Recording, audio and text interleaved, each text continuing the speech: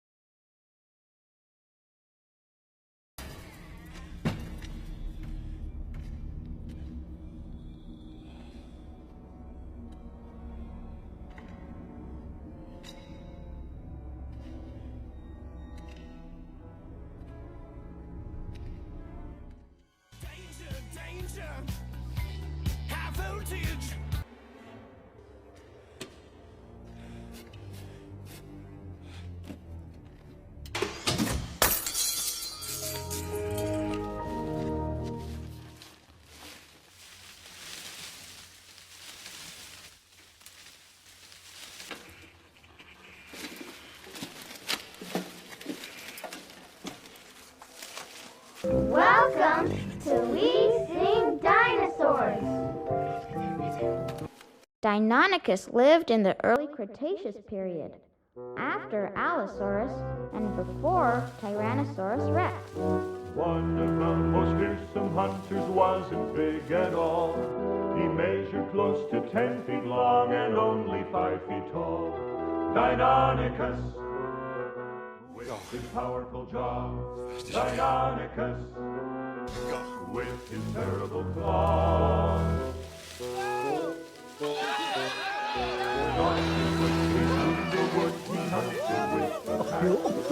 When they spied a likely foe, they'd race to the attack. I actually really like this song. With his powerful jaw, Deinonychus, with his terrible This song claws. His arms were long to hold his prey, sharp claws were used to grip. But the deadly claw was on his foot, the one he used to rip. Deinonychus, with his powerful jaw. Deinonychus, with his terrible claw. He wasn't a big dinosaur, but Will was bound to say he must have been the very fierce hunter of the shore. Deinonychus, with his powerful jaw. Deinonychus, with his terrible claw.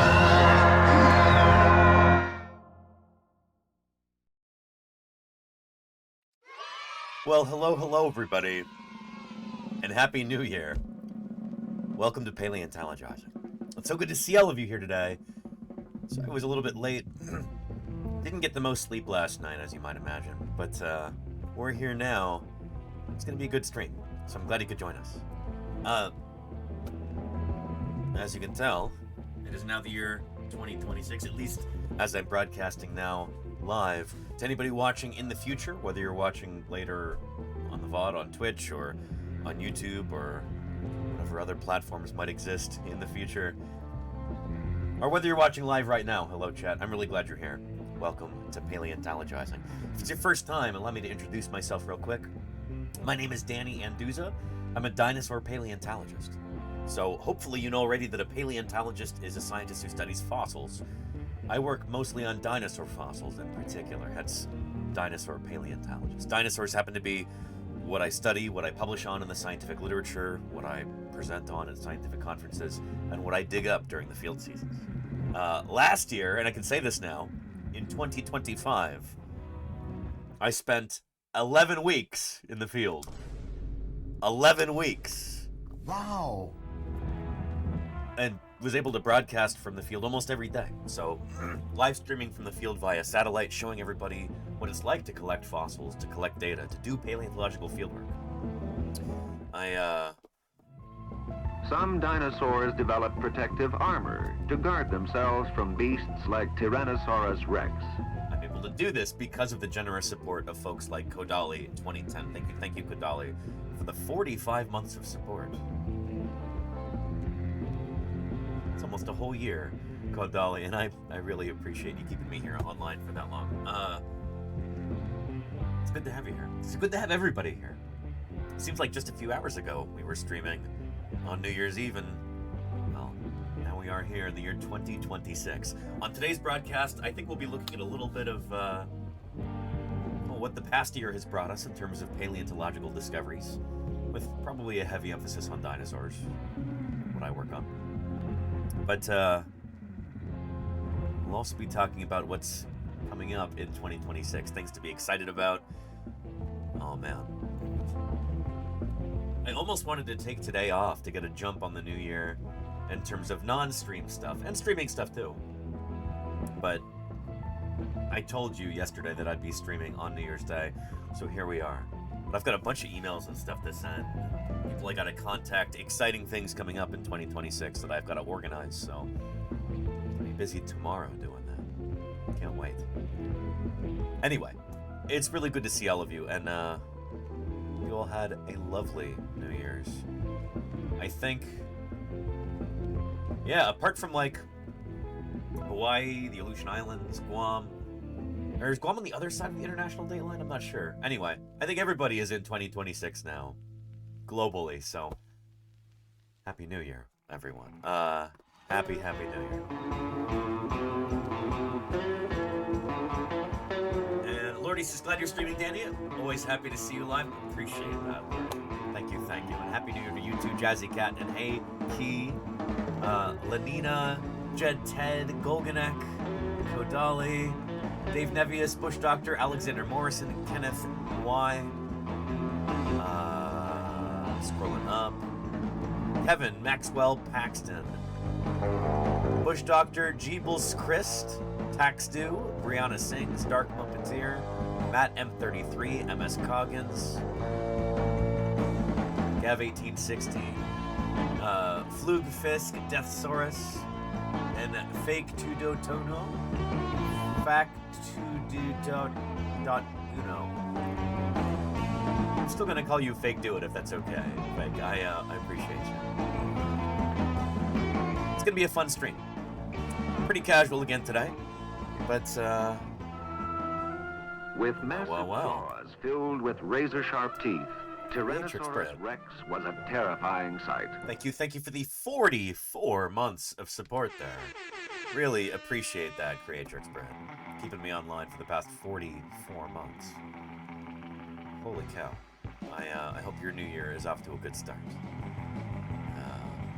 And Guam is the furthest ahead. The motto is, where America's day begins. Well, well, well, Kennedy. Very cool.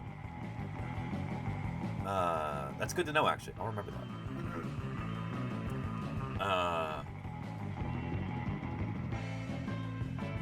I wonder if there would be some advantage to streaming from Guam, then.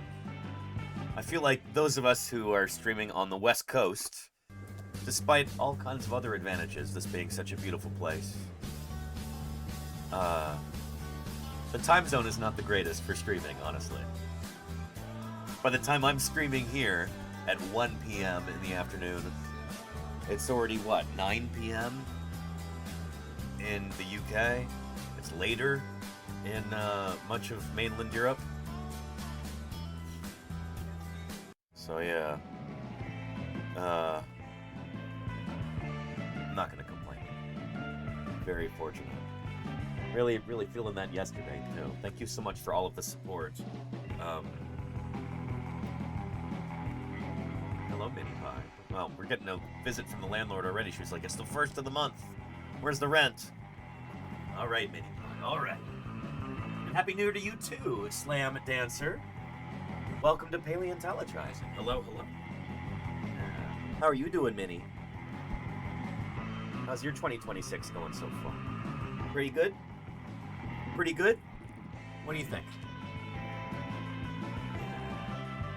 And we had a cat trick yesterday, by the way.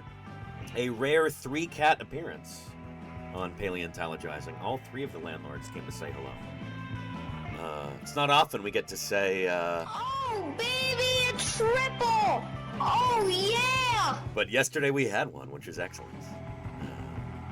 The rare appearance of Moon Pie is what clinched it. She almost never shows up on stream. But Minnie shows up on stream all the time. She needs to get paid, huh? You looking for a payment? She goes, talketh cheap. Bring the treats. Bring the treats. All right, we'll do it. And Tax Art, how are you doing? Hello. I don't know if we have any new dinosaurs yet in 2026. I think a lot of journals are not really going to be... They might not publish things on New Year's Day, I'm not sure. Or maybe they do. I haven't even looked into that yet. But we'll also do a tally of how many different new dinosaurs, new genera and species were published in 2025. And we'll talk about that a little bit, compare that to previous years, all that good stuff. Huh? How's that sound? Yeah? Oh, yeah. Yeah. Let's get those treats. Ooh.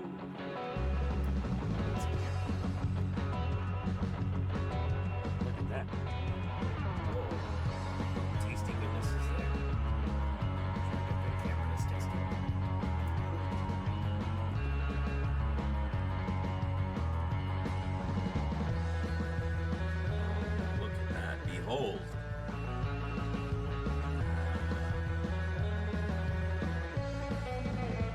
Glad she's better, says Kenneth. No, she wasn't sick. I was. Still have the remnants of a cold. Mini Pie it's been doing quite well. And Murph, yeah, we're gonna watch that video today, I think. We've been thinking about it for the past couple days, but haven't really had time to look at that new YouTube video with Adam Savage at the AM&H Collections. And, we should do Thursday Birds Day today, too. Yeah.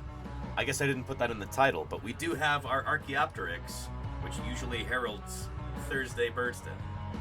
So, we'll be doing that as well. Anyway, good to see you, Murph. I hope your new year is off to a good start. But yeah.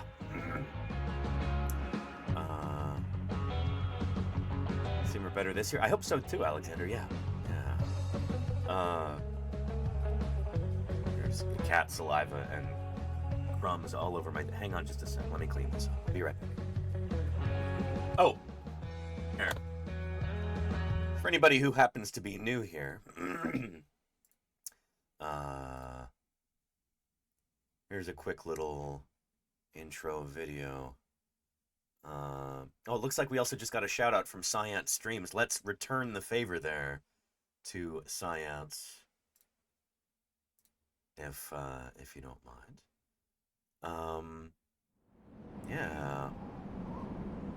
Oop, hang on. And Dr. Whitsend, yeah, I was there at SVP when that talk was given by James Napoli, Dr. Whitsend. 2 talks, actually, because Lindsay Zano couldn't make it. We'll be talking about that, too, and how that was a big surprise, especially for people like me. Very thoroughly on the ontogeny train up until this year, and now the whole Nanotyrannus thing is... making some of us reconsider some of our presumptions. Anyway, this is me. This is what I'm all about.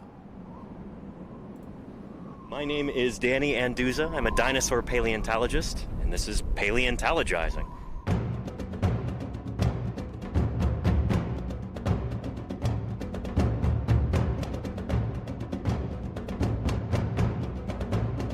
Science isn't just test tubes and beakers and white lab coats. What we're doing out here is science, too. We're testing hypotheses by excavating these fossils. Join me for museum tours, interviews with other paleontologists, audience Q&A, 3D printing. It's pretty big. Who thought this was a good idea? And of course, live dinosaur digs. A limb bone from a new duck-billed dinosaur. I invite you to tune in and experience the adventure of fossil science. That's what we're all about here. Welcome. And let's see. David Evie says an interesting piece on one of the oldest factories still in operation. Stone house with a smooth sunken floor. Castilian says, oh, interesting, David. That's cool. Pretty neat. Oh man, there's a bunch of new videos too. Like, take a look at it.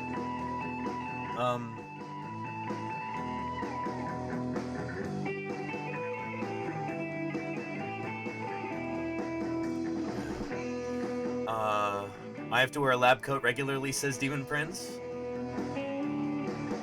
Well, I mean, lots of scientists wear lab coats, but that's kind of, you know, the archetype. I'm not saying scientists don't wear lab coats. Many of them do. It's just that's the stereotype that the public is familiar with of a scientist, and not all of us wear lab coats. The only times in my life, some of the only times in my life when I've ever actually worn a lab coat have been while I'm doing non-scientific things, like screen printing. I find a lab coat is much better to wear than like a smock or an apron or something when I'm doing screen printing, because it also, yeah, keeps me from getting ink on my backside or on my arms. Excuse the coughing, I apologize. But do a Google image search for, say, scientist, and nearly every one of these scientists will be wearing a white lab coat. I guess hers is blue, but and some people are wearing suits, but it's, you know, it's mostly the white lab coat. I wonder what happens when we put in field scientists. And we still have white coats. There, and there. This is literally like a lab scientist standing in a field, crouching in a field. Yeah, still the white coats, you know? You can't escape it. So, this is one of those things that I'm trying to very gently push back against. This idea that science always takes place in a laboratory. And, you know, this idea of the scientist as a person wearing a white coat, it's not... Yeah. Anywho, you know what I mean. But yeah. I feel that that's what AI thinks field scientist means, and it's just copying itself. Well, I mean, these are not AI-generated images, right? That's an iStock image there. This is clearly from, like, a photo shoot. This person is, like, a model. Anyway. Yeah, I know what you mean, Lordy. Yeah. But yeah.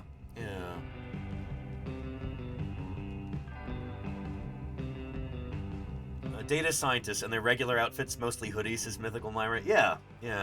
I always thought that was a funny title, too. You know? Data scientist. I understand what it means, but my overtly literal brain just goes, hang on. Aren't all scientists data scientists? If you're not working with data,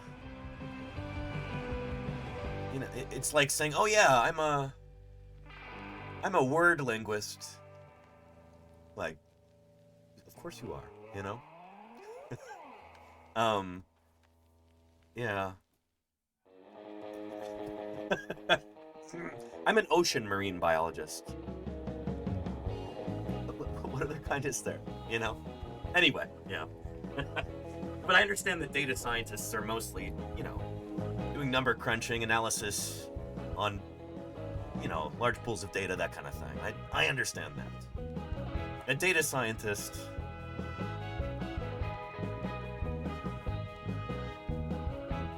I guess in a way that kind of excludes people who are doing laboratory experiments or field work or field experiments or that kind of thing, you know. So yeah. Are we all supposed to work with data? Well, yeah, says Baby. Yeah, you know what I mean. Yeah. Anyway, before I forget, let's do a Blue Sky post real quick. Copy and paste into Paint. Let's see if this is any good. Yeah, that'll work. Alright. Murph says all the good ones. Yeah, there you go.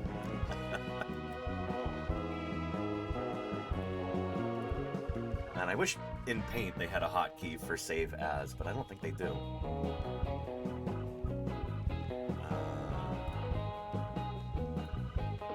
Control-Shift-S just doesn't work. Alright. Let's let everybody know that we're live.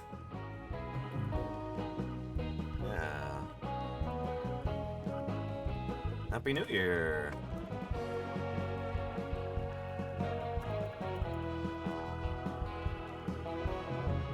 It's our first Paleontology.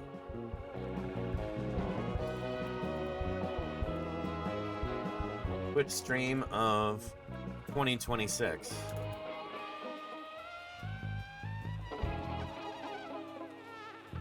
And we're talking about the previous year's fossil discoveries and what we might expect in this brand new year. Join us and hang out at twitch.tv/Paleontologizing. There we go. Paleontologizing. That's good. Alt text. Quick screenshot of me in my office. Behind me, on the wall, are various framed figures from scientific papers, plus a Tyrannosaurus skeleton LED light, a 1/3 size leatherback turtle 3D print, and some 2026 New Year's letters. New Year's numbers, rather. I went to school. I know the difference between letters and numbers. Well, I used to until I had to take algebra, and now I'm all confused. Anyway, looks good. Hold on to your butts. Let's post it. Yeah. And hang on, did I do a hashtag instead of a 3? That's fine. It's alt text. It's not the end of the world. Thank you, Lenina.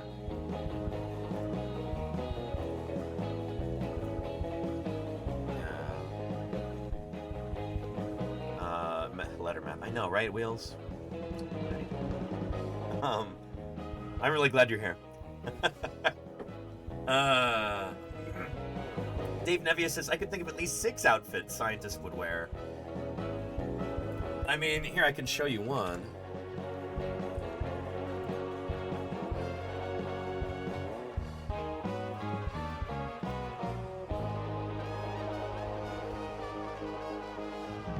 Where's that one with Carrie?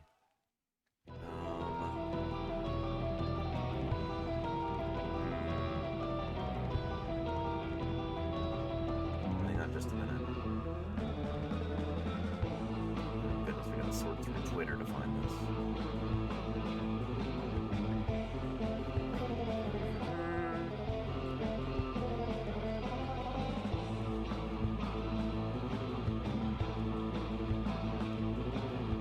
Let's see if we can find it or if the page will crash. That happened to me the other day when I was looking for something on Twitter. The site just broke in front of my eyes. It's such a shame. The place has gone to pot. Gone to pot. I sound like I'm 80 years old. Where's Carrie and his sauropod getup?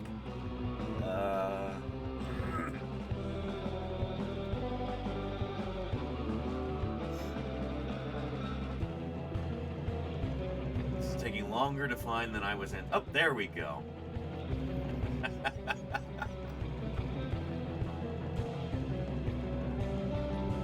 There we go. Here's appropriate garb for a scientist. A sauropod scientist dressed as one of his study animals. There you go. Yeah.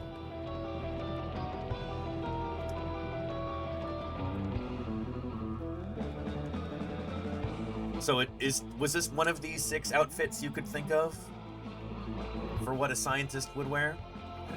Or is this a 7th one, Dave Nevius?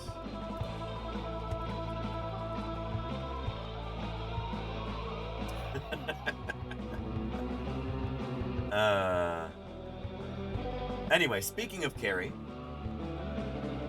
we interviewed Carrie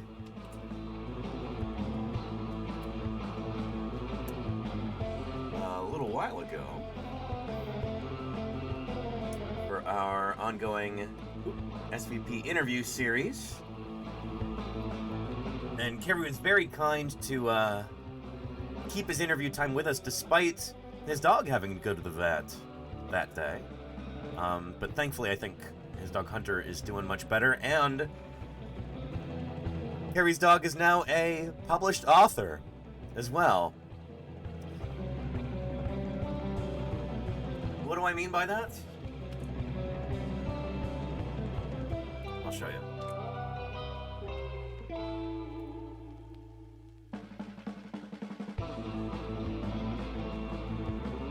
Twitter will load. Come on.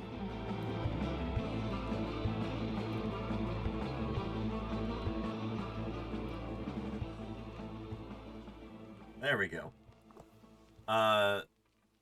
So, Carrie's dog, Hunter, here wearing a sauropod dinosaur bandana.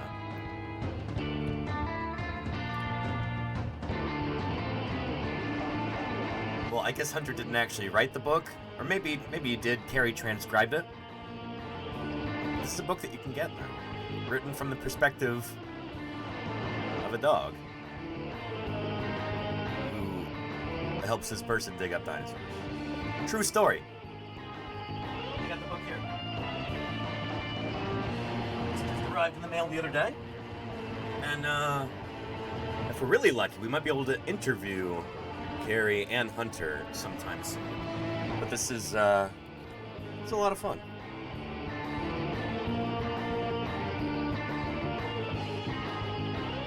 I wanted to show you this right when I got it, but we had too many other things going on. Hunter needs to autograph it for you. That would be really cool, Lenny. Yeah. There's Hunter right there. Interesting art style. I like. Is Carrie looking very closely at this map, or did he fall asleep on the table?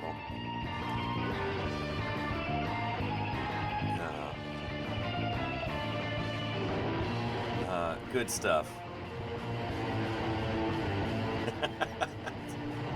Carrie just looking like a desperado there. Yeah.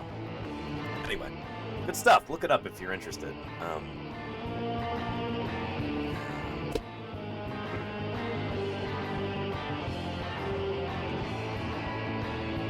So that's a neat bit of outreach that that Carrie and Hunter were doing, and I hope it's a success. I hope.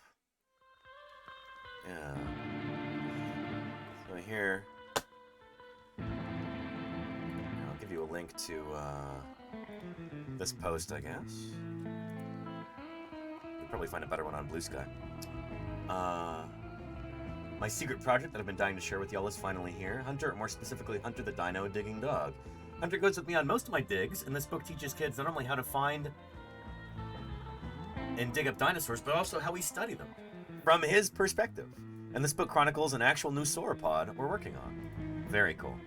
Although that is a tyrannosaur jaw right there. What a cool photo, by the way.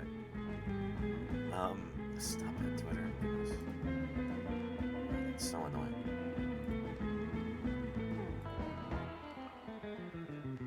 Anyway, this has been a dream book with my bestest friends Ted and Annie Rechlin of Rextooth Studios. And I think... Let's see. Yeah, there we go. Here's a link to where you can get it if you're interested. Pretty nifty. Pretty nifty.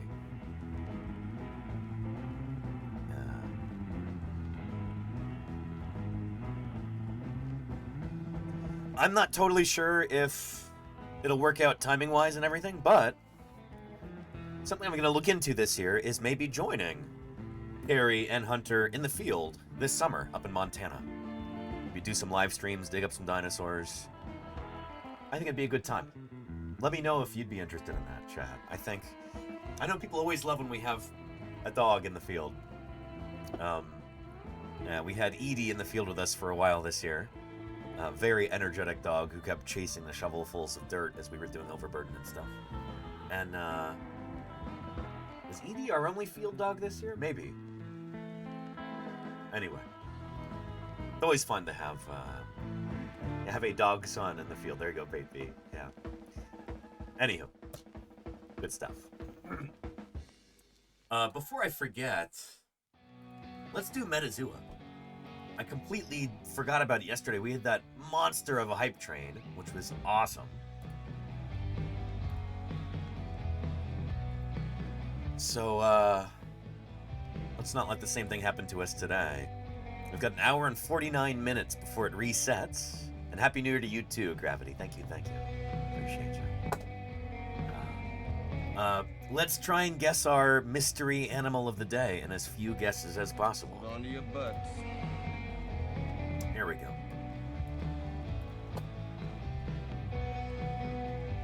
And we'll open up our tree of life here too, that we can use to help narrow things down a bit, help visualize what we're looking at here, what we're thinking about.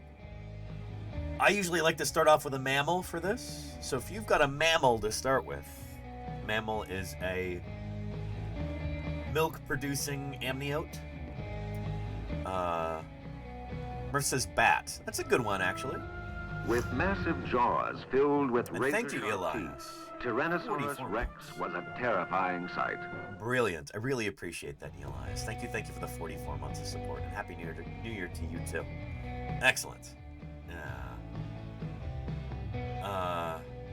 Let's see, Murph said bat for this. I think we only have, like, a few species of bat.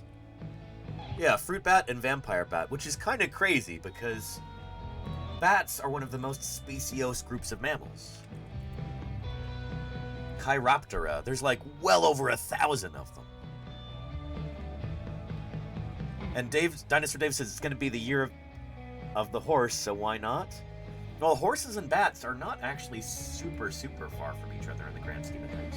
Horses are over here, bats are over here. There's 1,055 species of bats represented on this tree, which is, it's like 1/4 or 1/5 of all mammals are bats. It's like if you're a mammal, by the numbers, there's like a 20% chance you'll be a bat, just by numbers of species, you know? That's nuts. Eli says, I can't wait for the new fieldwork streams already. They're going to be good. I'm really looking forward to them, too. And then we've got horses over here. They're part of Perissodactyla, the odd-toed ungulates. Horse family, 7 species of horses. But anyway, with this game, bat, there's 2 species of bat that are programmed into this game. And for horses, we've got horse, we've got zebra, we've got donkey. It's kind of crazy that horses are better represented in Metazoa than bats are, but... You know, let's do a horse, Dinosaur Dave. I like that. The year of the horse. Watch our mystery animal today be some sort of crazy invertebrate, and horse is nowhere close. But let's give it a shot. Hold on to your butts. And it is a Laurasia theory. Okay, nice. Excellent. Okay. So it's not a horse, but it is part of Laurasia theria, which is this clade here. So it could still be a bat, or it could be a carnivoran, or it could be a whale, or some other kind of artiodactyl over here. Let's see. We know from experience that Metazoa doesn't actually have these clades programmed in, as it should. But, let's try something like a llama, maybe. That's an artiodactyl, a cloven-hoofed ungulate. And let's see if that gets us anywhere close. Okay! It is an artiodactyl. Excellent. Grengar says Megabats is my new band name. It is such a cool name, isn't it? The Megabats are the group of bats that include your, the large ones. It's your flying foxes, your, similar ones, your big fruit-eating bats that are mostly active during the daytime, your Megabats. There we go. There's not that many species. Most of the bats within Chiroptera, within the bat clade, are microbats. So you've got your megabats, 174 species. Microbats have way more, 881, give or take. Your microbats. This is everything from, Mexican free-tail bats to vampire bats, horseshoe bats, and things like that. The bats that very likely originated the coronavirus COVID-19 were probably horseshoe bats. Because microbats are prolific carriers of other kinds of coronaviruses. COVID-19 probably came from one of these guys. One of the reasons why we shouldn't be cutting down their forests and eating them and stuff like that, you know? Oh boy. Anyway. But anyway, our critter is not a bat. We guessed llama and Artiodactylus, or Metazoa said, nope, best I can do for you is Artiodactyla. So the Artiodactyls are the cloven-hoofed ungulates. So these are everything from deer to pigs to whales. These are all cloven-hoofed ungulates. And if you heard that correctly, whales are a kind of hoofed mammal. They evolved from a hoofed mammal that would have looked something like this. Some sort of messanickety looking hoofed mammal.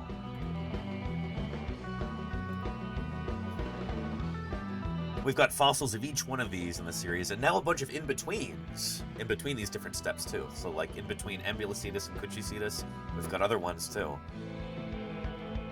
The transition of whales from land to ocean is one of the best represented series in the fossil record. If we're talking about like major transitions in a vertebrate group, this is one of the best ones. So anyway, our critter could be a whale. It is an artiodactyl. And what's interesting here is that it doesn't say artiodactyla, it says Cetariodactyla. Some people call it this now because it now includes whales too. For a long time we were trying to figure out where whales belong on the mammal family tree. Turns out they're a kind of cloven-hoofed ungulate. So sometimes instead of Artiodactyla, we say Cetariodactyla. Anyway, so we guessed a llama at first, and Metazoa says nope. So we can cross this one off right here. We know it's not part of Camelidae. So it's not going to be a camel. It's not going to be an alpaca. It's going to be some other kind of ungulate. So it could still be a whale or a pig or a deer or a giraffe or a goat or something like that. Let's see if it's some kind of bovid. This is a group that includes, there's a lot of species in here. Let's see if it's a bovid, and if not, we can just cut this branch off and do process of elimination. I don't know, what's a bovid you like, chat? Pick one of these guys, and we'll try that. And Paddle Popinator says, so what came first, land animals or ocean animals? The first animals evolved in the oceans, Paddle Popinator, yeah. But that would have been a super, super long time ago. We're talking about like over 1 billion years ago. Some of the first animals were things kind of like comb jellyfish, maybe? Or something like that. Very simple creatures. Simple. I don't mean that in a derogatory way. I just mean they don't have that many types of cells. They don't have that many different body parts. They're fairly easy to put together. So yeah. Buffalo, bison. We've got buffalo and bison. It's the same critter, so let's do that. Those are both bovids. We'll try bison.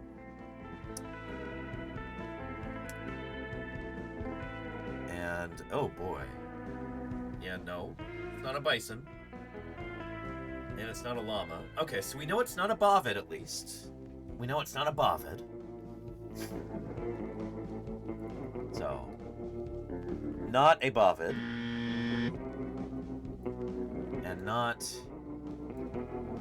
a camelid, so not a camel or its relatives. Could still be a whale or a cervid, like a deer or something like that.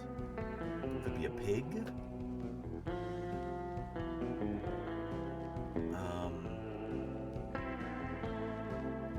Yeah.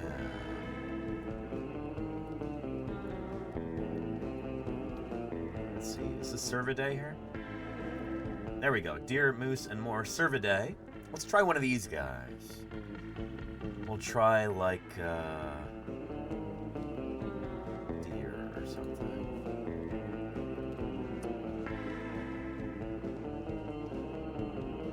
Let's try deer. And no.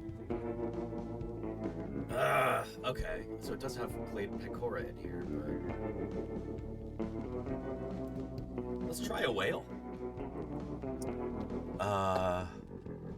We'll try a blue whale.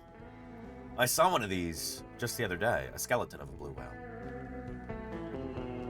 I was gonna say live and in person, but it was not alive. I think his whale had died in 1979. But got to see it. It was very cool. Let's try blue whale. And okay, it is a cetacean. Excellent. We're already 5 guesses in though, which is not ideal. But we can be clever about this. We can be clever about this. We cooking, says Pate B. Yeah, we're doing okay. So, within the whales, cetacea, you've got 2 main groups. So here is cetacea. You have the mysticetes, aka the baleen whales or the great whales. They're the biggest ones. And then you have the odontocetes, toothed whales. So this includes dolphins, narwhals, beaked whales, porpoises, etc. The odontocetes. So, we guessed a blue whale here, and Metazoa said nope, but it is a cetacean, which tells us that it can't be a mysticete whale. It's not going to be one of the baleen whales. It's got to be an odontocete. Because if it had been a mysticete, it would have said mysticetes. But instead, the narrowest evolutionary group it's giving us is cetacea, which tells us it can't be a mysticete. It's got to be the other side of the tree, the toothed whales. So what are our options here? How many do they actually have plugged into the game? We've got dolphin. We've got orca. And historic horrors. Jeswizul. Thank you for the follow. Jeswizul, you're... Here. Brief tangent here. Jeswizul, you're familiar with the fact that that's a dinosaur name, right? Zul, what's the species name?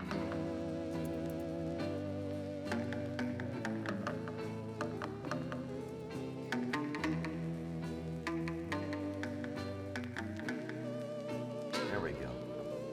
Yeah, it's an ankylosaur from Canada. Zul... Cruravastator, which I think means Zul, the destroyer of shins. But yeah. I was thinking of Zul from Ghostbusters. Yeah. Oh, there you go, Jeswizul. Yeah, yeah, here. Give you a link.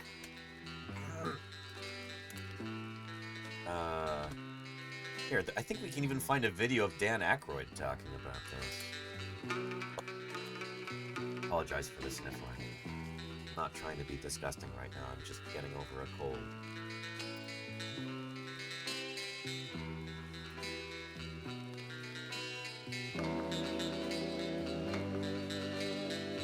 Here we go. Greetings. I am Dan Aykroyd, aka Ray Stantz, Ghostbuster, and you're looking at a close-up of the terror dog from the movie Ghostbusters. And this is a real terror dog in the form of an ankylosaurus.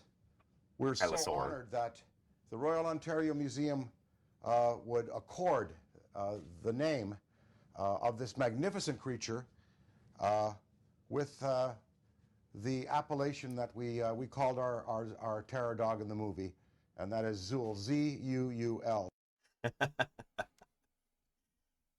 Pretty awesome. Yeah.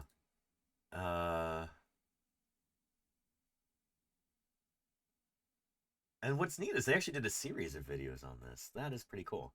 Here. Yep. I'm going to blow my nose. I'll Welcome be to right the back. world of Zul, a fascinating creature that is finally stepping into the spotlight after being encased in solid rock for about 76 million years. Here at the Royal Ontario Museum in Toronto, Zool is settling into its new home, giving scientists and visitors alike an unprecedented glimpse into a poorly known slice of geologic history. Zool is an ankylosaur, a type of plant-eating dinosaur that's known for wielding a bony and potentially lethal club at the end of its muscular tail. That explains why paleontologists David Evans and Victoria Arbour named this particular species of ankylosaur Zool curvastator.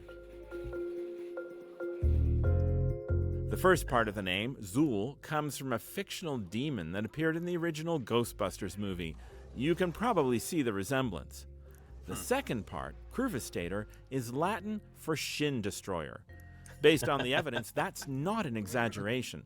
Scientists have found fossils of T-Rex and other predatory dinosaurs with shin bones that were clearly damaged while those dinosaurs were alive, presumably due to painful encounters with a tail like this.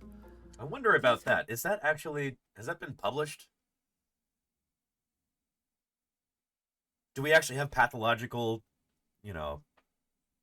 metatarsals or tarsi from these animals that are healed? I wonder if that's been published yet. Heavy tails also make ankylosaurs hard to study. That's because they're often found detached without the rest of the body. It's thought that their weight helped separate the tails from their owners after the dinosaurs died. But that's where Zool is unusual. Its tail was unearthed together with a complete skeleton, including the head and even traces of its skin. It's a fantastically rich and well-preserved find from a layer of sandstone in northern Montana that also extends into Canada. Oh, that's right. Yeah, this was a commercial specimen, wasn't it? I totally forgot about that, yeah. So it's not Canadian, it's Montanan. It's from the U.S.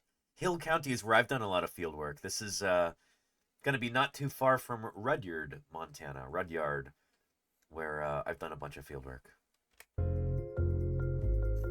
Based on how Zool was found, it appears to have died in the water and floated on its back in a small river where its body became lodged on a sandbar. But not until the museum acquired the fossil and technicians began to cut into and probe the giant block containing Zool did Evans realize how important a find it really is. That's because bits and pieces of many other species of ancient plants and animals have turned up together with Zool. It's a big jacket. So yeah, anytime that you get like a kind of channel lag deposit like this, so if this was a lag in an ancient stream bed, it's like one of those spots where a bunch of crud just accumulates because it's like a slow spot in the river. Well, this dinosaur, after it died, was floating down, got stuck there, and then it would have been kind of like a log jam. All kinds of other stuff would have butted up against it, been stopped by that big log jam, and then would have been preserved alongside. Really neat. It's parts of other dinosaurs and more familiar animals, like this turtle. Huh. After more than 2 years of work, Zool's head and tail are now on display, along with a cast of its body from the belly side. Meanwhile, the rest of the fossil is still being prepared from the opposite side, where more evidence of skin and the creature's armor plating is waiting to be revealed. But even as work continues, and visitors line up for their first glimpse of Zool, one thing is already clear. This is not just The a dinosaur. wingspan of this flying monster would have been Mustache about Mike. 15.5 meters. And 15 months is how long Mustache Mike has been subscribed. Thank you for the prime there, Mustache Mike. I really appreciate it. Thanks for keeping me here on. Dinosaur, it's a time capsule that has sampled an entire prehistoric environment, and one that will probably keep Evans and his colleagues busy for years to come. Yep. Nice. Here, I will give you a link to this video too. Good stuff. Anyway, and NES Collector, thank you for your message. I did hear about that this morning. Other paleontologists have been posting about this on Blue Sky. Yeah, the Museum of Earth in Ithaca, upstate New York, is saved. They were having some real financial difficulties, and it looks like they've been able to pay off the mortgage on their building, so holy cow, that is really, really good news. And we'll see if we can talk about that a little bit later, too. I don't want to get too distracted. We're in the middle of a game of Metazua. So let's finish this, and then we'll talk about the museum in Ithaca. But good stuff. Yeah, we'll talk about that briefly, because I'm sure there will be news stories and stuff like that coming out over the next few days too. So anyway, we're trying to figure out what our mystery animal is. It's some kind of cetacean. I guessed blue whale, and it said no, which tells us it's got to be an odontocete. It's not going to be a mystacete, a baleen whale. It's got to be a toothed whale. So we were trying to figure out what toothed whales are actually programmed into the game. We've got dolphin, we've got orca, we don't have beaked whale, we don't have river dolphin, we do have porpoise. So it could be a porpoise, a dolphin, or an orca, or a sperm whale. So there's 4 different options here. It could also be a narwhal, which is a toothed whale as well, like you see here. There's the narwhal. Am I missing anybody? What else have we got in the toothed whales? And that's pretty much everybody. So,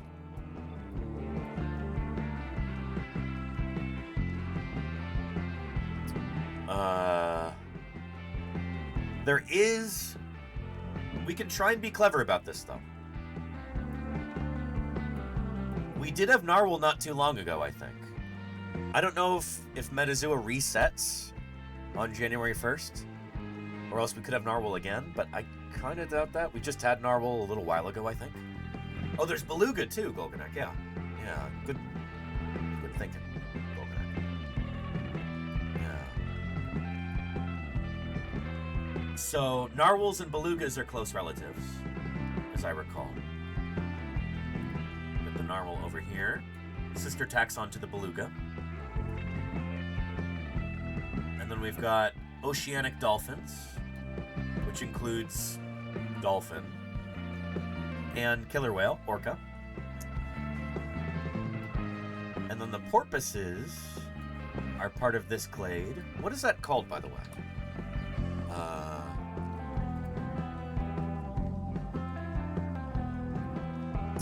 There we go. So, Phocinidae is the porpoise family, and they are part of Delphinoidea. There we go.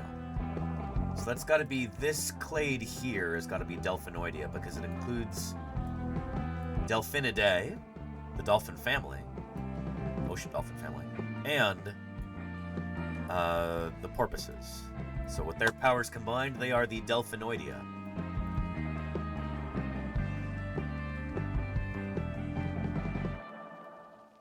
So if we guess a member of this clade and it says no, then we know it has to either be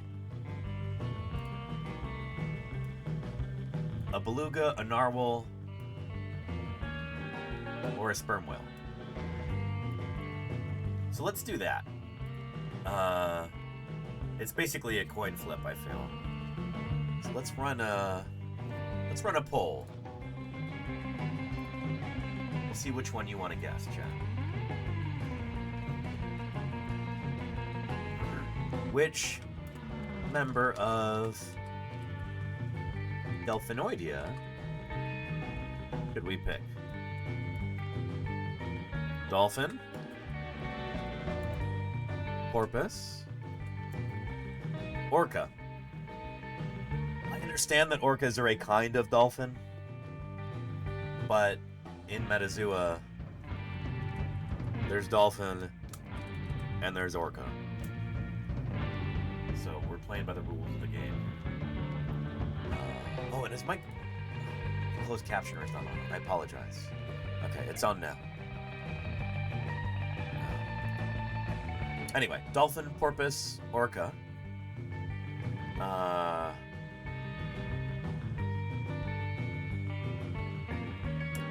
Start poll. Which one should we guess, chat?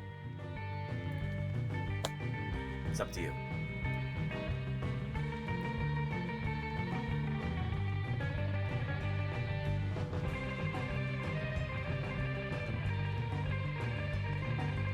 Lenina says, it's rare, but we have had the same animal just a few days apart. Interesting. Okay.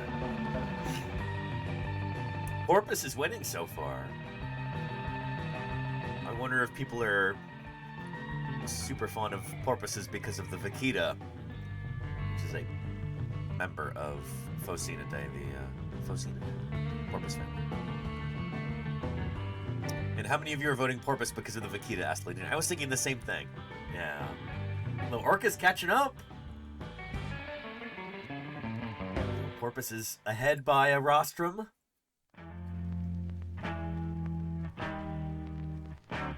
Looks like porpoise is gonna take it. There we go. All right, porpoise.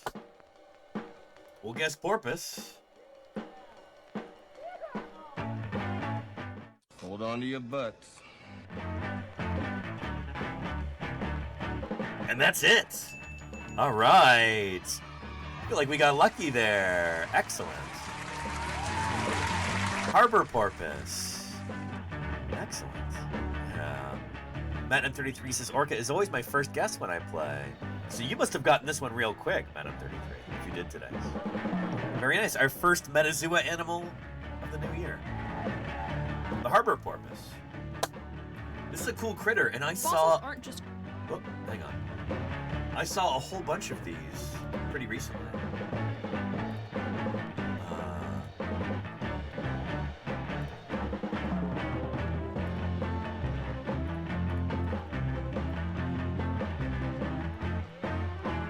There, we'll share that real quick too.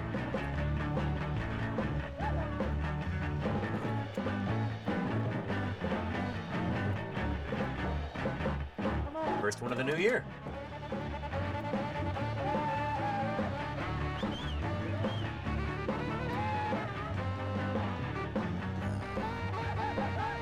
All right, let's take a look at this critter, the harbor porpoise. We've got a lot of these in San Francisco Bay.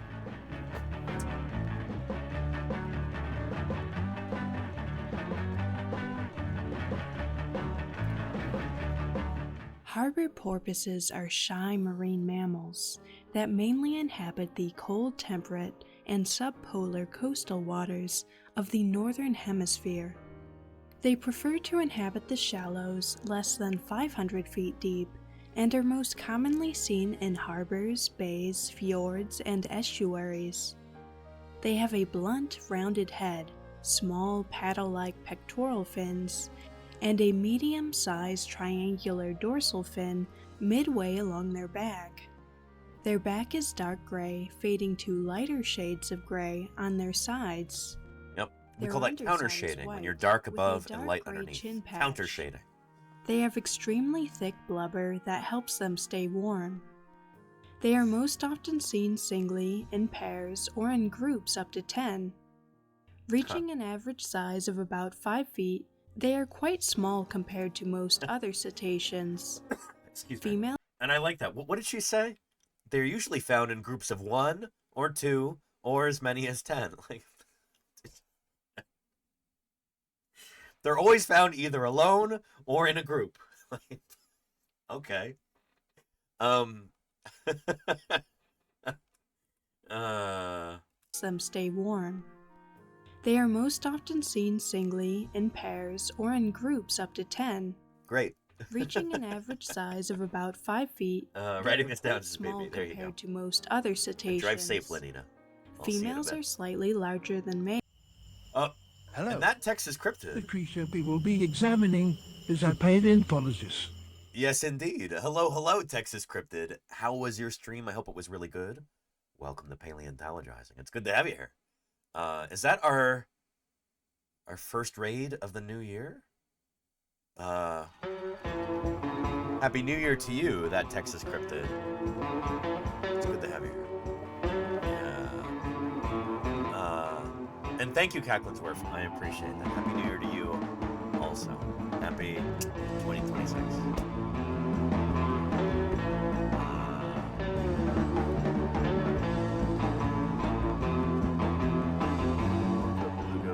Oh, nice, coconut. Okay, cool. Anywho, we just did Metazoa, and spoiler alert. It's a harbor porpoise. So we're talking about those critters. Yeah.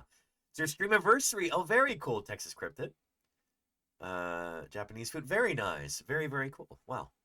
It's good to have you here. I'm glad you had a good stream. And happy stream anniversary to you. How many years is that now, if you don't mind my asking? Males. Harbor porpoises mainly eat schooling fish, such as herring and mackerel. Occasionally, they will eat cephalopods. The porpoises will dive as deep as 655 feet or more. That's pretty deep. But they usually stay near the surface, coming up frequently to breathe. They generally do not jump at the surface. Awesome. Females reach reproductive maturity at 3 to 4 years old and may give birth every year for several years in a row. Gestation lasts for 10 to 11 months and calves nurse for 8 to 12 months. Because they prefer coastal habitats, harbor porpoises are especially vulnerable to accidentally getting caught in gill nets and fishing traps. And that's like the vaquita that we were talking about with Casey, which is a relative of the harbor porpoise. They're not sister taxa, so they're not super, super closely related. Like, they're both members of the same family, the porpoises here, Phocinidae. But the vaquita is most closely related to the Burmeister's porpoise. And check out that artistic interpretation there. I feel like somebody could benefit from watching Casey Snow Art streams, you know? Yeah. What do they really look like?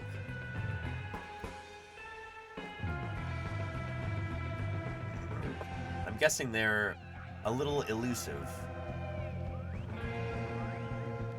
See, there we go. That looks kind of silly. Yeah, if I recall correctly, these are porpoises who live along the coast of Chile. There's an illustration from Whaleopedia. Oh, excellent. And this is the reason why they have, yeah. So the Wikipedia article is where the... Oh, okay. Why didn't they use this one? OneZoom gets their images from Wikipedia, and I think it basically draws it automatically. Anyway. So yeah, harbor porpoise is over here. Phocina. Anytime that you see an animal who's got the same genus and species name, that generally tells you that it's a fairly common animal and is considered like typical of the group. It's often like the first one to have been named from a particular family. I bet you this is named by Linnaeus himself, actually. Genus Phocina. Harbor porpoise. Named by, yep, bingo, Linnaeus, 1758.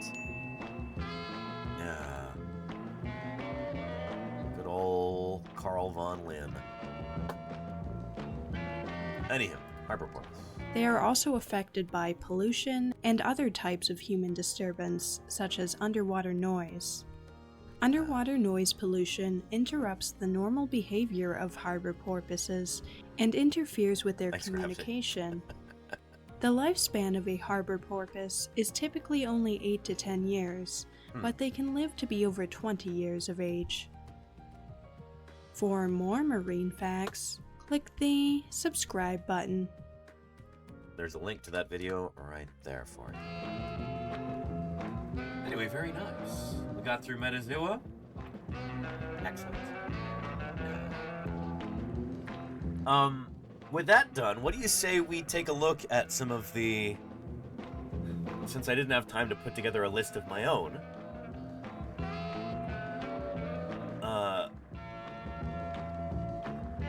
why don't we take a look at some of the videos that different people have posted with their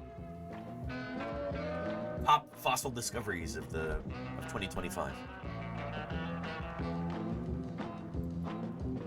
Here's one right here from SciShow, and I will give you the link right here at the start. Fossils aren't just cool to look at. I mean, they totally are, but they're full of important information, too. They tell us about animals that have been gone for hundreds of millions of years, revealing what they might have... Hang on, not just animals. Fossils are the preserved remains of any ancient living thing. From animals to bacteria to plants to fungi, protists, whatever. If it's an ancient critter, organism, that left record of its existence, then that's the purview of the paleontologist, the fossil scientist. It's not just animals. I know I work on fossil animals, dinosaurs in particular, but fossils are more than just animals, and certainly more than just dinosaurs. Looked like, where they lived, and sometimes how they lived. And the reverse also happens. Examining fossils that are millions of years old can help us. And Hey Key says, what about fossilized rocks? That's actually, you might be trying to be facetious there, that might be a joke, but that's actually like an interesting question. What about rocks that have been redeposited? There are paleontologists who study rocks, so does that mean that those rocks are fossils? When we have things like gastroliths, stones that have been swallowed by an ancient animal to aid in digestion, would we call those fossils? I think I would, you know? The word fossil, at its most literal, if we're gonna go, oh, well, actually, fossil is this. The word fossil, I think, comes from the Latin or Greek fossilis, meaning dug up. In fact,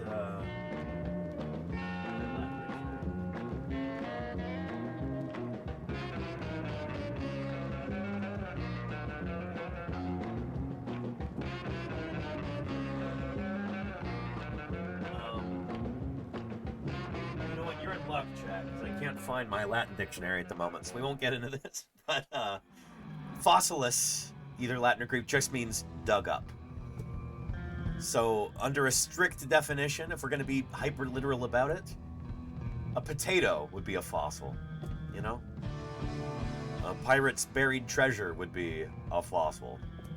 But in the way that we typically mean it as scientists, as paleontologists, a fossil is the preserved remains of ancient living things. And it doesn't have to be part of an actual organism. It could be something like a rock, if the animal swallowed it. If it tells us about that organism,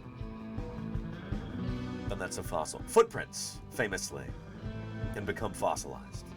And they are the preserved remains of an ancient living thing. That's a trace that an animal left on its environment. And that is the purview of the paleontologist. That's something that we study, you know? Yeah, footprints and trails. There you go. How Dower? Yeah. How's Dower? Yeah. And Mayor Space says, can't there be rocks that slowly had their material replaced by a different mineral? Yeah, absolutely. There can be rocks that are further permineralized, metamorphosed even. That would include most, if not all, of the metamorphic rocks. So yeah. Like many things in nature, our definition for fossil has to be kind of a fuzzy one, you know?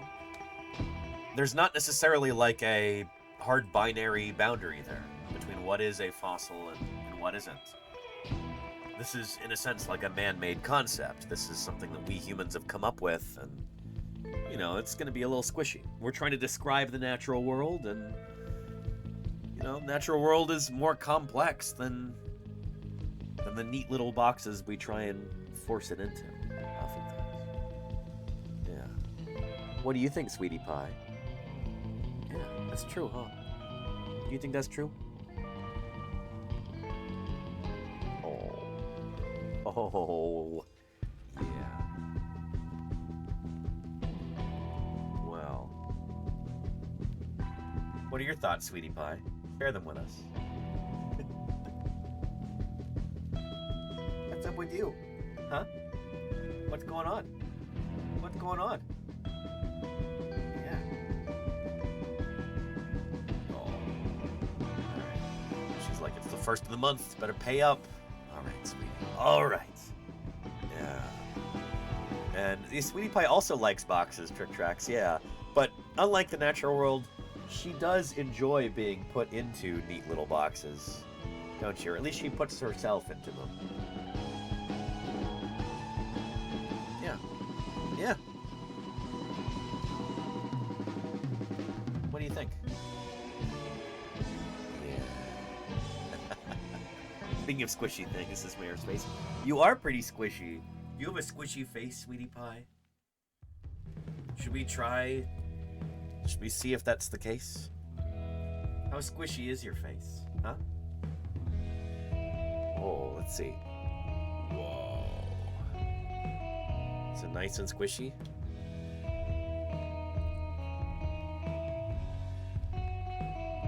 What are you investigating over there? What is it? What is it? Some more face squishes?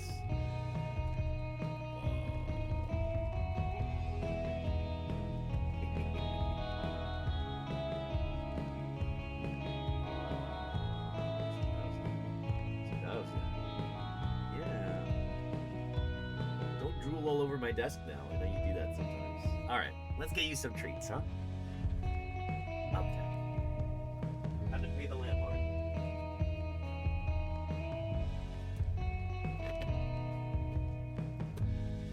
Oh, there we go. How's that? What do you think?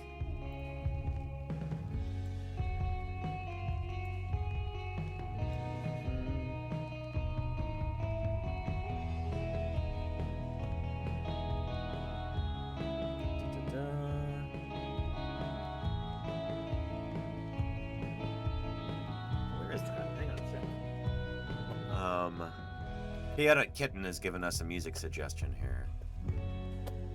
Let's see if we can find that. Oh, you demand... See, she needs to be... She doesn't want to hunt, she wants to be fed.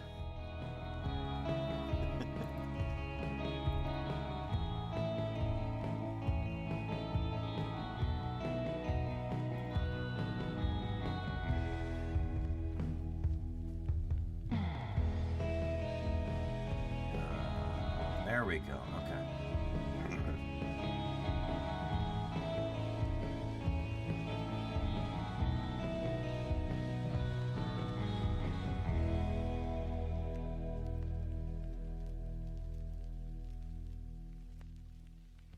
Hang on just a minute here. There we go. Oh, sweetie pie.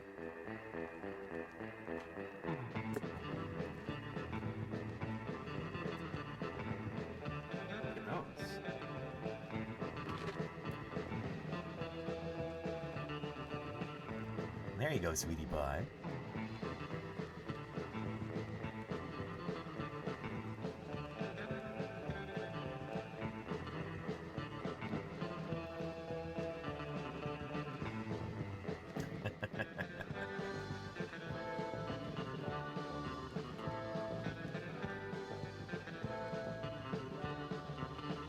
Oh, how's that? Are you sated? You satisfied? How are you feeling? Is that pretty good? Oh yeah, there we go. You're so cute, sweetie pie. You really are. How do you do it?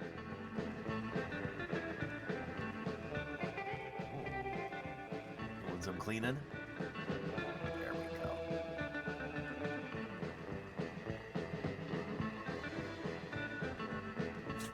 Oh, gesundheit. Bless you. Salud.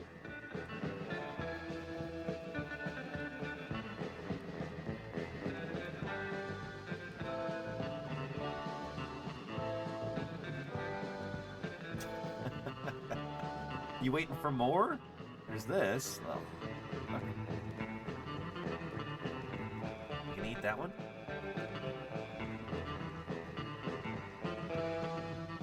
I suppose.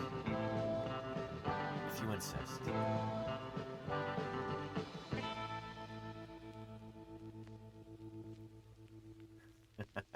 And Nana Tyrannus, Nana, happy New Year to you too. Appreciate you, Nana. I got your text during during my, or maybe before my stream yesterday, I forget, but Happy New Year to you too, Nana. I hope you're doing well. I hope you're having a good 2026 so far. That's my grandmother there in the chat, by the way. Golganek, thank you for gifting Nana Tyrannus. She won't have to see any ads on this channel for the next month now. Thank you, Golganek. I appreciate it. Yeah. We're about to talk about your namesake, or your username's namesake at least, Nana. Not Nana Tyrannus, but Nano Tyrannus, which, as of 2025, just a couple months ago, is now considered valid. We have evidence that it's actually a different dinosaur from Tyrannosaurus, so we'll get into that shortly. I'm sure that's going to be part of this video here.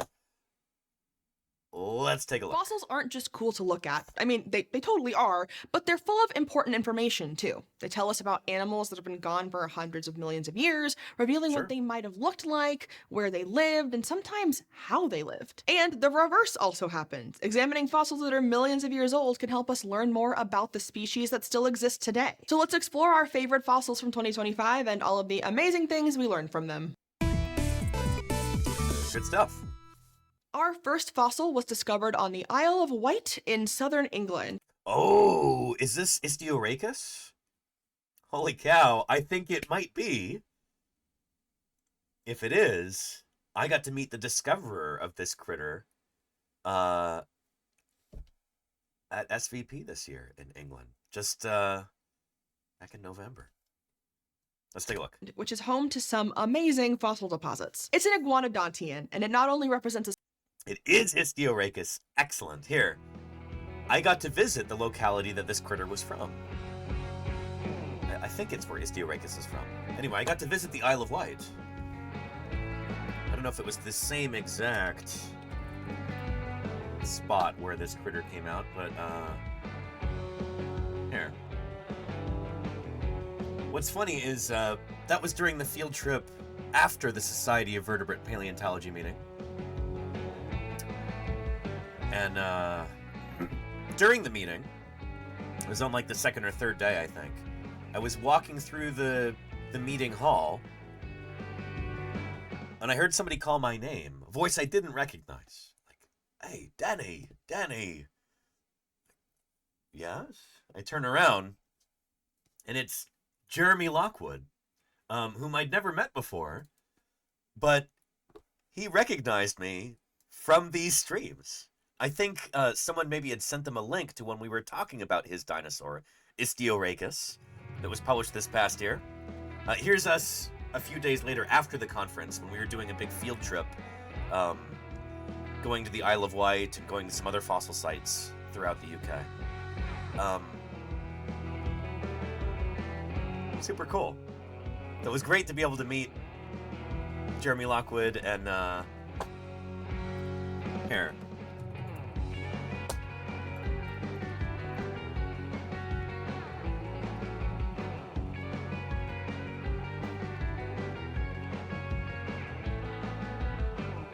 Here's a video about him right here.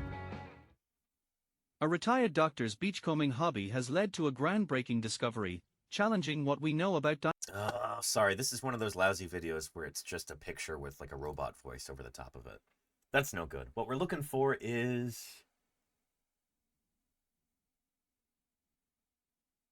here. Our new species of dinosaur with an unusual... So, this is from 4 years ago, but it's a different kind of dinosaur from the same family, also discovered by Jeremy Lockwood. large nose has been identified by a retired doctor in southern England. The bones were uncovered more than 40 years ago in the Isle of Wight. Oh, he didn't discover them, never mind. Until Dr. Jeremy Lockwood decided to reconstruct the skull of the animal and realised they belonged to an undiscovered species. So he discovered it in a museum drawer. It had already been dug up ages ago. 4 decades ago, I guess. But he realized that it was something new. Duncan Kennedy has the story. Gnarled, knobbly, and what a nose. This is how the not very dainty dino would have looked like. And the USP of this VIP, its bulbous snout. And here we have vertebra or backbone of... Its remains had spent Jeremy there? 40 years in old boxes until Jeremy Lockwood, a retired GP, went through them.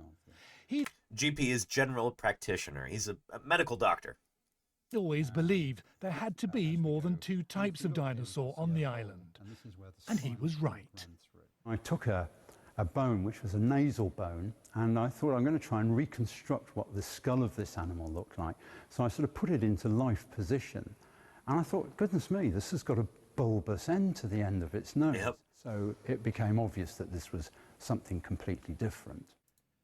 It took Dr. Lockwood 2 years to sift through all the bones, and his new species has now been confirmed by experts. Just along there, it's where I found it all them years ago. That's right, Keith Simmons is the one who found the dinosaur near a village called Bryston, which is why it's been called Brystonius Simmonsy. Yeah. It was in 1978 Keith discovered the bones, and now the new species has been confirmed. He's delighted. It's nice. Yeah, it's a bit of recognition for the work done over the years. It's ideal. And now you found out you found a new species of dinosaur. What do you make of that? Something for the history books, really. And, yeah, it's very good. This coast was already known as a world-class centre for discovering dinosaurs. It seems some have, well, just got a nose for it. Duncan Kennedy, BBC News, on the Isle of Wight. Nice. Well, we bring you a lot of variety on this programme, don't we? There's a link to that video there. But yeah, Jeremy Lockwood, the guy who named that dinosaur, and Istiorachus from this past year. There he is there. So flattered that, like, he recognized me. I'd never met him before. But I guess that's the reach that we're starting to acquire through these broadcasts. How cool is that? You know? Istiorachus. When were we talking about this animal? I bet you it was in the stream title. I bet you we can find the VOD here on YouTube.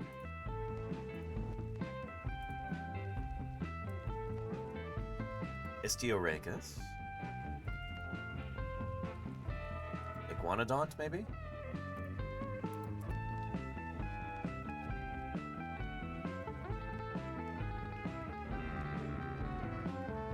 Did I spell it wrong?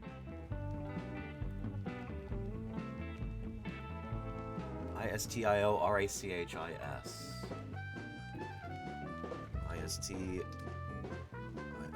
Istiorachis. Oh, weird. Okay. Anyway, pretty sure we talked about it. Oh, let me search sail. Sail back to Iguanodont, probably.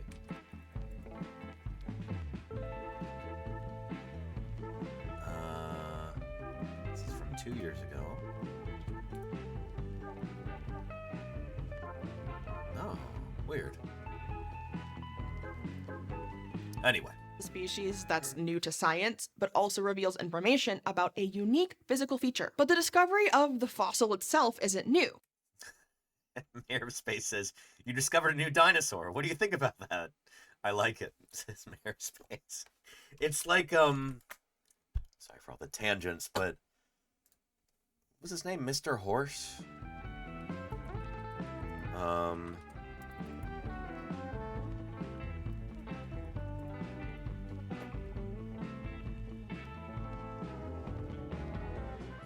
Oh, he doesn't like it.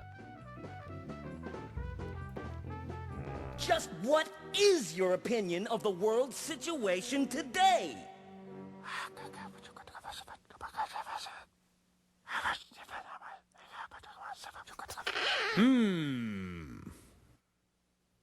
Las cucarachas entran, pero no pueden salir. What? No, sir. He doesn't like it.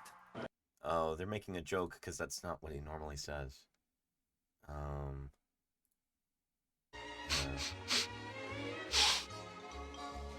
And what are your feelings about that, Mr. Horse? No, sir, I don't like it. Excuse me, Mr. Anyway. It's kind of like that. But it is just kind of an inane question. It's like, What do you think about this really cool thing that you did? Do you approve of this? It's like, yeah, of course I do. Anyhow, yeah.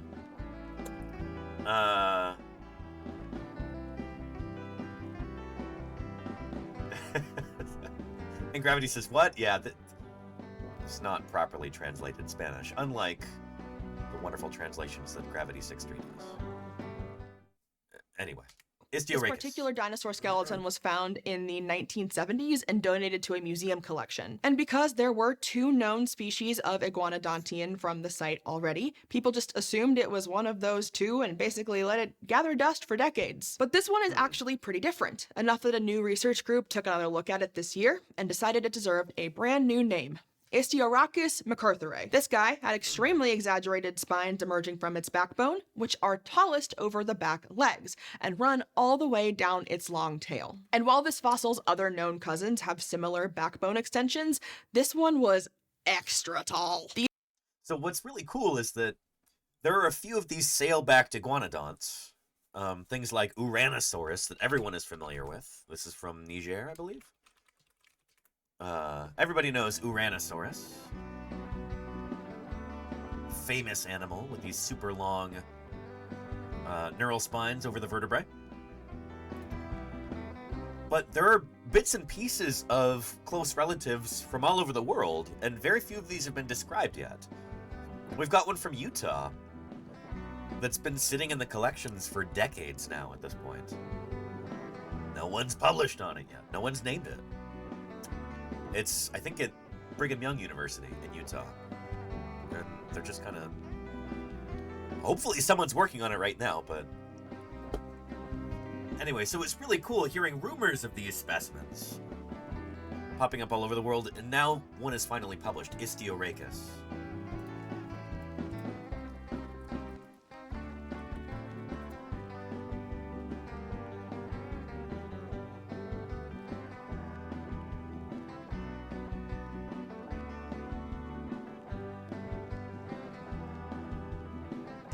Looks like we don't have a video about that. Weird. Anyway. These bony extensions would also have been covered in skin and tissue when this animal was alive, creating basically a huge sail.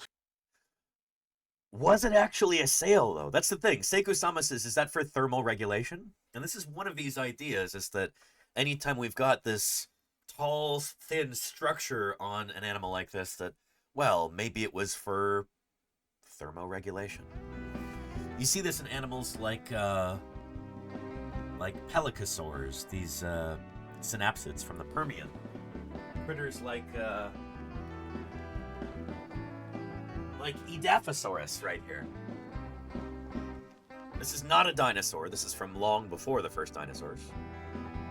But you've got these neural spines coming up from the vertebrae, and these are interpreted as supporting a thin sail. There was skin stretching between these neural spines on the vertebrae. The skeleton of this animal looks like this.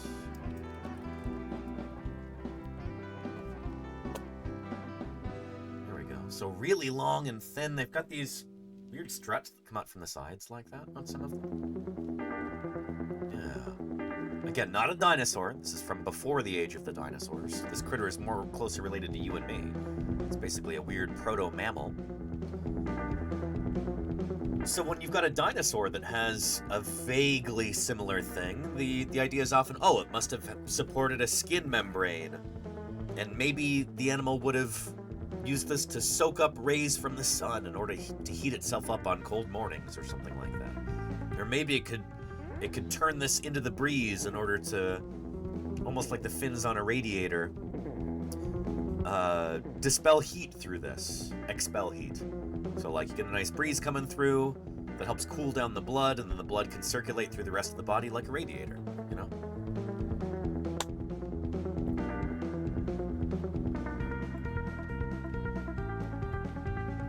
But is that the case with these guys? The vertebrae are a lot thicker, more robust here than they are on guys like this. I buy this being a sail because the bones are so thin.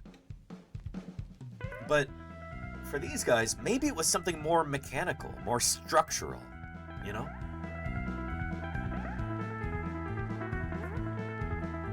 Because there are animals today that do have tall neural spines like this, who do not have a sail, as far as I know. We mentioned one of them earlier.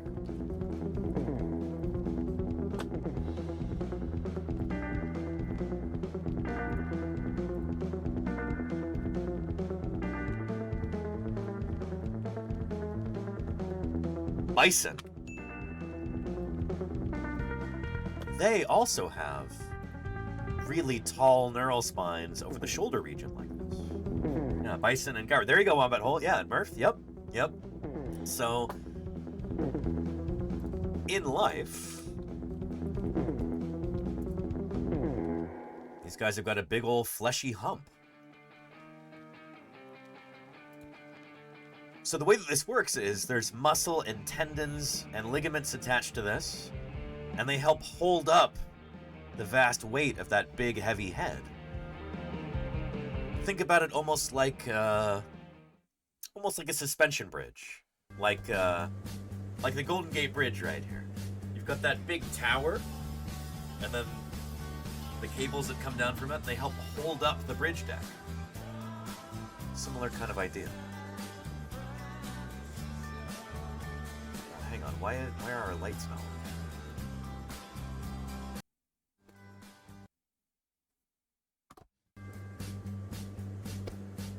Oh, goodness.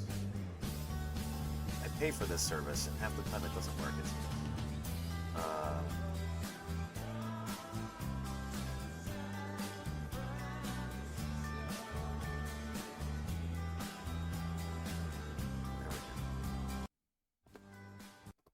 Anyway. Excuse me. So, was this... Well, we know that in bison, this is a structural thing meant for holding up that big heavy head.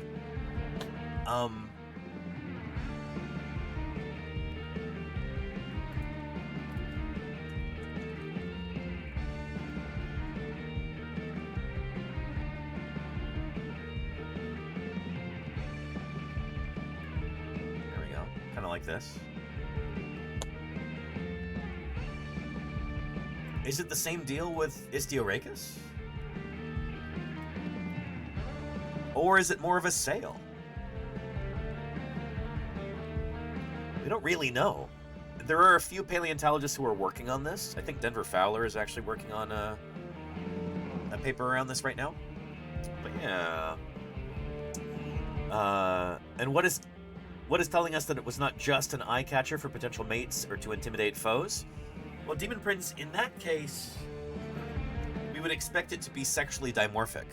So we would expect one sex to have it and the others to not. So we would expect maybe males to have it and females not have it. And as far as I know, we only have one specimen of Istioarachus, so we don't know if it's one of those structures that's used to show off like that. You know? Think about like a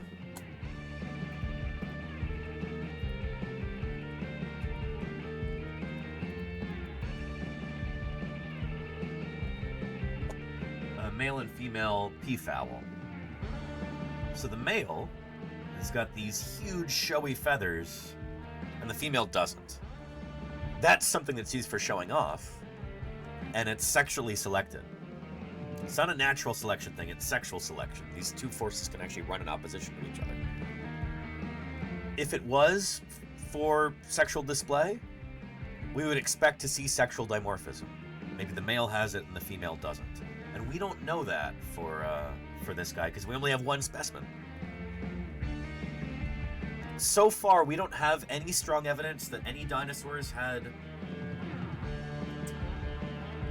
sexually selected skeletal features like that. So big differences between males and females. We just don't have any evidence of that really in dinosaurs.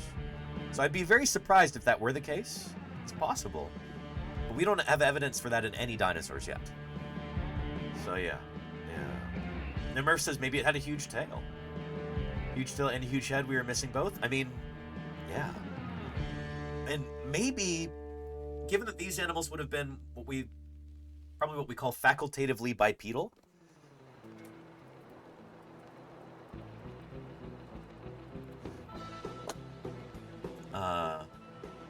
Facultative bipedalism.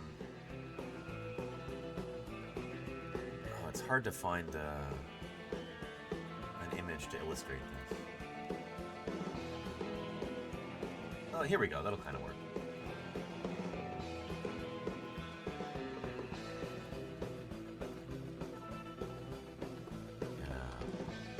Here's some stegosaurs. We think stegosaurs may have been not facultatively bipedal, but like they could rear up on their hind legs if they wanted to. Maybe it has something to do with that. So we think that iguanodonts, this whole family of dinosaurs, they may have walked around on all fours, but they could get up and run on their hind legs. Maybe it has something to do with that. Maybe this particular genus, Istioarachus, was really good at that, maybe. And maybe those tall neural spines are for helping hold up the front of its body, and its tail too, when it's running on its hind legs. Maybe these guys did more running than their relatives, and that's why they have those extra long neural spines. It's a guess. We don't really know. But it would be an interesting line of inquiry. That's one of those hunches that we come up with that we can make testable hypotheses around. When we're trying to be detectives and figure this stuff out about these extinct animals, that's maybe an interesting lead that we could follow. Come up with some ways to test that, you know? So yeah.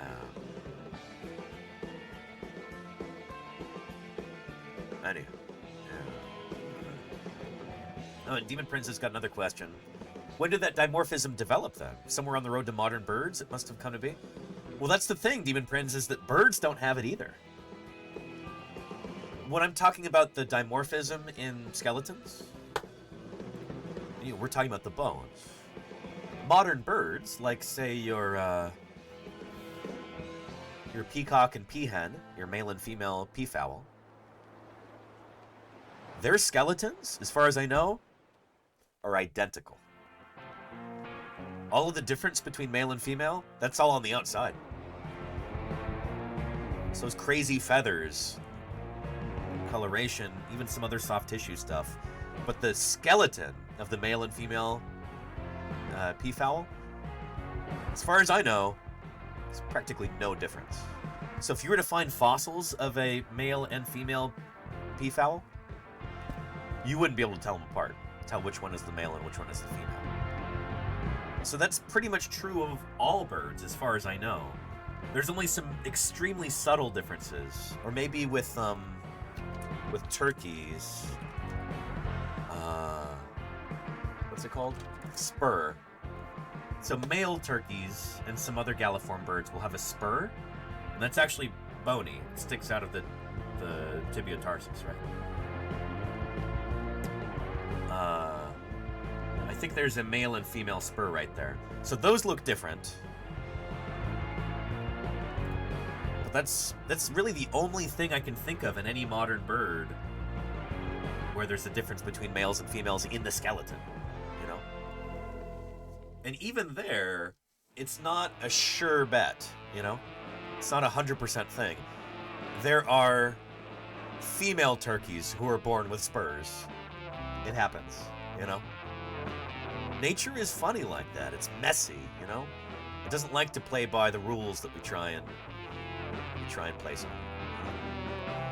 So yeah. And Murph says, with some raptors, birds of prey, the females are marginally bigger. With some of them, the females are like twice as big. Yeah. So birds, they do show sexual dimorphism in terms of their size. But that's the tricky thing in the fossil record. It's like, if you find the fossil of a dinosaur and it's big, well, is it big because it's just really old or really well fed? Could it be small because it's the runt of the litter? Or, you know, was born during a drought and there's not a lot of food to be had? Maybe it's just not very mature, which is why it's small. And that's why size is not, when we're talking about fossil critters, it's not usually a very good indicator of like male or female. Unless you cut the bones open and you look at the growth rings and you figure out, okay, this animal is full grown and it's small. It's a bird of prey. Maybe that means that it's male. Yeah, but anyway, the point is, these things are complex. You gotta be careful with this kind of thing, because it gets tricky. Yeah. But it is a spectrum, Chaotic Kitten. Yeah, good point.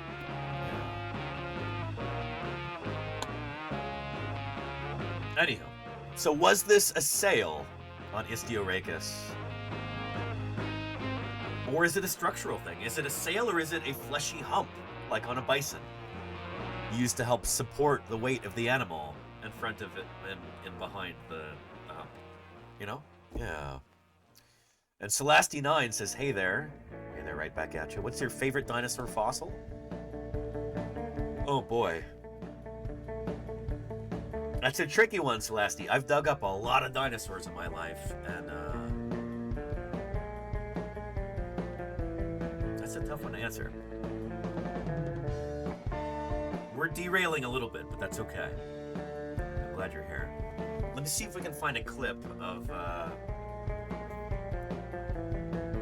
yeah, here we go. I know where to find this.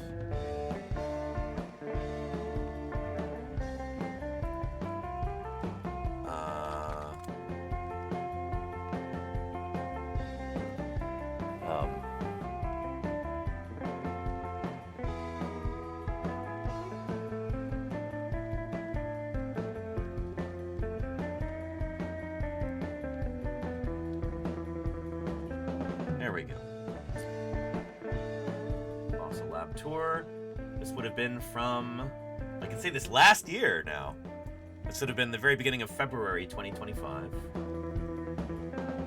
Let's find Danny Ceratops here. This is a dinosaur very near and dear to my heart because I found it. It should be a new species once it finally gets published.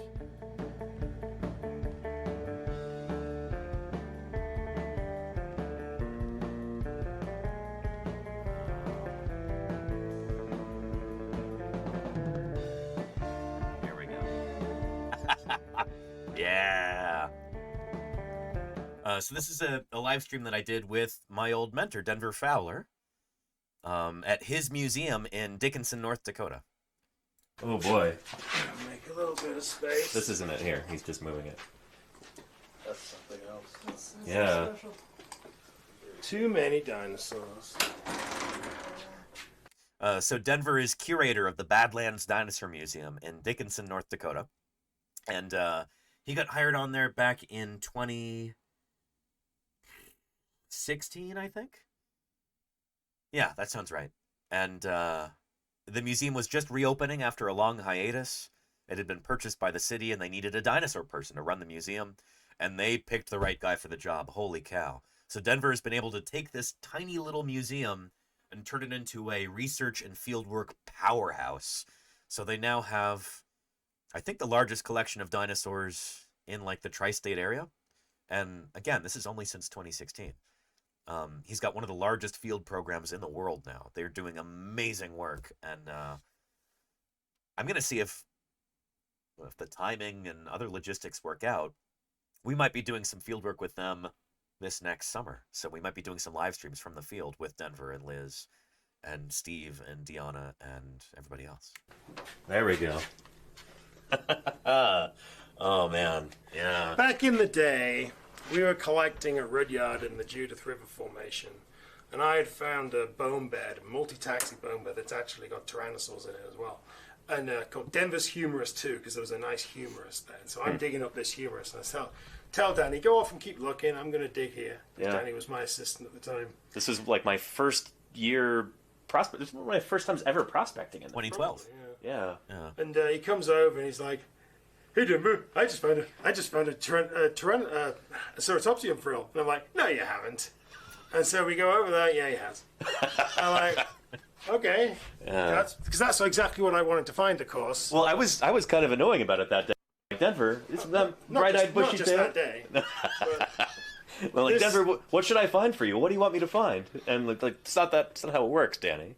But you said, fine, find me a Ceratopsian. Yeah. So this is what I have on loan that we're studying. I actually presented on this at the museum at Society of Paleontology. 6 or 7 years ago, something like that. But there's not that much of it, but what there is of it is pretty cool. So these are all frill pieces. And the signal cut out, the Starlink. So we lost part of this, but yeah. Oh boy, Starlink is a very imperfect technology. Totally, and it's fair. Sure, the spikes are fused on. They're kind of a weird shape. This should be a new taxon. There are specimens known from the same kind of horizon, but they're fragmentary and reconstructed incorrectly. There you are. Here's the cheek spike. Yeah. Beautiful little cheek spike on there. Spike there. Fused on. Again, indicative of adult. And then this bone here looks like a rib, but actually we're really lucky. This is the parietal. There's not that much of it, but there's enough of it to see that it is the predicted shape of like an ancestral Chasmosaurus. And I presented on this with some drawings by Danny actually about 6 years ago or something. And so yeah, this is another thing I've got to write up. But I've got a few more ceratopsid people around these days. There's not just those bones. There was a tibia with it and a few other pieces as well. This is a different one. This is... Anyway, but yeah, I would say that's my favorite dinosaur fossil. It's one of the first ones I ever found, and when Denver gets around to publishing it, it'll be the very first dinosaur that I found that gets published as a new species. So I'm very excited about that. Yeah. It's a member of this group.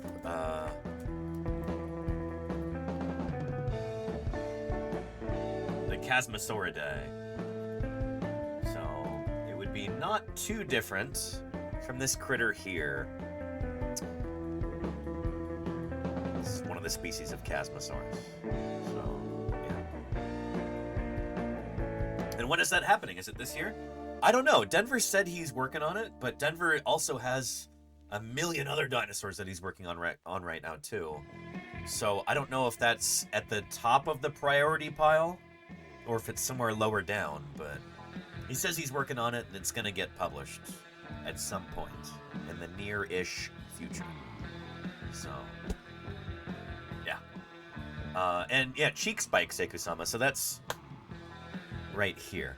So ceratopsid dinosaurs, ceratopsians in general. Here, let me show you with an earlier ceratopsian, Protoceratops. Maybe not earlier in terms of time, but earlier in terms of morphology. The cheek spikes are the jugal bones right here. You've got the jugal bone of the skull, and then you've got this spike on the end of it. So in life, this would have been covered by keratin right here. So, yeah. That makes sense? In some ceratopsians, that's really pronounced, and in some of them, it's a bit more understated. But, so Protoceratops in life, this animal would look... Find you a good one. Look something like this. Let's do size large. We'll find one where the artist has given it like a keratinized sheath over the jugal.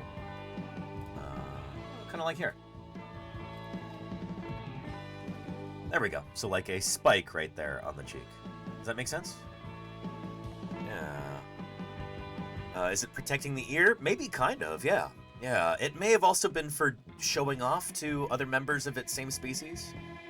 We're not totally sure why it's like that. Maybe it did protect the ear. Maybe it's helping protect the neck a little bit. There's other dinosaurs, earlier members of this group, like Psittacosaurus.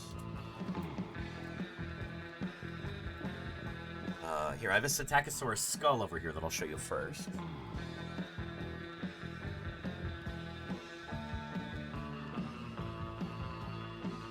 Here we go. So Psittacosaurus, it's got a bunch of different species. I think most of these are from the early Cretaceous, and you see those big spikes on either side. So here's the eye sockets, right here.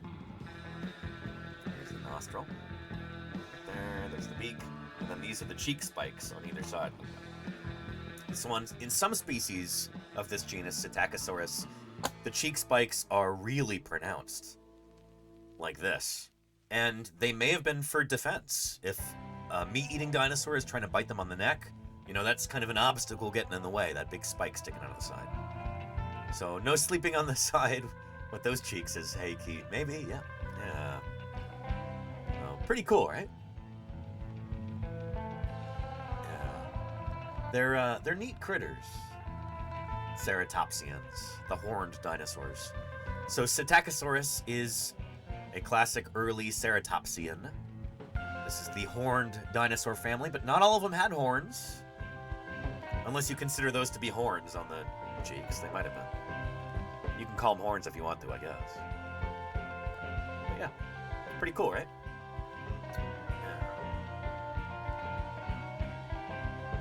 Yeah. Anyhow. How did we get on this? I forget. Anyway, I'll give you a link to this video if you want to watch this VOD for my tour of the Badlands Dinosaur Museum. I might ask if I can show up again, do some streams from here in the next couple months. We'll see, but we got a tour of the lab from Steve Clausen here. That's so cool, yeah. But it worked. We over-engineered it. It's sitting on the lifting frame. Yeah, that was there it is right so there. During this visit, I was actually able to convince Steve to switch from streaming on YouTube to streaming on Twitch instead. Oh yeah. And so now he streams here on Twitch under the name Fossil Preparator. So let's get a shout out for Fossil Preparator here on Twitch. He hasn't been streaming, I think, for the past few weeks because before he got struck by he was trying to close in on a house. So he's going to be a homeowner, it looks like. So he's been a little busy. But the next stream we see with him, he might be streaming from his new house, which is really exciting. And Henny says, how much energy does it take for an animal to have a horn, and have any species lost horns? That's a great question, Henny. So you're thinking like an evolutionary biologist. I love this. Yeah. There are a number of different ceratopsids that have lost their horns over time. The one that stampedes to mind for me immediately is Pachyrhinosaurus. So Pachyrhinosaurus, the thick-nosed lizard,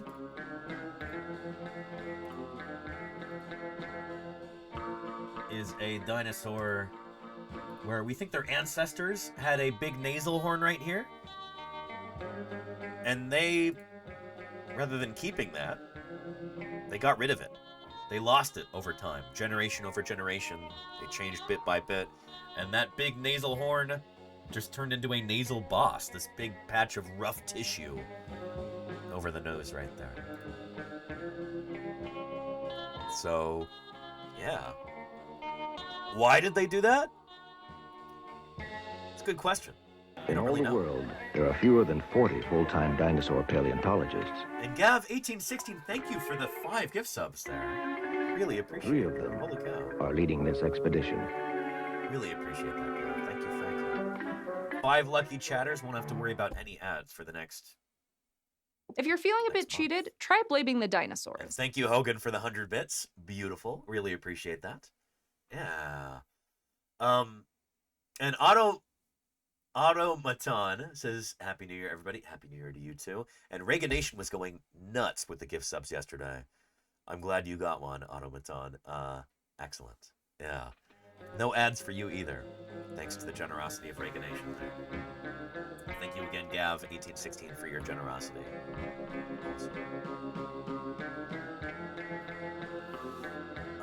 And could it be that there were fewer predators?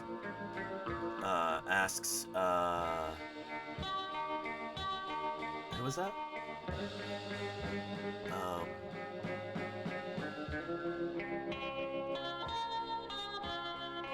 Where did that go? Anyway, probably not, because these guys lived alongside, I think, not just Albertosaurus, I think it was Gorgosaurus, but Daspletosaurus too. So I think there's at least 2 big tyrannosaurs walking around at the same time.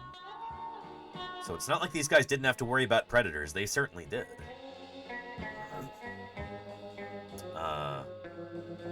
So yeah. And please, Gravity, yeah, we should have had a shout out for Fossil Preparator. Here, let me do that.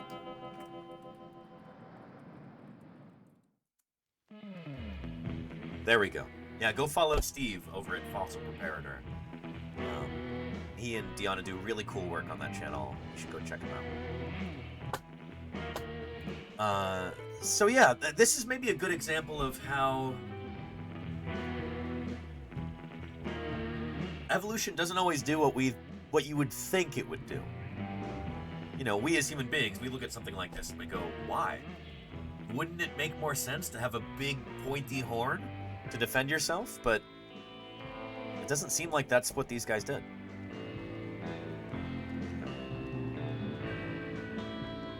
Not all change over time follows a neat, tidy narrative like you would think it would. Like, oh yeah, these animals, they're always going to get bigger and stronger and faster and meaner and spikier. That's not always the case, you know? Maybe it is something to do with resource allocation. Maybe, you know, developing a great big horn is really metabolically expensive. Maybe they're able to do better without that expense. Or maybe these guys were competing for mates, you know, getting in shoving matches or something like that. Maybe having a big nasal boss like that. Maybe that would have helped them to do that kind of thing. You know, It's hard to say. What we do know about Pachyrhinosaurus is that there is a lot of individual variation in their skulls. So, I'll show you a talk by Emily Bamforth.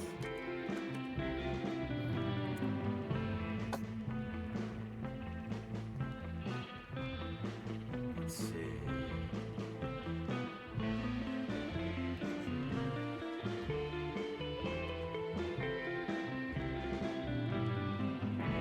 Where she talks about this.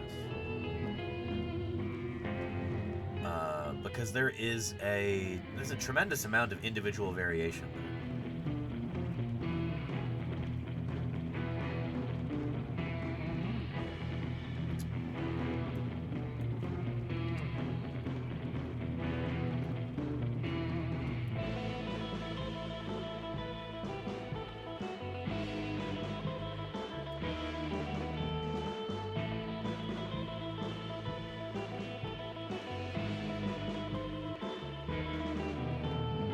Here we go. One specimen has no P2s at all. It has none of... So, you're looking at a head-on view of a Pachyrhinosaurus skull right there. So the eyes would be here under these bosses. There's the big flat part on the nose. Here's the frill along the back. And there's a crazy amount of variation here. Like, individuals look so different from each other. Which is kind of crazy because oftentimes we use these subtle differences between the shapes of these different spikes and projections and things like that, these different features, to tell different dinosaur species apart. But Emily was working at a site where there's a whole bunch of different Pachyrhinosaurus skulls, and they all look different from each other, like crazy different from each other, which is intriguing. Are the same. So Even though 3 years, my team and I have found 14 isolated parietals. 14 of these kind of back of the frills with the horns on them. So those are the parietal bones. And what is really interesting is that no two are the same. Yep. Even though they come from the same community of the same species of animals, there is a huge amount of individual variation in those parietals. Yeah. So this is kind of what that looks like. So all of these images here, these are all Pachyrhinosaurs from Pipestone Creek. These are all that parietal bone. Again, you can see what's highlighted in the image in the middle. Again, the P2s are the horns that cross over in the midline. The P3s are the ones that stick out the side. So you can see that some of these parietals are symmetrical. Some of them are asymmetrical. In some of them, the P3s are big and inflated and cross over. In some of them, the P2s are really small and don't cross over. In one specimen, has no P2s at all. It has none of those midline horns. What? As for the P3s, you can see the one on the top left there. It has one that's straight and one that's curled. Sometimes they look like big Texas. Oh, yeah, I have to put it away. That's the P. This is so frustrating because this is like, I think, the coolest part of the talk, and this was done over Zoom, and there's a guy who did not turn his microphone off, and he's kind of ruining the talk for everybody. That's so frustrating. Trees will be kind of as long as the midline parietal itself. Yeah. And sometimes they're really short and stubby. Yeah. Okay. So if we just highlight the outlines of these and then isolate them, you can see that there is a huge amount of variation in these parietals. Look at that. Look at how different these are. You know, just wild. This is a in Pipestone Creek. Leave the light on the front for Lizette. Yeah. Okay. Okay. Sorry, can I just ask, can people mute themselves, please? I think you're coming through. Yeah, that'd be thanks. Sorry, I can't do it myself because I'm presenting.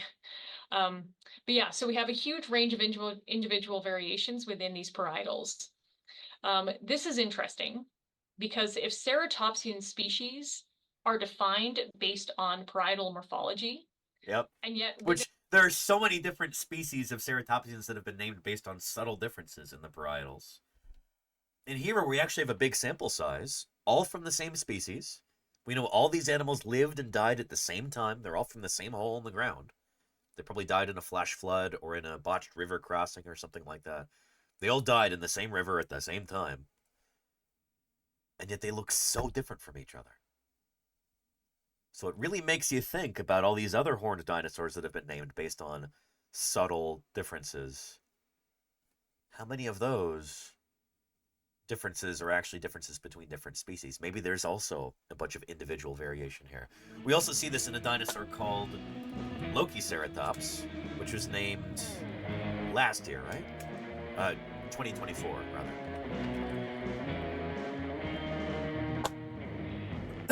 Excuse me. So here is the skull of this animal.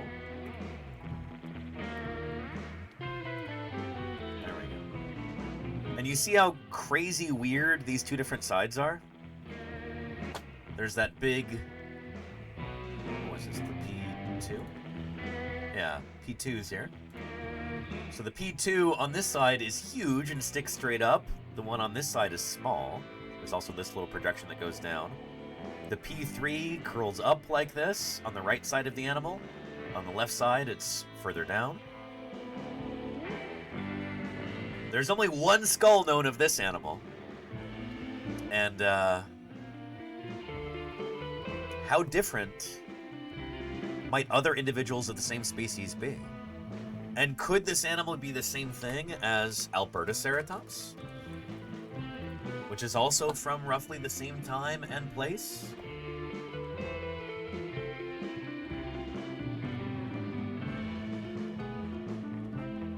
It's one of those questions you really got to think about, you know? So yeah. Yeah. And it is like hairstyles, Annie, so there is mounting evidence that ceratopsian dinosaurs, ceratopsids in particular, the big horned dinosaurs like this, Pachyrhinosaurus, Triceratops, Centrosaurus, Chasmosaurus, they may have had a lot of individual variation. Different individuals may have looked very different from each other, and that may have been very important for being able to tell different members of the herd apart from each other. Because for a lot of these guys, we have very strong evidence that they lived in big groups. They would have been very social.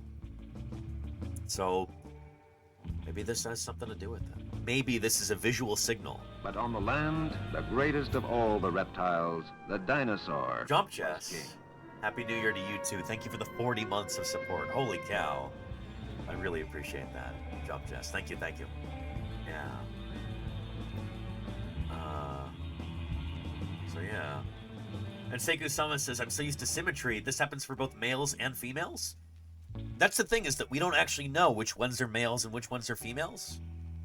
But so far, and I'd love to actually interview Emily about this. I met her at SVP this year, and it'd be really cool to bring her on for a broadcast at some point. As far as I'm aware, there doesn't seem to be a neat binary between the two. It's not like you can divide these neatly into two different groups and say, oh yeah, maybe these are males, maybe these are females. It's just kind of like, they all look weird, and they don't fall out into two neat categories. So, yeah. It doesn't seem to be a sexual dimorphism thing, you know? Does that make sense? So it might be more of an individual recognition thing. It could be that maybe telling individuals apart is more important than telling male from female. Or maybe the males are a totally different color from the females, and that's just not fossilizing, you know?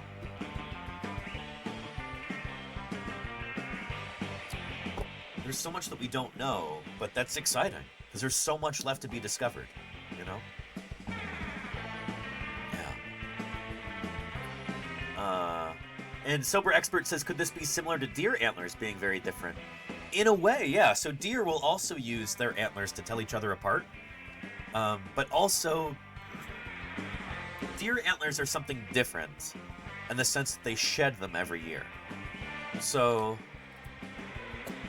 it's a temporary structure.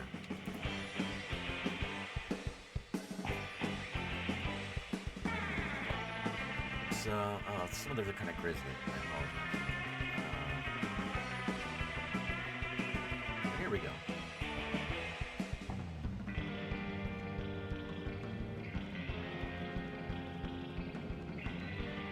There's a male deer, and he's in the process of shedding his antlers. So one of them has already fallen off.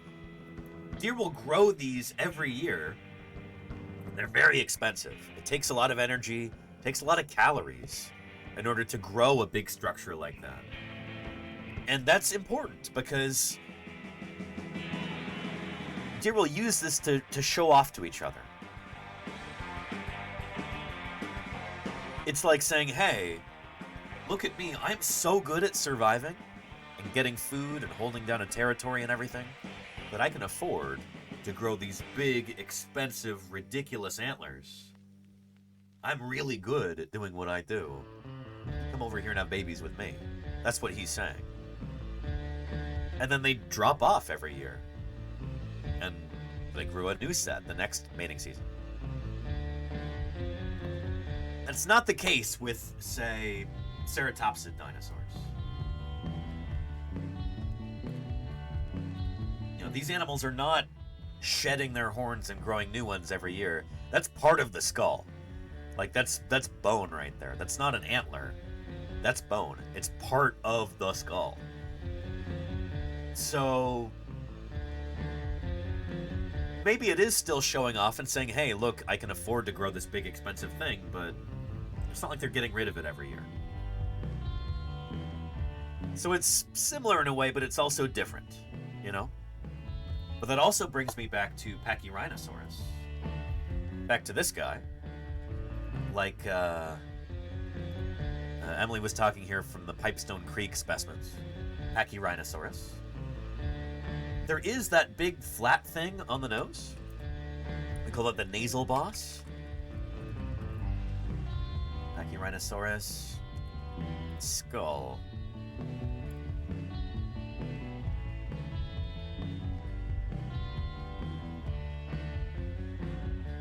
Here we go. And so on the nasal boss, this big weird flat thing on the nose, because there's the nostril right there, there's the eye socket, and here's the hole in the back of the frill, the fenestra. But anyway, it's got this weird texture where it looks really kind of like gnarly and wrinkly. So there may have been some keratin over the surface of that. In fact, there probably was. Keratin is the same surface like our fingernails or like hair. That's keratin. But there's another animal today that's got a similarly weird, scraggly, bumpy nose.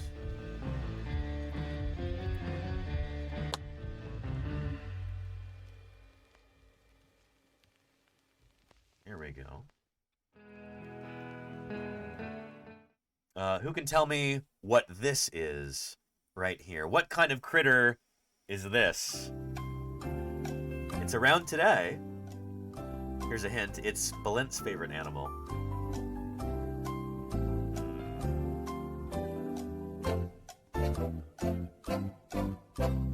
Weird scraggly nose right there. Attachment point for keratin. It's not a walrus, Sekusama. There we go. I see some correct answers.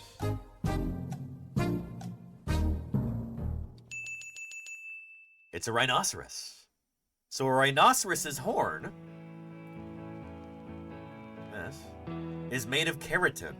It's not bone, it's a keratinous sheath. It's made of the same material as our fingernails, keratin. So again, with this image right here, this is just the bone, this is the skull. But over that weird part right there that's all scraggly and bumpy and wrinkled, that's the attachment point for that keratin horn. Could Pachyrhinosaurus have also had a big keratin horn over the top? This looks kind of vaguely similar to the attachment point for a rhino's horn. So maybe these guys did actually have a big crazy horn. And who knows, if it's keratin, it's the sort of thing that you could shed every year. You could get rid of that, I suppose. So there's so much that we still don't know about these animals. There's so many intriguing possibilities there. It's pretty cool to think about. And there are some paleo artists who have reconstructed Pachyrhinosaurus with a big, crazy, keratinous horn.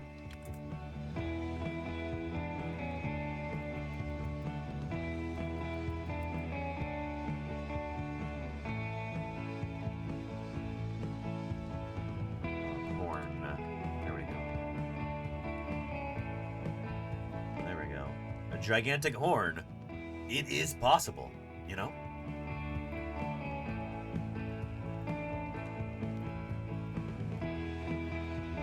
Could have even been bigger than this, you know? It's certainly the right size for something like that. Oh, there's a Casey Snowart Pachyrhinosaurus. Oh, that's so cool. Casey did such a good job here. So yeah. Did it look like this? Or was there actually a big goofy horn that would come off of it there? Yeah. And Hausdauer says, is there any advantage to having keratin as opposed to bone? Yes, actually. So keratin is kind of dead material. I mean, it grows, but it's not like, you know, when you cut your fingernails, and hopefully you cut your fingernails, you're not gonna bleed after that. You're not suffering damage to your skeleton. It's like an external thing that you can lose parts of, and it doesn't really matter, you know? As opposed to bone, bone is part of your skeleton. It's living tissue. It's got, you know, blood supply, blood vessels. It's like an integral part of your body. Keratin is a little bit more expendable, you know? Yeah, unless you're clipping too close. There, get bigger space. Yeah, yeah. So yeah. And Hausdauer, there's certain kinds of dinosaur where they actually use keratin and bone together to make a kind of armor. So bone is strong, but it's not as like impact resistant as keratin is. Bone can be a little bit more flexible. keratin is really strong and impact resistant, but it can be brittle. But if you can find a way to weave those two kind of substances together, you could make a composite material that's stronger than either one of them is by itself. So dinosaurs like ankylosaurs do this. They have armor that was made of bone, but it was interwoven with keratin on top. They would kind of mesh together to make a super strong, super tough composite material. And Michael Habib is a paleontologist who's worked on this.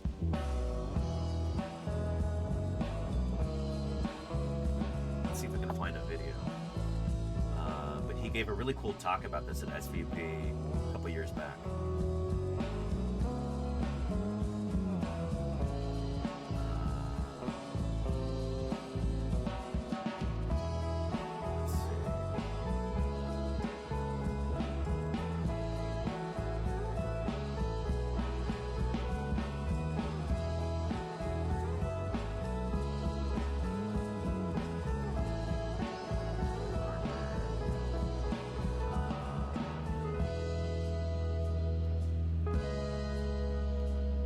So much like AI slop on here that's so frustrating. Ugh, this, and there's just so much garbage. Just ruining YouTube, it really is. Ugh, ugh. Slop.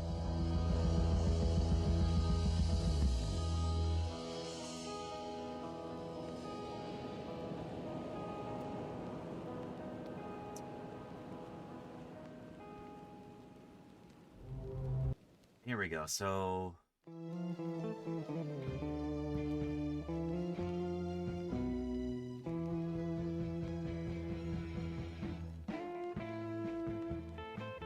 That's not it.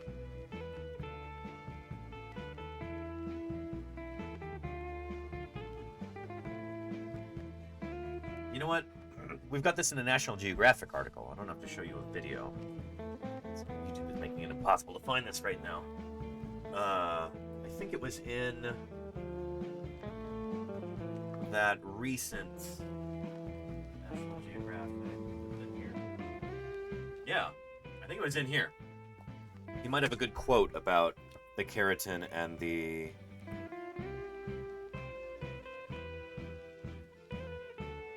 bone interweaving to form a substance that's stronger and more resilient than either alone.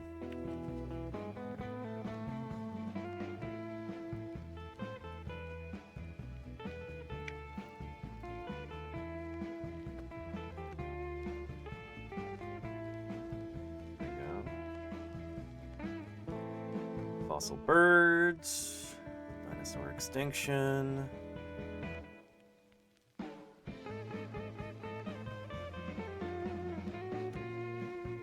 Where's the ankylosaur part? Dilophosaurus, theropods.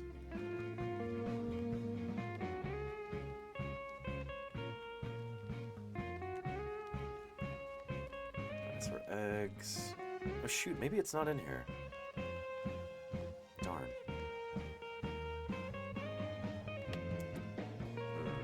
Give me a second. I think it's in... Let's get this other one. 14. Much more recent than that. Would have been from like the past couple of years. Draft. I don't know if we'll be able to find it, but anyway. Yeah.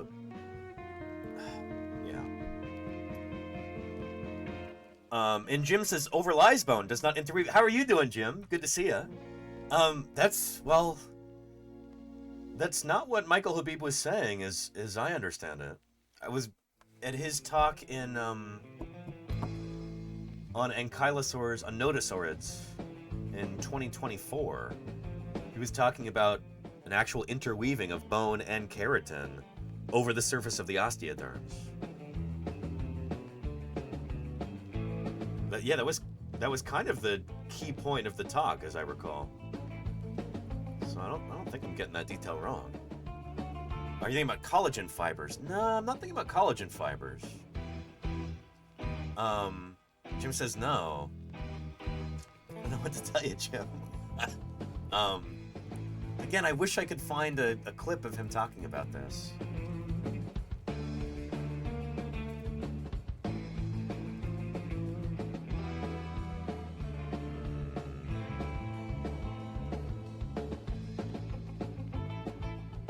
But the point was that he was saying that other researchers were kind of almost underestimating the strength of ankylosaur osteoderms.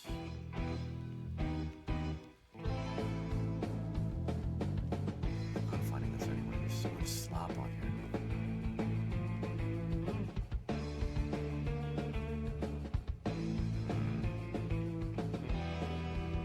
Anyway, and that is Papa Jim right there, Timmer Squanch. Yeah, that's Utah State paleontologist Jim Kirkland there. Happy New Year, Jim.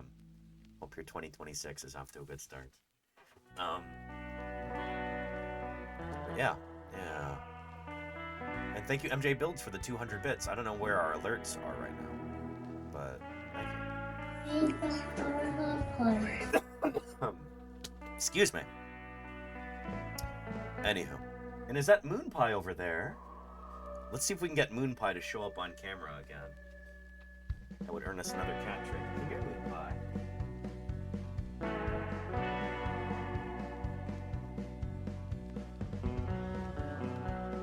She loves my Christmas tree over here. Let's see. Come on up, Moon Pie. Come on up.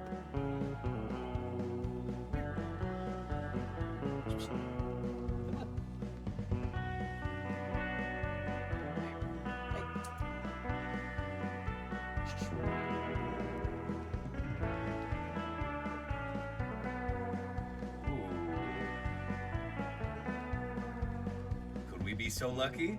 Come on, Moon Pie. Come on up.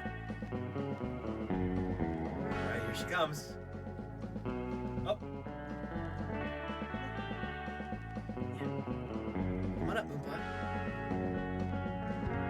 There she is. Holy cow.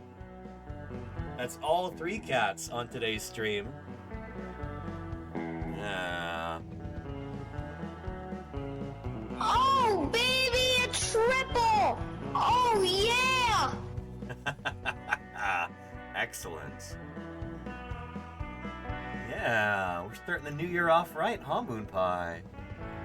Moon Pie does not frequently appear on stream because she doesn't like treats. So I can't really bribe her to appear very often. Here she is. Ugh. Gross. Moon Pie's a very mucusy cat. She's always secreting things. Huh, Moon Pie? She loves plants.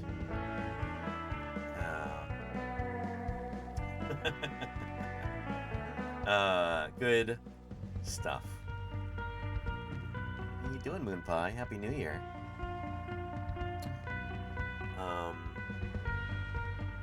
Yeah. Oh, and addicted to capping. Holy cow, do I have a resource for you? Are you familiar with the Oceans of Kansas website? Or with the books? Yeah. Oceans of Kansas Paleontology. It's a really old-fashioned looking website, but it is a wealth of information. Superb site by, is it Everhart? Is it Mike Everhart? Yeah, Mike Everhart. Good stuff. And, look at this very excited Tinamou bird. Thank you, MJ Builds, for the 10 gift subs. That is phenomenal. Look how excited you've made this bird. Get out of there, it's gonna blow! Oh, shoot.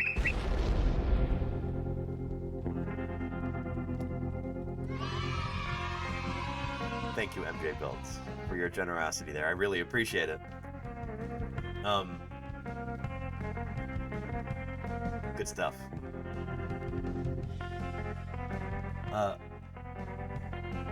Moon Pie just loves those plants. Holy cow. Look. Yeah, good stuff. Good stuff. Oh, yeah. You know, in another life, she could have been a botanist. That's what I think. Or maybe an herbivore? But you know, what's the difference, really?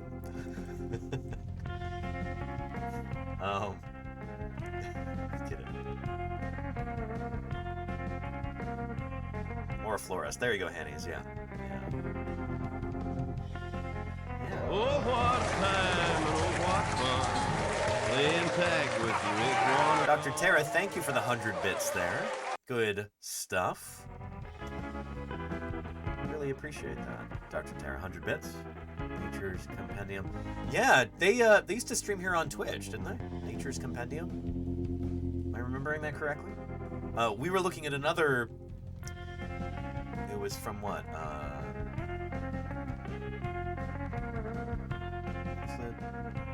Science Channel. We were looking at another video and then we got distracted. We were still at the 1 of 10 or whatever. So, yeah, thank you, Dr. Tara. I'm not sure we'll have time for that, though.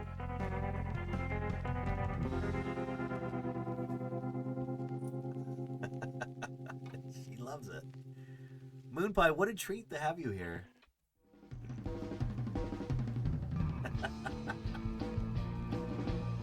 Oh, good stuff. Yeah. Yeah, and there you go, Jim. Yeah. Dinosaur Cold Case. That was the video that I was going to pull up from Smithsonian Channel. But we've gotten copyright struck for that before. I think Smithsonian Channel might be a little litigious about the use of their stuff. But that was from a few years back.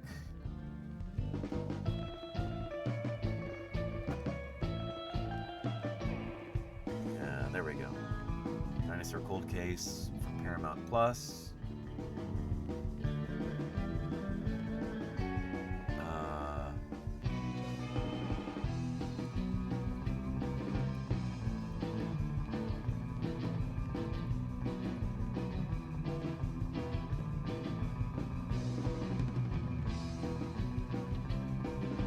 No, it's not popping up.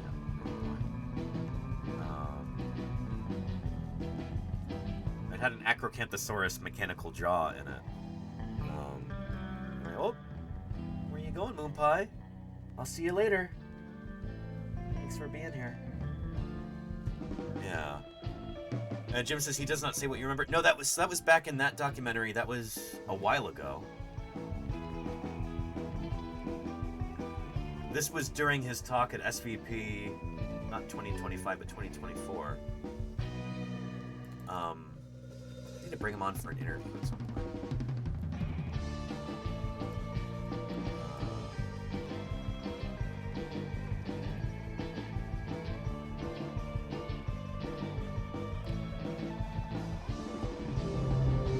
So here we go. From Dinosaur Cold Case. Here we go. So yeah, this is before Borealia pelta had even been named, I think.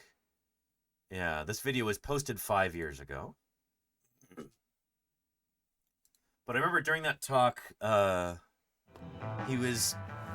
One of the lines that I remembered, one of the core concepts was that he calculated the impact force that the armor could withstand.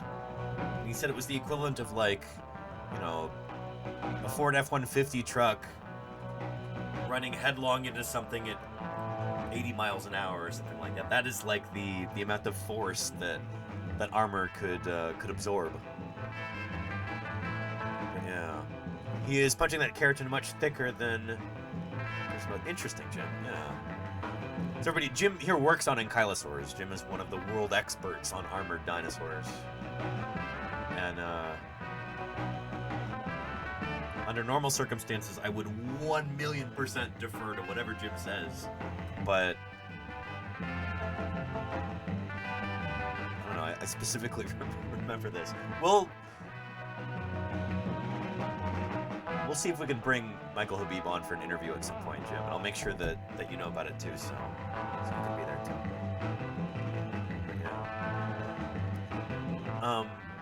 And keratin is very tough. Its microstructure is a basis for designing flak jackets. Yeah.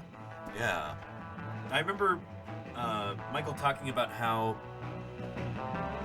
by using bone in conjunction with keratin, that you've kind of got the best of both worlds. So like,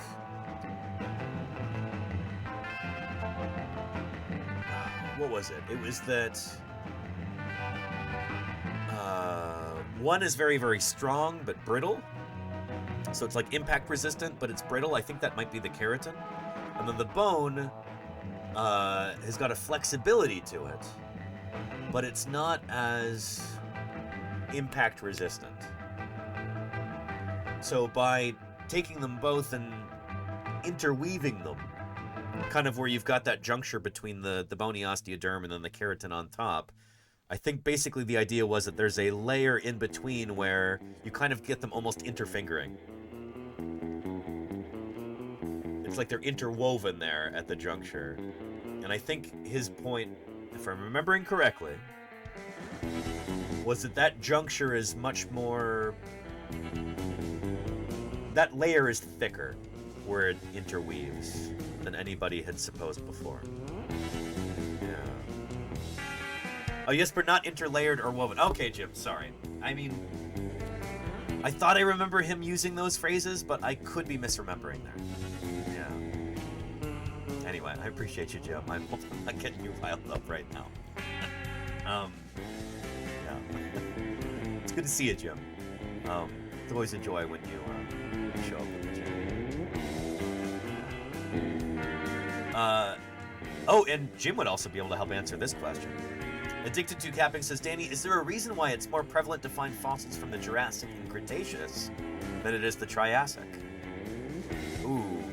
I think there's a few different things going on there. The Jurassic and Cretaceous are both longer, both together and separately, than the Triassic is. The Triassic is not super long.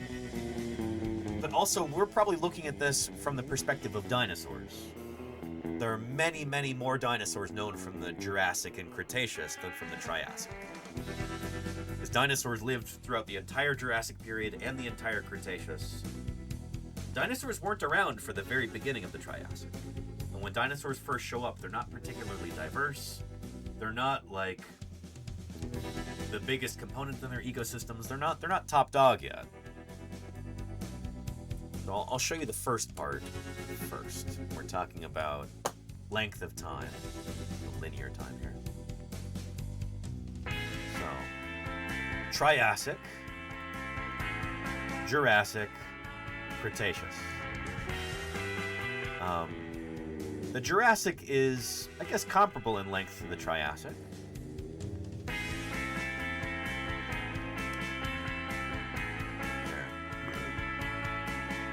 201 minus 145.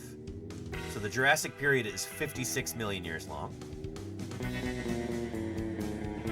And the Triassic is, what is it? 252 minus 201. So yeah, the Jurassic is like 5 million years longer than the Triassic. And then the Cretaceous is, what? That's like 80 million years or something, right? 145 minus 66. So anyway, but also dinosaurs first get their start probably somewhere in like the middle Triassic. And we don't have that many Triassic dinosaurs yet. Yeah. There's a good number from the Triassic, but not nearly as many dinosaurs as we have from the Jurassic or the Cretaceous. Dinosaurs just weren't as diverse during the Triassic.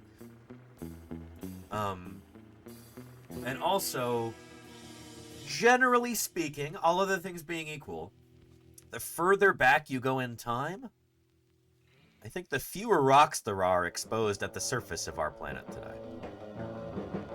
All other things being equal. So the further back you go in time, generally speaking, the poorer the record gets, if that makes sense. Yeah.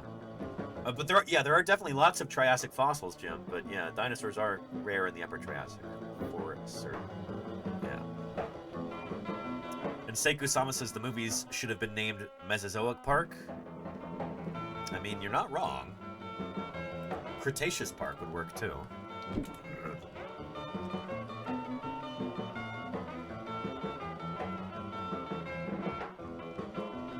Here, I can show you.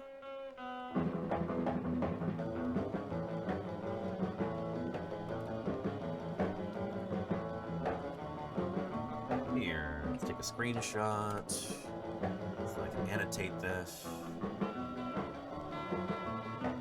Come on, Windows. There we go.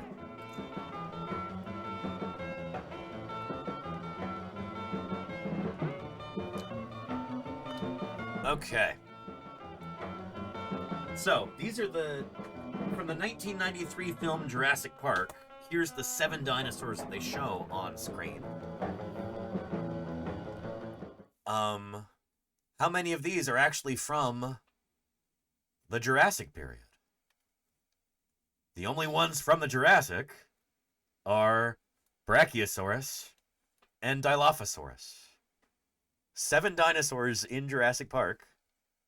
Only 2 of them are from the Jurassic. All 5 of the other ones. That's, excuse me, Velociraptor, Triceratops, Gallimimus, Tyrannosaurus, and Parasaurolophus, they're all from the Cretaceous. So it really is a misnomer in a lot of ways. Like, Jurassic Park, just phonetically, I guess it sounds better than Cretaceous Park. I don't know. To this day, my dad will still sometimes say crustaceous, and I don't quite know if he's making a joke or if he just forgot how to pronounce it, but it's not really a word that's super familiar to a lot of folks. But that having been said, it's also important to remember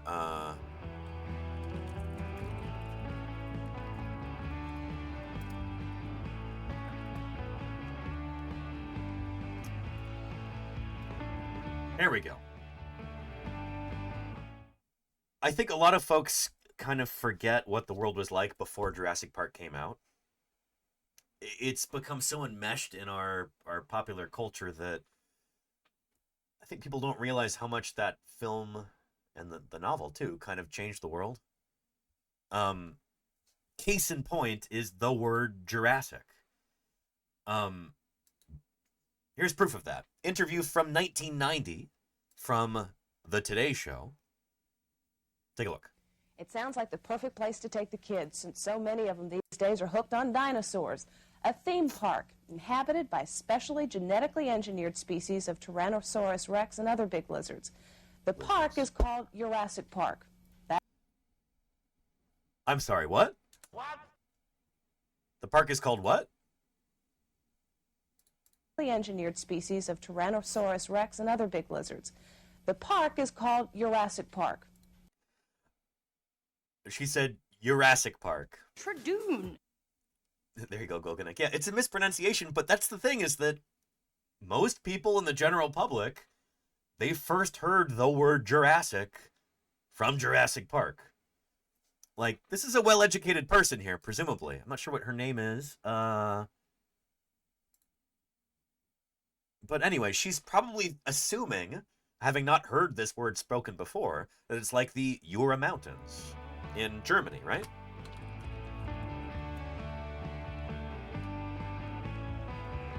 Yeah, pronounced Jura. Correct me if I'm wrong, but we've got some European chatters here.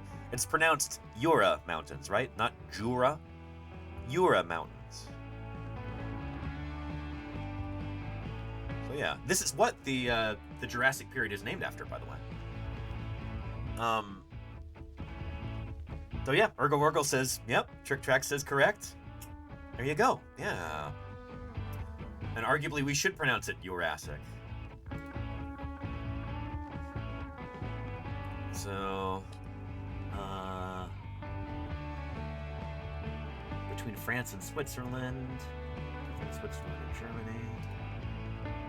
Yeah, name.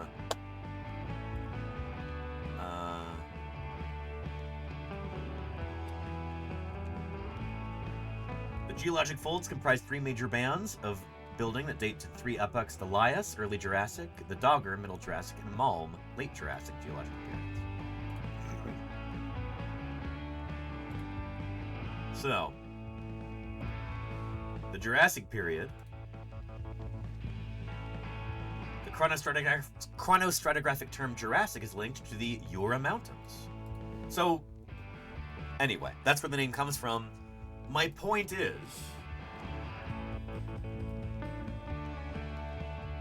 if you want an example of the tremendous impact that Jurassic Park had on popular culture and on the popular imagination, here it is. Most people had never heard that word before. They didn't know how to pronounce it. Likewise, the dinosaur Velociraptor was an obscure taxon. Nobody had ever really heard about Velociraptor before in the general public until Jurassic Park came out. That is the novel and the movie that are really kind of the same product. Like, before the book was even released, Steven Spielberg had the rights to make a movie, and Michael Crichton was writing this novel with a movie in mind. So it's really the same, like, cultural product there. Hardly anybody in the general public had ever heard of Velociraptor until that film came out. That's what made Velociraptor famous. We talked about this extensively on a few different live streams before. I can provide you a link if you're interested, if you'd like to. Deinonychus. This is just 4 months ago. Here we go. So anyway, I talked about how Deinonychus came to be called Velociraptor in popular culture.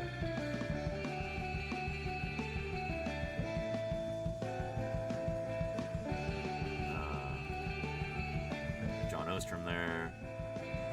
Yeah. Anyway, here's a link if you'd like to watch that VOD at some point.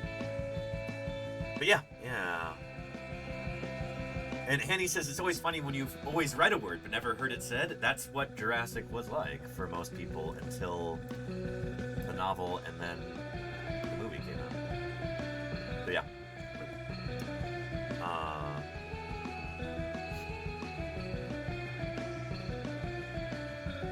Anyhow, an Addicted to Capping says, is it true with a lot of dinosaur films, Jurassic Park, Land Before Time, and others, that most of these animals never would have met each other in real life? Yes. Yeah. So here, let's take a look. Land Before Time, for instance.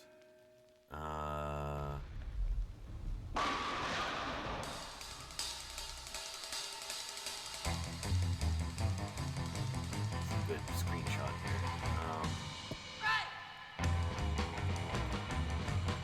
Yeah, we can use this as an example. So, a few of these dinosaurs would have met. Triceratops and Tyrannosaurus lived at the same time in the same place. They're both from the Hell Creek and Lance formations, and a few other formations up in Canada too. So these were contemporaries. Triceratops and Tyrannosaurus lived together. And we have bite marks from Tyrannosaurus on Triceratops bones all over the place. Saurolophus right here is Saurolophus from the Campanian? It is the Maastrichtian. Let's see. Saurolophus is from Horseshoe Canyon and Nemegt formations. Horseshoe Canyon is Campanian to early Maastrichtian. So yeah. So Saurolophus here, as far as we know, would have never met Triceratops or Tyrannosaurus. They're from different times. Let alone Brontosaurus, aka Apatosaurus, although maybe Brontosaurus is a valid name. I'm not going to get into that now. But Brontosaurus and Stegosaurus did live side by side in the Morrison Formation, the latest Jurassic of North America. That's the funny thing, is that, yeah, these dinosaurs would have never encountered each other, like, as a group. I think a lot of folks fail to realize just how long the age of dinosaurs is. So, here's an analogy that I like to use a lot, or an example.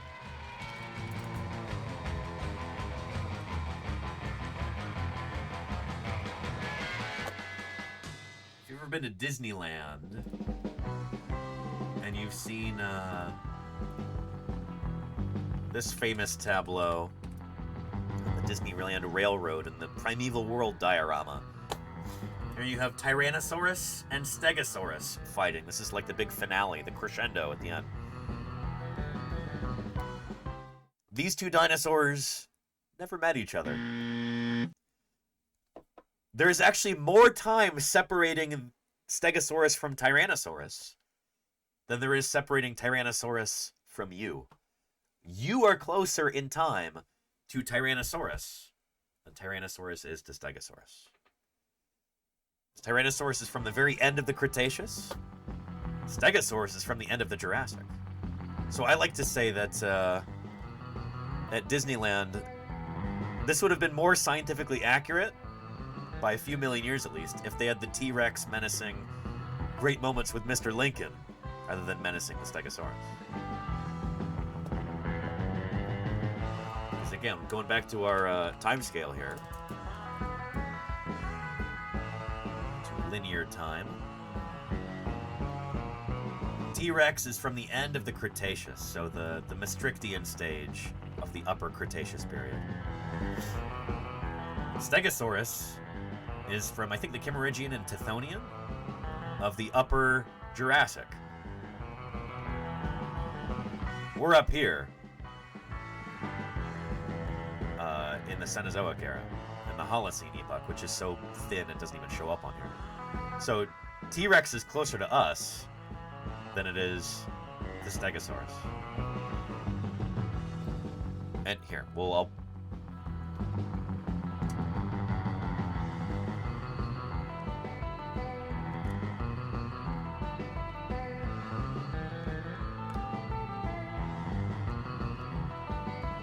So Tyrannosaurus lived 66 million years ago.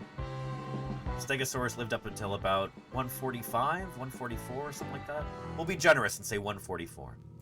144 minus 66, when Tyrannosaurus lived. No, we'll say 68. We'll be super generous. 144 minus 68 equals... No, hang on. 144 minus 68 equals 76 million years ago. Tyrannosaurus lived maybe 68 to 66 million years ago. We are 10 million years closer to T-Rex than T-Rex is to Stegosaurus. Does that make sense? Yeah. So yeah. And Dr. Terra says 8 Namek, Upper Maastrichtian. I guess it is now. It has been redated as of 2023, I think. But I don't know if... I guess I was thinking Saurolophus osborni, the North American one. But Saurolophus... Is it Angorostris? Is the Mongolian one?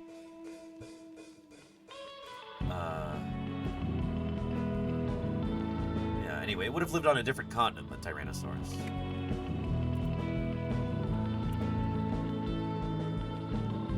Yeah, Angorostris.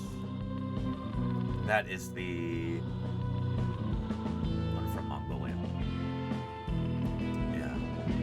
Anyway. Pretty cool to think about.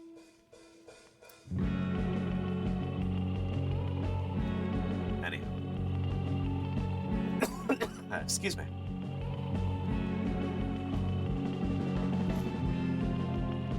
And Trick Track says, like, Cleopatra is closer to us in time than the pyramids.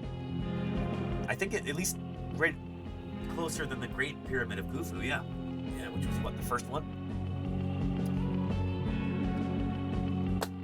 person to ask about that would be Melissa in Denial. Let's get a shout out for Melissa, if you don't mind. Yeah. And Murph says, do we have a good feeling for what caused the Jurassic Cretaceous extinction event? Well, Murph, would you know it, maybe the world expert on this was just here in the chat a second ago, Jim Kirkland. He just did a talk about this recently. Let's see if I can find that.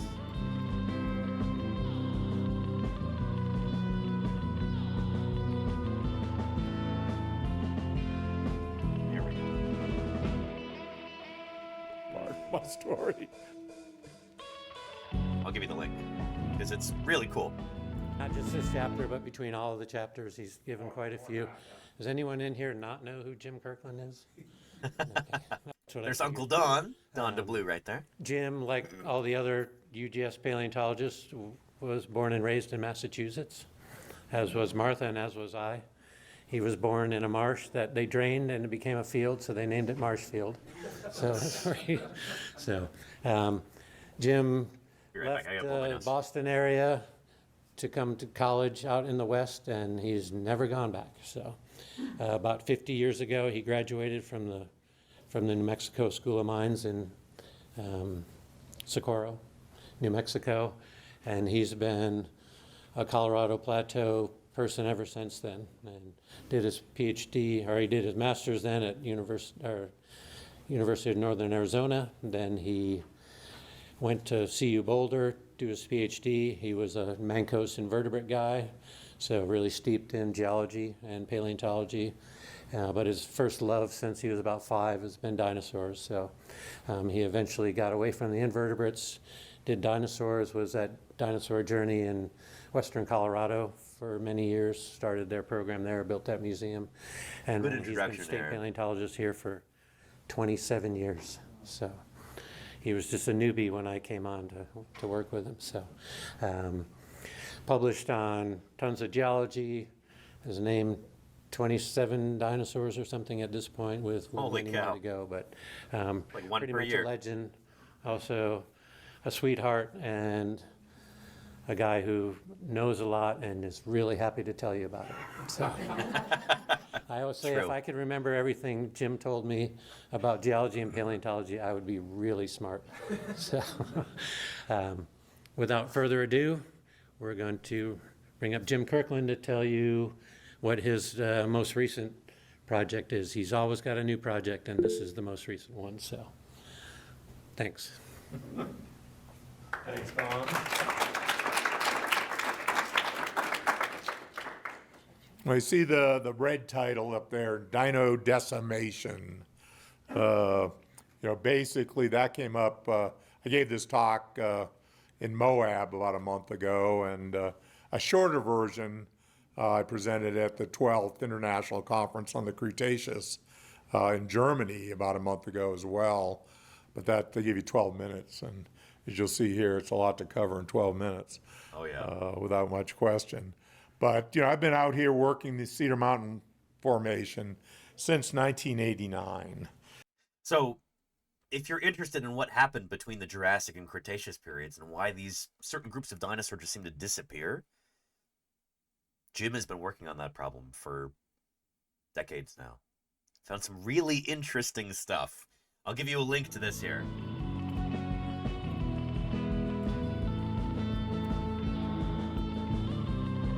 Super, super cool. Highly recommend you check out this talk. If you're doing dishes or folding laundry or whatever, give this a listen. You'll learn a lot of cool stuff. Somebody was asking, where's the KPG boundary here? The Cretaceous-Paleogene boundary. And, well, it doesn't exist here. Either it wasn't deposited or it's since been eroded. But, yeah. You don't find the KPG boundary everywhere on our planet. Only in key places do you have rocks from certain times exposed on the surface. So some of the best places to find the KPG boundary are in Montana, and Italy, and New Zealand.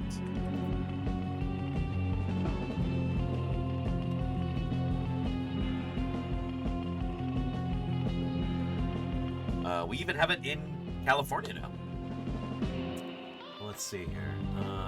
Locations of KPG boundary sites. There we go.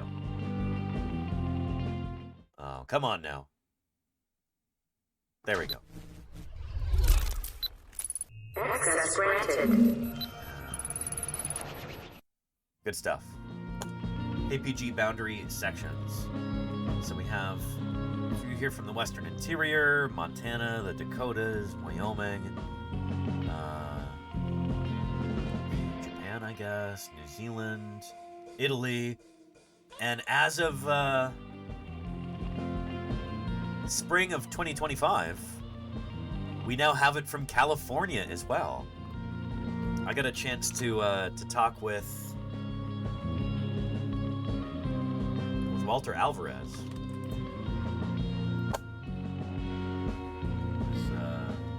He and his dad kind of made this discovery really important.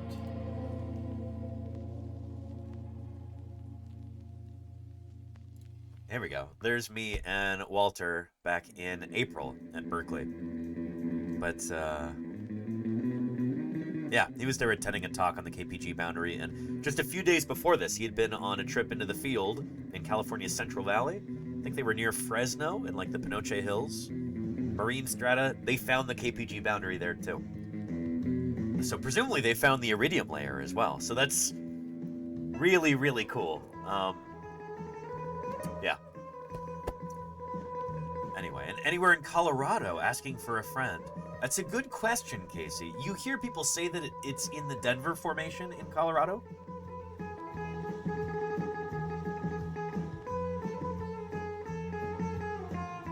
I have some friends and colleagues who don't believe that, but I'm not sure if they're right. With any luck, we'll get a chance to ask an expert about that when I'm in Colorado next month. So stay tuned. Yeah. But I think it might be basically in, like, Denver city limits. You might be able to find the KPG boundary. Yeah. Oh, yeah. Yeah.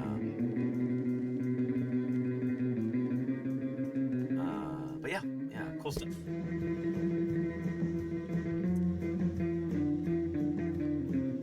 Anywho, and Addicted to Capping says, Danny, the scary thing for me is human existence is only a blip in time compared to how long dinosaurs had on Earth. Comparatively, humans are just a speck. Oh, yeah. Human beings in our modern form, modern Homo sapiens, we've been around for about 200,000 years. Whereas dinosaurs were around for about 175, maybe even close to 180 million years. 180 million. So let's be conservative and say 175.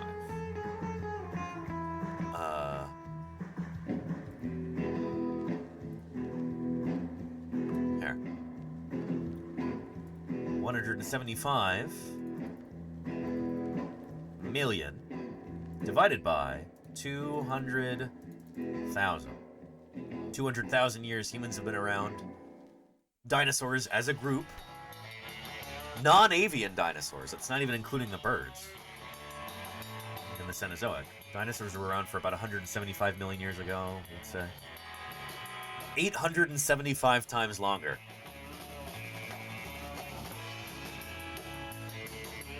Pretty cool. This is an apples to oranges comparison. We're talking about, you know, the whole diversity of non-avian dinosaurs here, and I guess there's birds here too, but yeah. So, hundreds, thousands of species, really. Human beings are just one species. So if you really wanted to do like an apples to apples comparison, dinosaurs are a kind of reptile. Maybe it's fair to say we compare them to primates, who are a kind of mammal. Primates have been around for about 50 million years, maybe 66 million years, maybe a little bit longer, but still much, much longer dinosaurs have been around than primates. So yeah, pretty cool to think about, right? And when I'm talking about the first primates, I'm talking about things like Purgatorius which maybe looked kind of like a squirrel or a rat or something like that. You know? When we're talking the earliest primates, this is what we're talking about. Something that would look maybe like a tree shrew.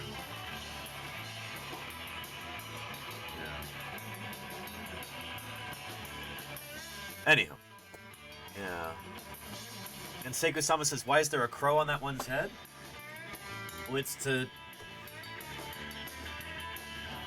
remind people that birds are a kind of dinosaur. This is meant to show the diversity of different dinosaur body plans, shapes and sizes. Yeah. So everything from, well, if we're talking about the diversity of dinosaurs, you've got everything from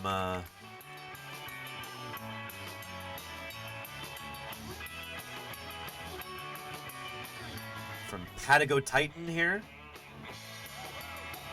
one of the largest animals that's ever walked our planet. That's a dinosaur. And so is Melisuga helenae, the bee hummingbird. One of the largest dinosaurs and the smallest dinosaur that we know about. If we're talking about adult body size. So yeah. Pretty cool, right? Pretty cool. Even the blue-footed booby? Even the blue-footed booby, as silly as its name is, Seiko-sama, that's a dinosaur too. All birds are dinosaurs.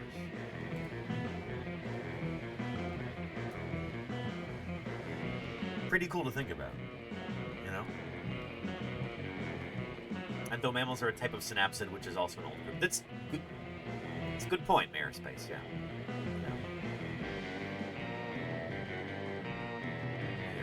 Pretty cool.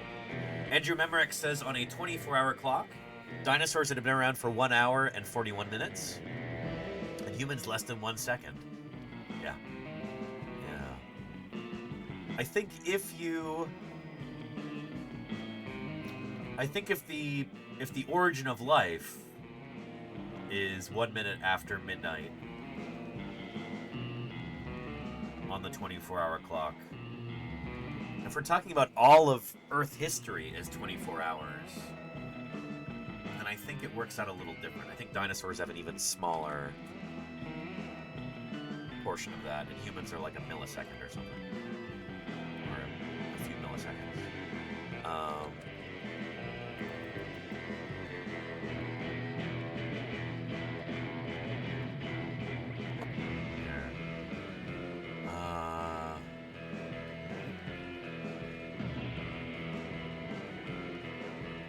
Here, we'll take a look at this. Full Earth history in 5 minutes. 5 minutes? Yeah, okay. 4.5 billion years in 24 hours. 12 a.m. Young molten Earth collides with another planet called Theia. The moon is formed. From 12 to 4:30 a.m., the planet and atmosphere are morphing. The continents merge to form supercontinents. They break up again. This happens every 400 million years. That's every 2 hours on the clock. At 5:30 a.m., we see the first single-celled organisms starting their life in the ocean. It's 8 a.m. And actually, you know what? I guess in the grand scheme of things, life has been on our planet for the majority of its history. It's thought that the first life forms evolved around 3.5 billion years ago, maybe even earlier. So it's kind of debated, but yeah. When the first viruses emerge. By 11 a.m., photosynthesizing bacteria have managed to take in enough sun to fill the atmosphere with oxygen. It takes a billion years. That's 6 hours on the clock. At 11:35, we have the first snowball Earth. Even the oceans turn to ice. And I hate this, how they use the wrong graphics for this. They show the modern continents here for Snowball Earth. Like, here's modern North America. There's Florida, for crying out loud. Florida is such a recent thing in the grand scheme of it all. Oh, boy. In, like, the Isthmus of Panama was not a thing until very recent. That's so frustrating that they're like, it's the most basic detail. They managed to botch it like that, you know? Blatantly wrong, says Baby, yeah. So during Snowball Earth, this would have been, what, Rodinia, maybe?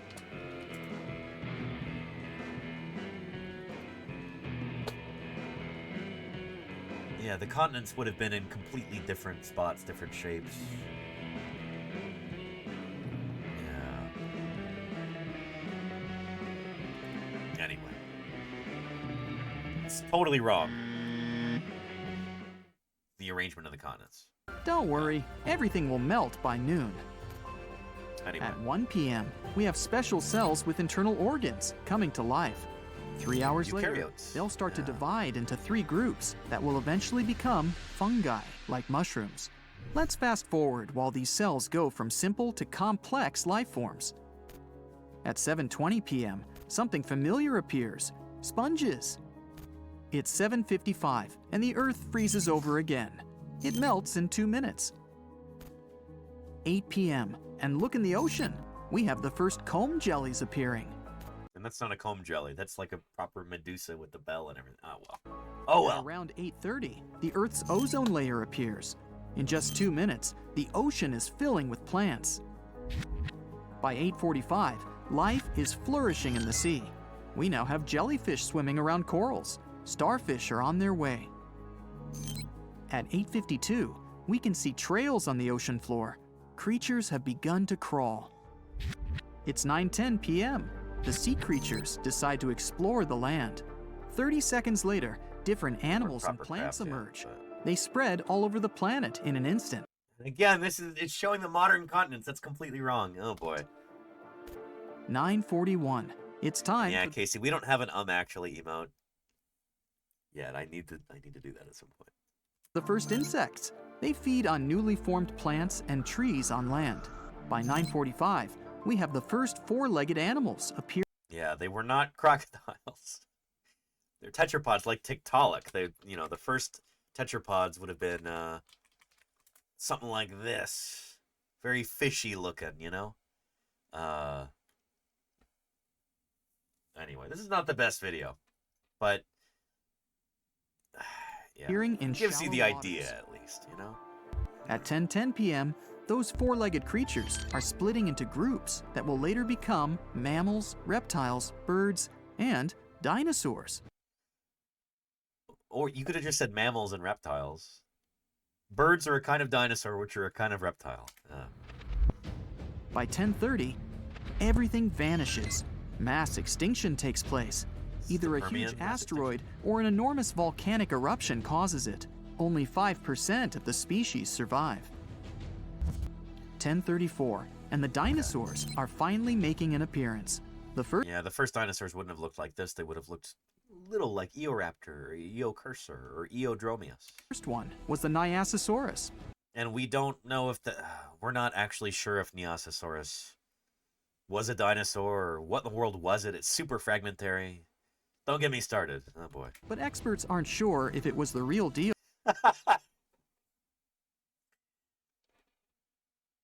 There's a paleontologist there, chat.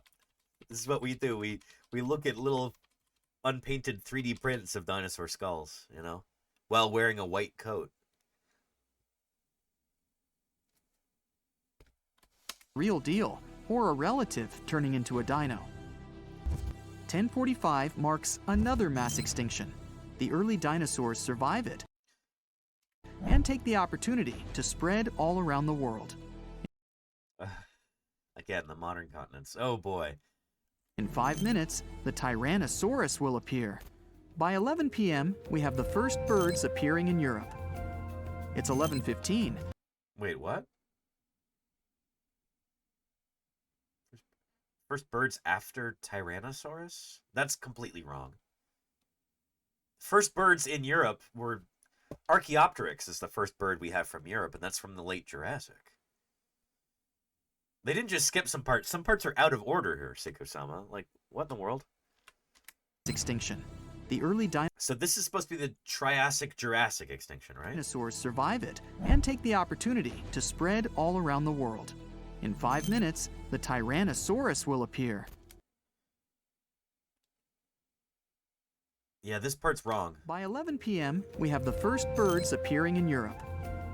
It's 11:15, and mammals are splitting into their groups. They'll branch out, forming whales, elephants, armadillos, and primates. So this is supposed to be late Cretaceous, right? Where you have like the Eutherians starting to diversify, we think. That happens before Tyrannosaurus. 11:17, dinosaurs are reaching their full size. The biggest one Boy, that's not... There are super gigantic dinosaurs in the late Jurassic too. ever is the Argentinosaurus. It's the length of 10 school buses and tall enough to peek into a 7th floor window. I'm sorry, what? 10 school buses long? Is that what they said? The length of 10 school buses. That's not true. A school bus is what, like 30 feet long? This animal was not 300 feet long.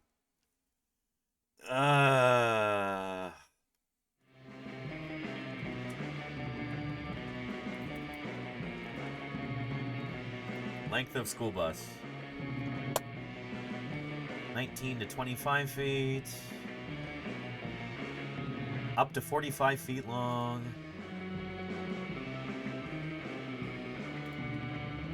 Yeah, even if we say 19 feet, that would still be 190 feet long if it's 10 school buses. That's completely wrong. Maybe 130 for Argentinosaurus, something like that.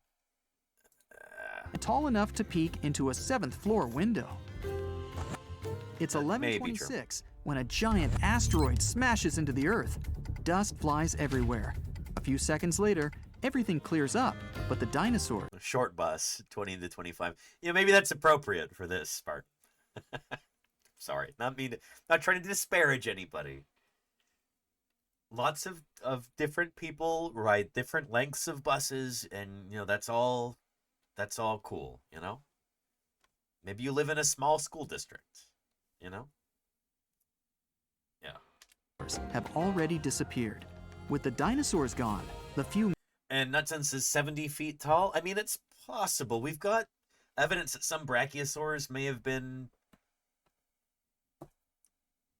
If whatever Sauroposeidon is, if it's a brachiosaur, it may have been 70 feet tall. But with Argentinosaurus, if it's rearing up on its hind legs... Here.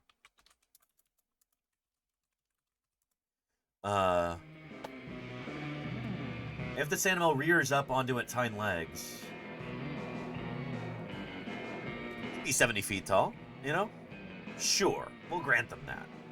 I'll be generous about this. But trees were taller as well, right? Well, yeah, I mean, there's certainly tall trees today. Things like Araucaria.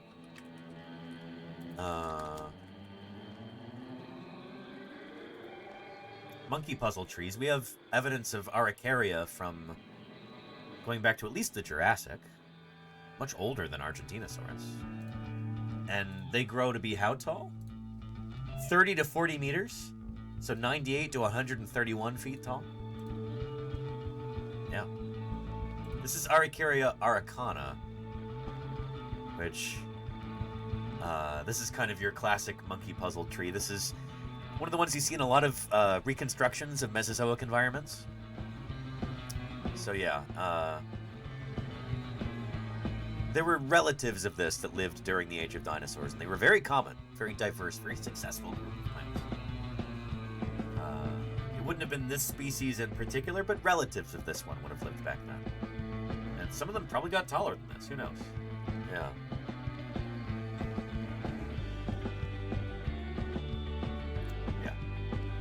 Anyway. And yeah, that's true, Crimson Carnotaurus. Episodes of Walking with Dinosaurs were filmed in...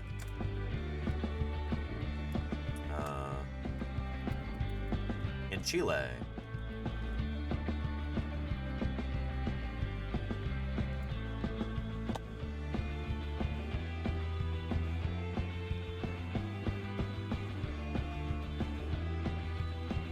The really tricky thing about finding filming locations,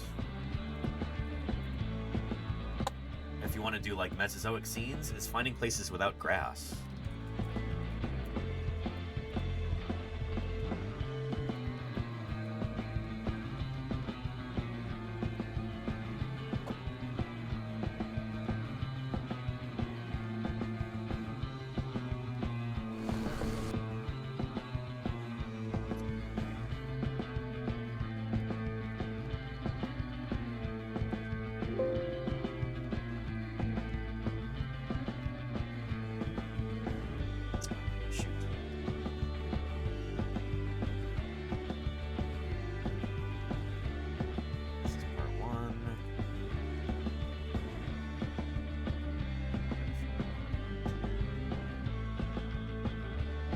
planets are there? Shoot. I think it's this one.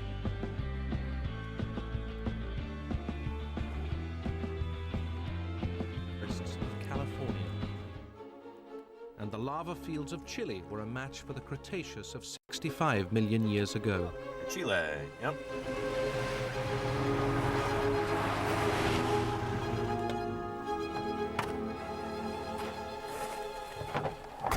At the moment we're filming a mother Tyrannosaurus feeding her young, and she lived just at the end of the time of dinosaurs. Tyrannosaurus was only around for the last 2 million years. Yep, And to maybe even film it, less. we've come to this place, which is in Chile, and there's an ideal forest here because what we have is a low, scrubby Nothofagus, which is a southern beech, came along just at the end of the time of dinosaurs. And behind it, this wonderful Araucaria forest, or monkey puzzle. Now, monkey puzzles have been around since before the time of the dinosaurs, so the combination is ideal. But what makes Not it that really species, special but is that it's on group, an old maybe. ash field because of a nearby volcano, and there's no grass here because of that. So it all fits together to be the right sort of background for Tyrannosaurus. Can you reach over enough? Well, yeah. That's good. Now the eyes. Anyway, so finding filming locations with no grasses is really difficult to do because grass is so common today, but it didn't really exist during the age of the dinosaurs. There are a few species of grasses here and there probably, but they'd be like little bunch grasses. You wouldn't have like lawns. There wouldn't be grasslands during the age of dinosaurs. You can imagine it's exceedingly difficult to find filming locations today that don't have any grasses.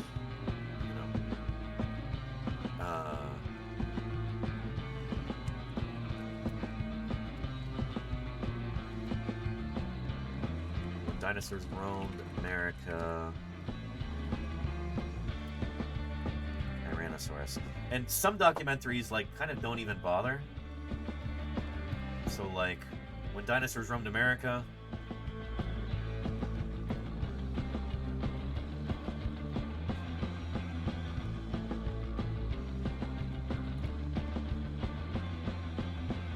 for their end Cretaceous scenes, there's grass all over the place. They're like, yeah, it's too tough not to find places with no grass. So, yeah. Anyway. And oh, it wasn't all just dirt. No, so there would have been lots and lots of ground covering vegetation. This wouldn't have been grasses. So you would have things like spike mosses and club mosses. You would have had horsetails and ferns and even early angiosperms during the Cretaceous. There's a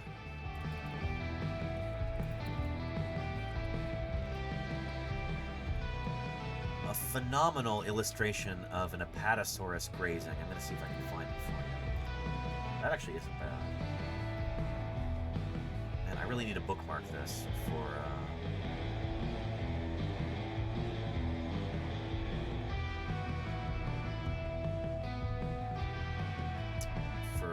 future streams if I can find it. I might have it saved on my hard drive, but I just love this illustration because it really demonstrates. It just feels right. It's like, okay, that makes sense. You'll know it when I show you. Here. Let's see. Through this folder. It's probably the stuff folder.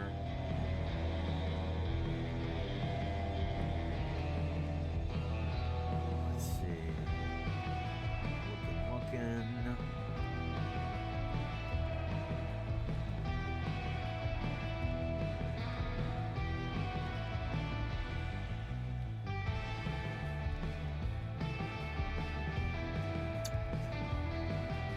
I don't know if I'm gonna be able to find it. But it just shows this really lush, like, essentially a prairie of ferns and club mosses and things like that.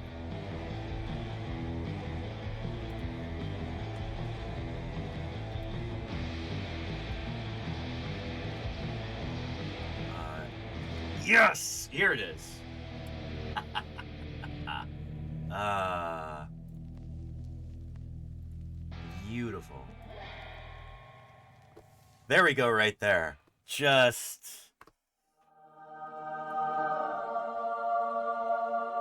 no grasses.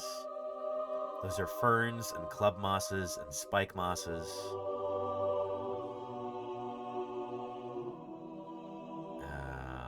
I love that so much.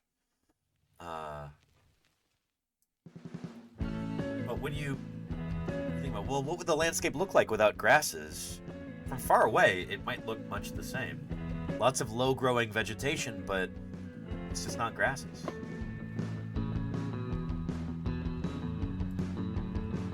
Yeah. Let me save this, because oh man, I love this picture so much.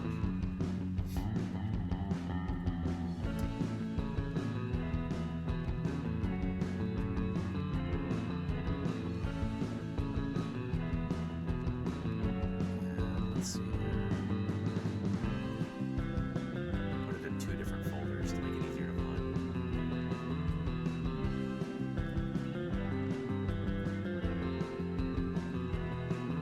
Excellent.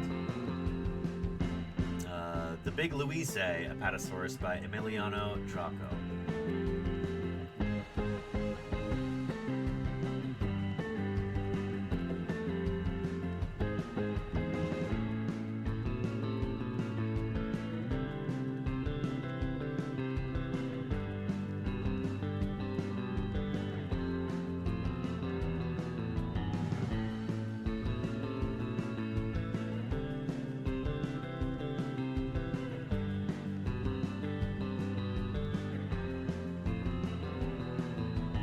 I guess the only place I can really find it is Facebook, which is really annoying. But there's another one here. So I'm trying to imagine what this landscape would have been like during a time before grasses.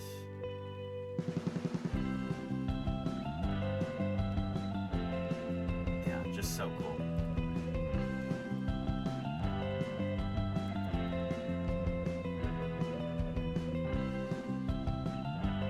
Anyway, yeah.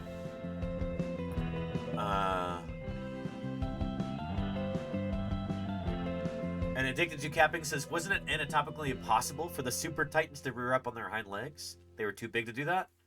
I've never bought that argument because, A, I think they were probably significantly less dense than a lot of people would imagine, even though they would have been full of air. It'd be cool to talk with Kerry Woodruff about this at some point, actually, get his thoughts on it. But,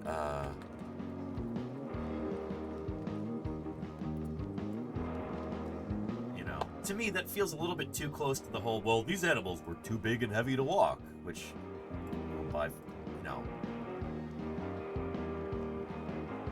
everybody realizes is a ridiculous idea. But yeah, everything blue here would have been air. These animals were highly pneumatized. They were, as Matt Wadle says, God's most perfect creatures, the sauropods. So they would have been far less dense than an equivalent-sized elephant or something like that. They're much more efficient than your big land mammals. Highly pneumatized. They're all full of air. Another thing is, if they couldn't rear up on their hind legs,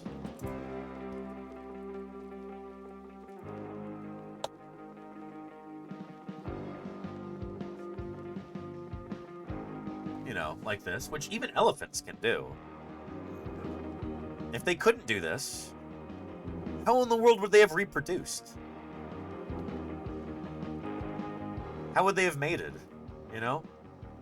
You can come up with scenarios that are like special pleadings or something like that. Like, well, maybe they had weird, super long prehensile reproductive gear or something, but, you know, that's pretty speculative, you know? I think it's much easier to posit, like, well, yeah, they probably could rear up on their hind limbs every once in a while, you know? So, yeah. Yeah. Anyhow. And Kilfaxi says, how would they have held those whip tails aloft? I imagine it would drag, given the length of the muscle toward the end. That's the thing, Kilfaxi, is that we've got trackways of these animals.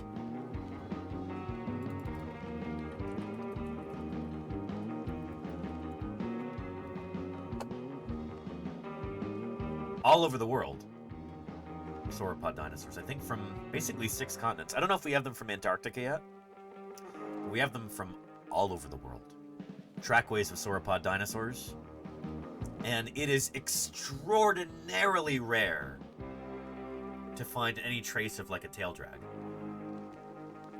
So we pretty much know for a fact that these animals did not drag their tails habitually. Maybe the tail would occasionally come down and touch the ground, but it was held aloft much of the time. So the question is, how did they do that? I think part of the answer is that pneumaticity, because this doesn't just go through the neck, it also goes through the tail too, to a certain extent. And so that tail would have been thickly muscled and more lightweight because it was pneumatized than you might imagine, you know? So yeah. Pretty cool. Pretty cool.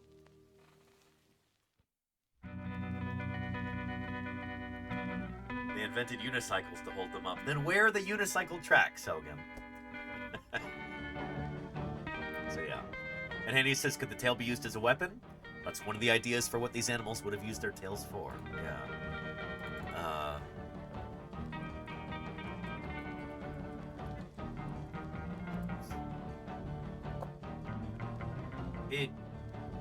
It was probably a, well, here's Russell Hawley talking about this, actually, which is pretty cool. From the Tate Geological Museum in Casper, Wyoming. Good day. This is Russell, and I'm speaking to you from the Tate Geological Museum in Wyoming. And today, I'm going to be addressing a question we got from one of our viewers. He asked, how strong were the tails of the sauropod dinosaurs? So that's what we'll be looking at today. For those of you who are just joining us, the sauropod dinosaurs are the four-legged, long-necked plant eaters from mostly in Wyoming from the Jurassic period. I have the same model upstairs right now. This is actually holding my Christmas stocking up on the mantelpiece above the fireplace. This is, yeah. I have that same exact one. This is from Safari Limited. Really, really good model, by the way. Safari Limited Apatosaurus. It really shows off the length of that tail. It's a cool model. It really is. I like this one a lot. Anyhow, there we go. The ones that kind of look like the Sinclair logo, that's the sauropod dinosaurs. And they are characterized by long and powerful tails. But in order to know how strong the tail was, you have to know something about how the muscles were attached to the bones on the living animal.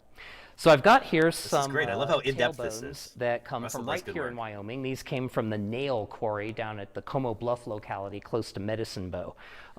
And some of these were dug up as much as 20 years ago. In fact, I think I helped dig up a couple of these myself. So here is one of the vertebrae from near the base of the animal's tail. So we call that a So proximal this is from caudal. Brontosaurus, which is one of the most iconic and familiar of all the sauropods. So this will be quite close behind the hips. This is the centrum. In the biggest sauropods, this round articular surface on this centrum gets up to about the size of a large pizza. So this, as big as it is, this isn't the maximum size for a sauropod dinosaur. Addicted to Capping says, I remember watching a video with paleontologist Dave Hone. Said it wasn't possible. They had a long neck to reach what they needed. How else would they have made it, you know? Here, we'll take a break from Russell for just a second here.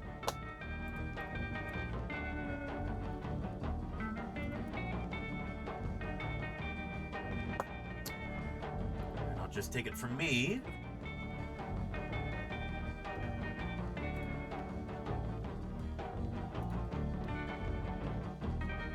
Cope and Martin.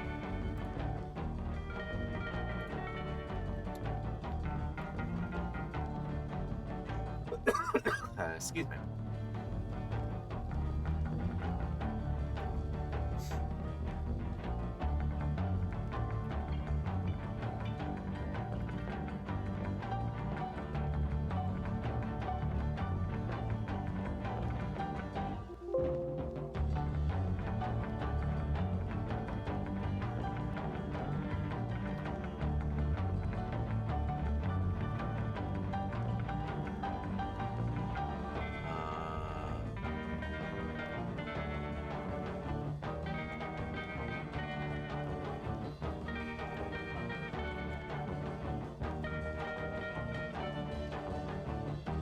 Where is that? I was looking for that. I think Mark Norell talks about this in this documentary with the,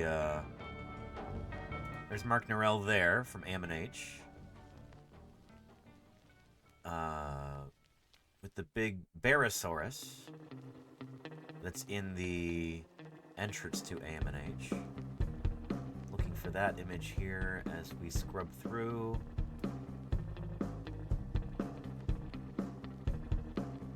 Let's see.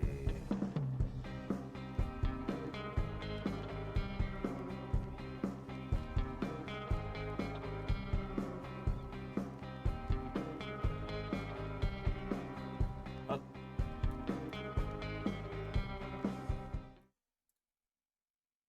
Really high, they'd have to pump blood at tremendous. Oh, here we go. That's Bob Bacher talking about Were this. anything but intellectual giants. These animals were dumber than lizards. They had smaller brains than their ancestors. It's a case of Darwinian dumbing down. And I think actually it's At least had a smaller evolutionary encephalization. brilliance. These guys had very long necks. They had a big brain. When they lifted their head really, really, really high, they'd have to pump blood at tremendous pressures to get blood into their big brains. By having a tiny brain, they could go without any blood flow at all when they lifted their head high. They could feed for a couple of minutes, lower the head, get some blood in, go up again. The brain is a greedy organ. A big brain needs blood all the time. A tiny brain frees you up. So sure, they were stupid, but the stupidity was part of a brilliant plan. Were they really stupid, though? I mean, that's the thing, is that you can do a lot with a small brain. Birds certainly do that in a lot of cases. Brain size is not always what it's cracked up to be. We do call the Jurassic the Moranozoic. At no time before or since has the average big plant eater been so incredibly stupid. I wonder about that. And anyway, where's Mark Norell talking about this? I want to say that... maybe not. Maybe I'm misremembering here. But yeah, that basically is the argument for sauropods rearing, is that, A, they do seem to be well-equipped for that. In fact, we might even be able to find Carrie Woodruff talking about this in a talk that Carrie gave a while ago. That's crazy. I searched Carrie Woodruff sauropods. My interview with Carrie is the first to come up. That's pretty cool.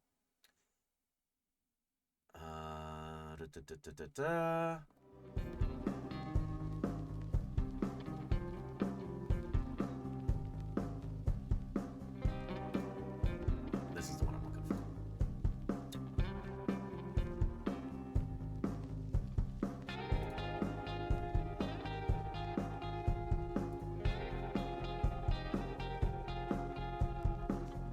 All right, search in video.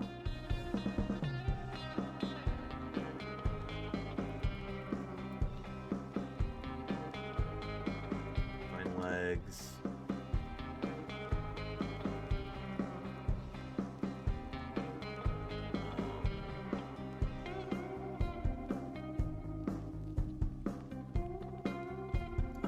I don't know.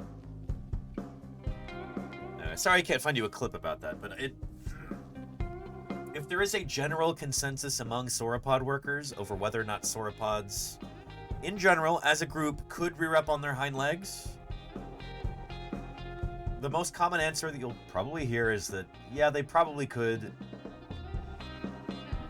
because else, how would they have made it, you know? So, yeah.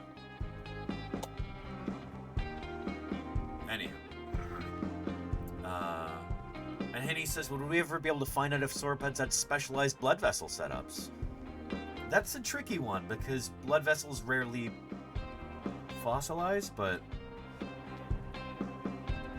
I would imagine they probably would, but again, that's a difficult thing to demonstrate, you know? Yeah. I haven't seen the Dave Hone thing like you were talking about, Capping, but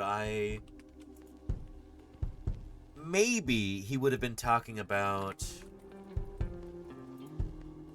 that scene in Jurassic Park with the Brachiosaurus rears up like that. If there's any dinosaur that's poorly equipped for rearing up on its hind legs,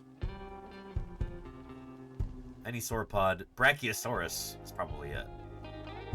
Most sauropods, the legs are longer than the arms, but Brachiosaurus, whose name means arm lizard, their arms are actually longer than their legs, which is kind of nuts. I think the humerus is actually the biggest bone in the body in Brachiosaurs, whereas for pretty much every other dinosaur, it's the femur. So if anybody would have a tough time doing this, it would probably be Brachiosaurus. But, you know, that's debated. Could they do this or not? It's hard to say. And didn't they have enormous hearts as well? We don't have any direct evidence of them having huge hearts, but it's the sort of thing that makes sense, you know? It's hard to imagine an animal this large not having a huge heart, especially to pump blood, you know, to the end of that very long neck, and tail, too. But we don't have any fossil hearts for these animals. We don't really have any fossil hearts for any dinosaurs, probably including Thescelosaurus. But that's a story for another time. We'll probably talk about that on Valentine's Day again. But yeah. Dinosaur Dave says it would be funny if we found out 200 years from now we always had its head and tail backwards. Well, that's kind of like, here. XKCD had a, thinking about this the other day. There we go. Randall Monroe, XKCD.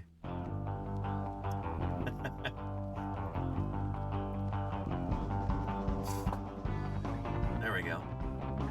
Thanks to modern paleontological reconstructions, we now know that most sauropods had short necks, and that all those extra vertebrae belonged to the sauropod colony's queen.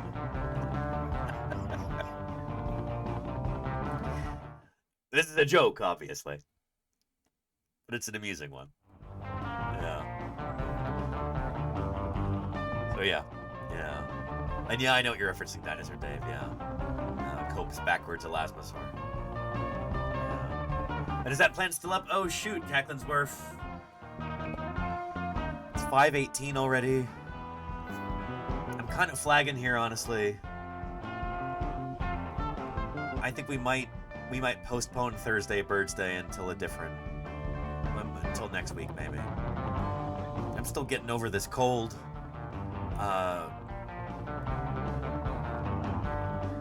Thursday Birds Day usually takes an hour. So I don't know. We might save that for next week. Yeah. And Pate B, of course I'm flying by the seat of my pants, by the seat of my khaki shorts. It's a live broadcast. Gotta improvise at all times. So yeah. Anyway. But yeah. It'll take 2 hours next week, though? Well, we can plan for that, Cacklin's Wharf. I know. I'm sorry. It's just... Give me a break here.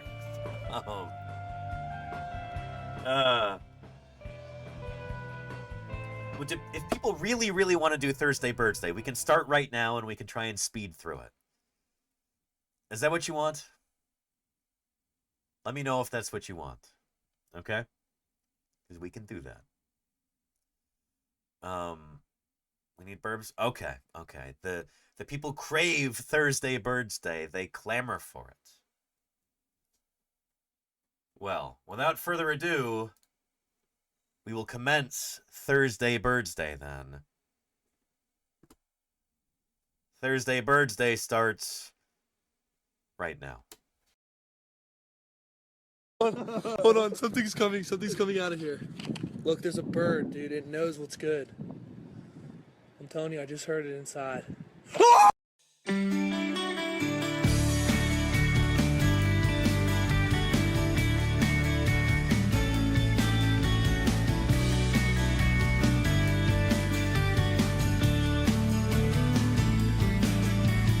I don't care if Monday's blue, Tuesday's gray and Wednesday too.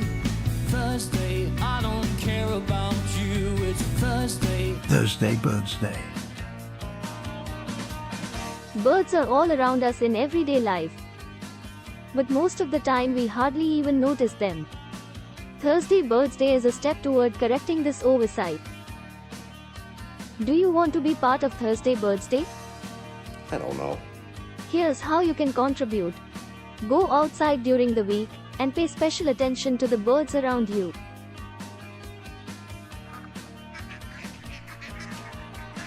See if you can take a picture of a bird.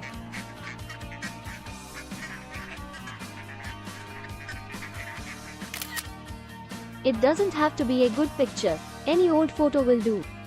Upload the picture to the Discord and we will discuss it on Thursday.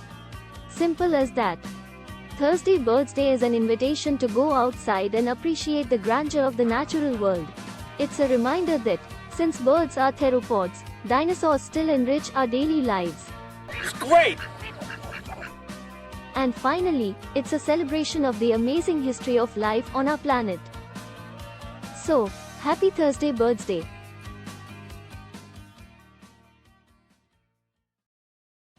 Happy Thursday Birds Day, everybody.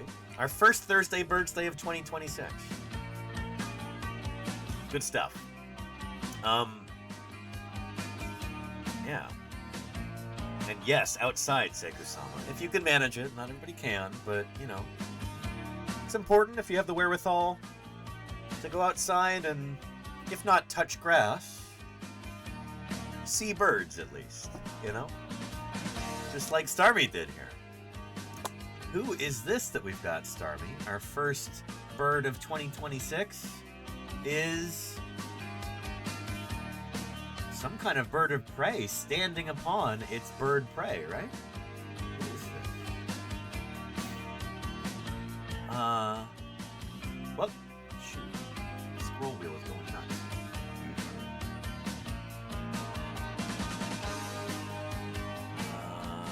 Bird of prey.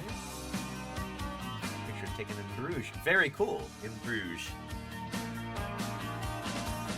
Good stuff. And Seku-sama, I do know, Bleeding Heart Doves, I think is what I've heard them called. But yeah, you know, with the big red spot on the chest. Good stuff. We featured them before on Thursday Birds Day. Yeah.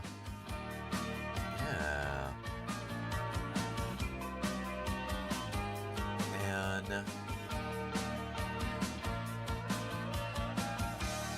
Yoshi says, I've been busy the past few weeks. I snapped a quick picture with my new phone.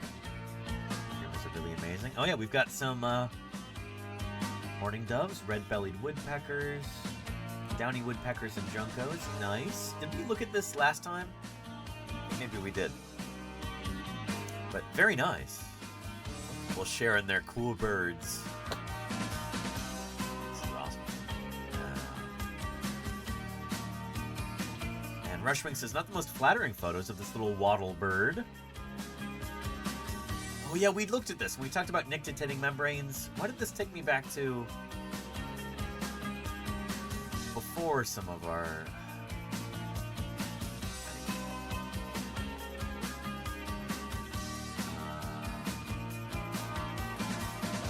Let's take a look at this from Alexander Morrison.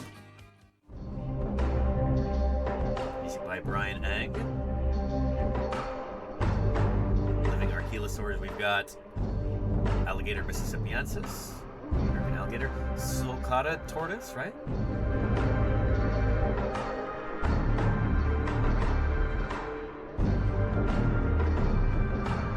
Nice.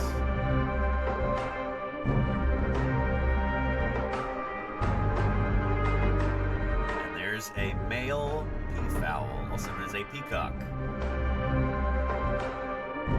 Very cool.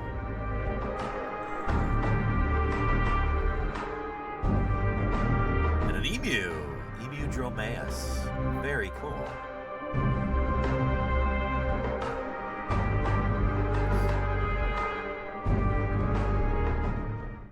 Excellent. Thank you. Very cool, Alexander Morrison. Very cool. So what Alexander was referencing there is Archaeolosauria. This is the group that includes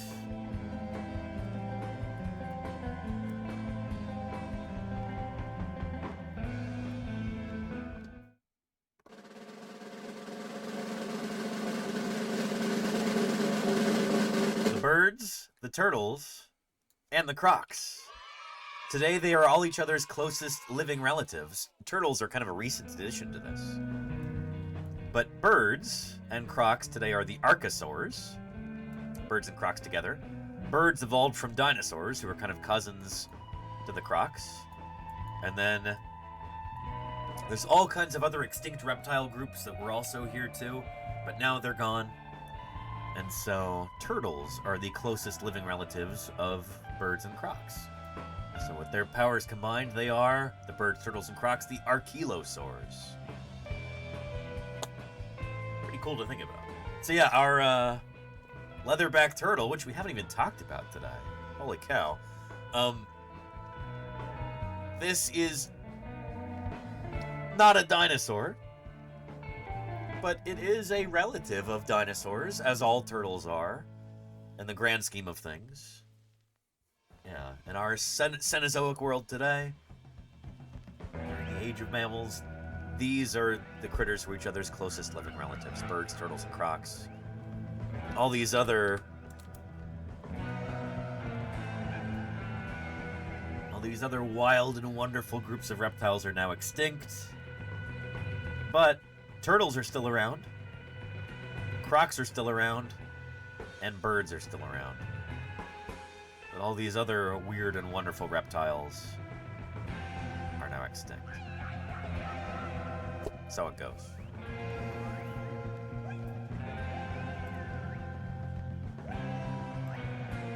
Anyway, cool stuff.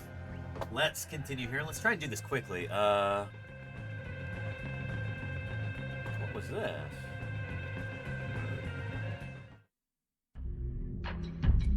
Oh, neat. All kinds of different critters. Not reptiles, but here's some reptiles. Nice. Mammals.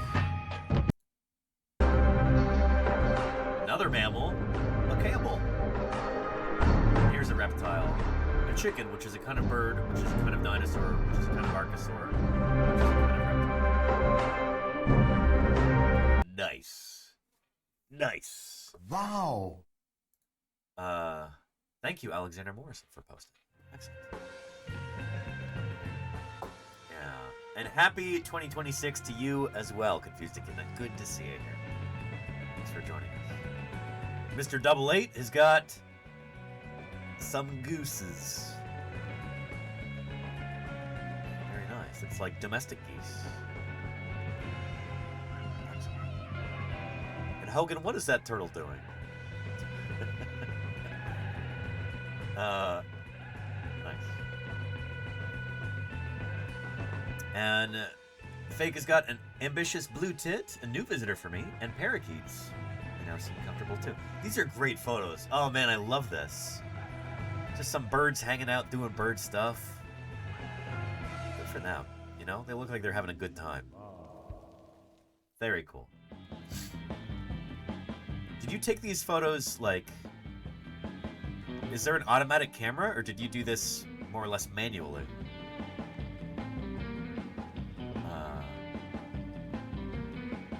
That's really cool. Holy cow, they look like they're having a good time. And Hogan, I'm familiar with that MST3K episode. That's not the original Gamera, that's Gamera versus Gauss or something, was it? I don't know. Anyway. There used to be a really wonderful YouTube video featuring that sequence. Not from MST3K, but it was that like fight scene set to the safety dance.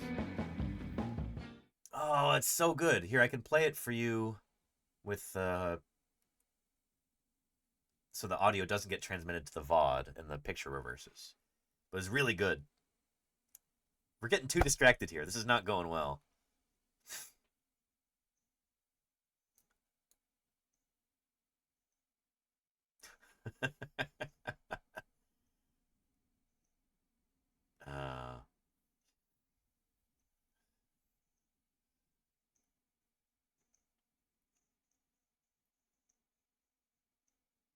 It's wonderful.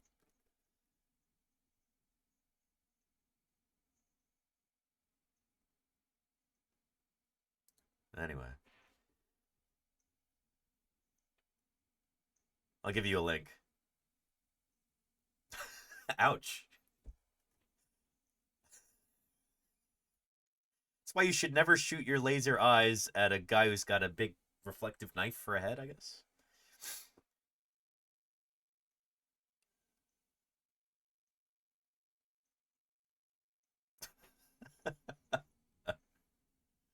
Oh boy.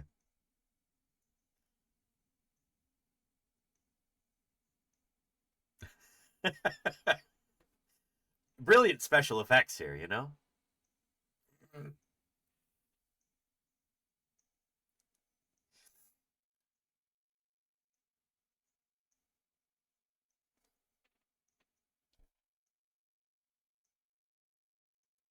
Anyway, you get the idea.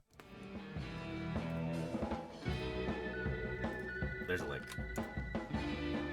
Apologies to everybody watching that in the VOD later. It would have just been silent. Anyway, don't want to get copyright struck. Excuse me. We've got a heron here from Fake. I had no luck spotting the rare bittern in the park. Instead, a gray heron. Gray, I assume. Very cool. Nice, nice, nice. Yeah, candid moment. Just there. Picking at some stuff under the wing. Nice. Yeah. The groovy Gamera song. Confused Echidna. Is that the MST3K song? Great proper photography. I know, isn't that great, Charlie's right?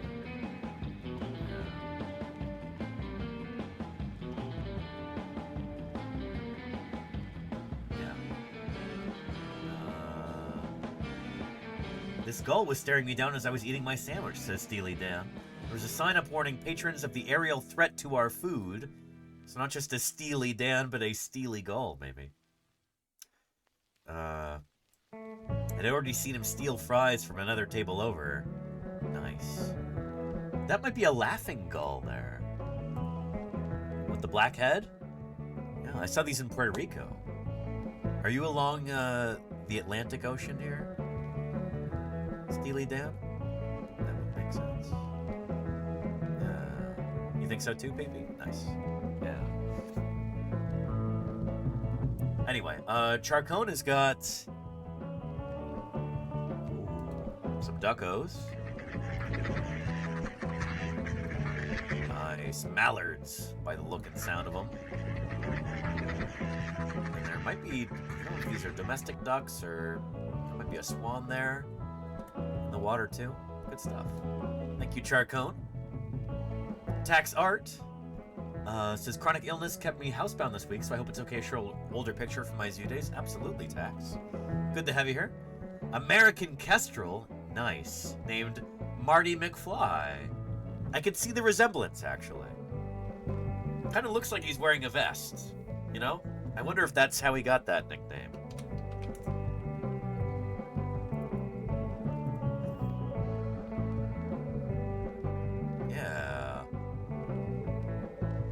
Similar plumage here on this Homo sapiens and on this bird. You see the resemblance, chat? The spitting image.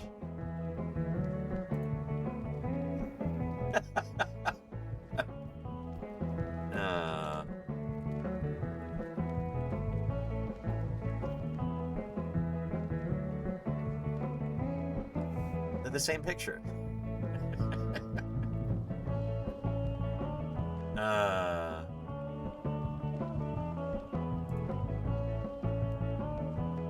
Yep. Yeah. Good stuff. Thank you, Taxart. That's lovely. What a great name for that bird, too. Well chosen. Chaotic Kitten says, spotted this little cutie while walking around downtown Dublin, Ireland on February 22nd. That is a European starling there. Yeah. Super cool. They really are beautiful birds. I know they're pretty well hated here in North America, but when you just take this bird on its own merits, it really is a wondrous thing. One day I really want to make a t-shirt design with a picture of a European starling, and then big text that just says North America on the shirt, like a t-shirt that a tourist would buy. It says North America and there's a European. I think it's funny. But they are all over North America now since being introduced to Central Park back in, what, the 1800s? They spread all throughout the continent and just really taken over. They're not native to here, but they're everywhere. Yeah. Anyway, there's a lovely book about starlings that I can recommend to you called Mozart's Starling.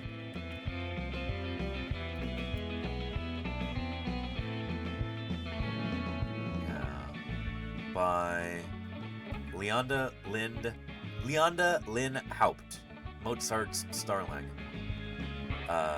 Beautifully written book.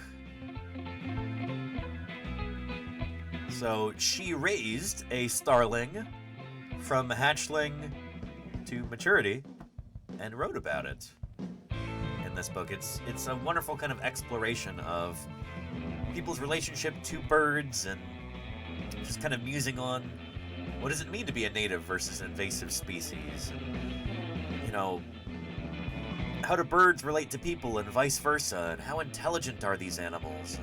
And how are our lives interwoven? It's cool stuff.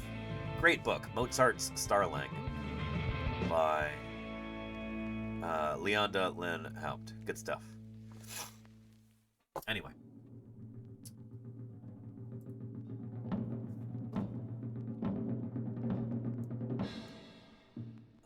Oh, we got more starling here. Nice. They're such cool birds. They really are. Yeah. Curious, intelligent, personable. Just really neat.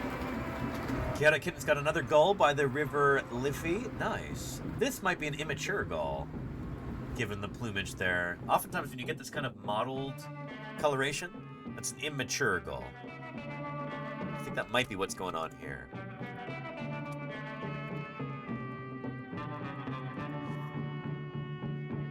Yeah, you got that kind of mottled pattern like that. Juveniles or immature individuals. Gulls are notoriously difficult to ID when they're immature.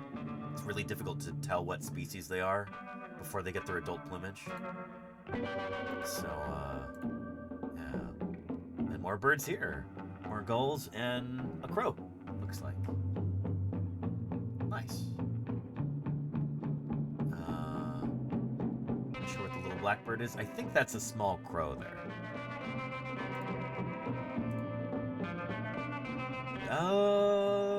Maybe. Could be a blackbird. I don't know, actually. This has got to be somewhere in Europe. I see the small car, buildings made of bricks. This is probably the UK, isn't it? Oh, jackdaw, says Cackling Surf. Oh, okay. Probably is. It's in Ireland. Okay. So not quite the UK, but I was close. And very clearly a jackdaw. Thank you, Cackling Surf. Very clearly a jackdaw. Well, I'm sorry. I don't know if I've ever seen a jackdaw. We don't have those here in the States. Yeah. Anywho. Yeah.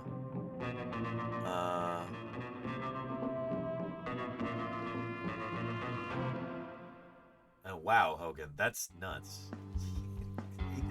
Jeez. Yeah, Birds of Prey will do that. Yowza. That reminds me of this, actually. That story, Hogan.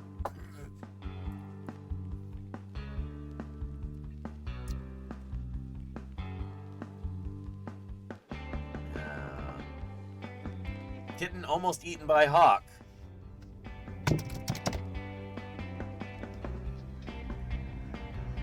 You don't know how lucky you are, little cat.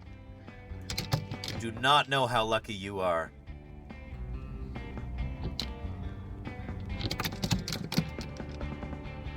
Keep your small cats indoors. And your bigger cats indoors and locked.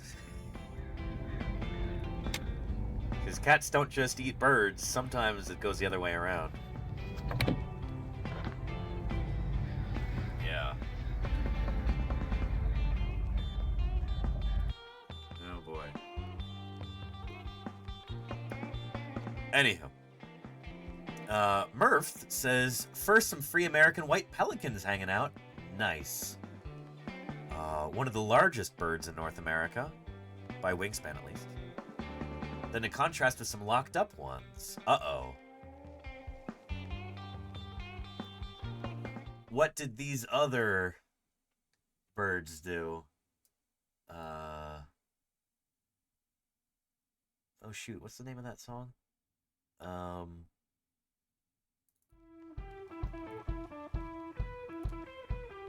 No, that's not it.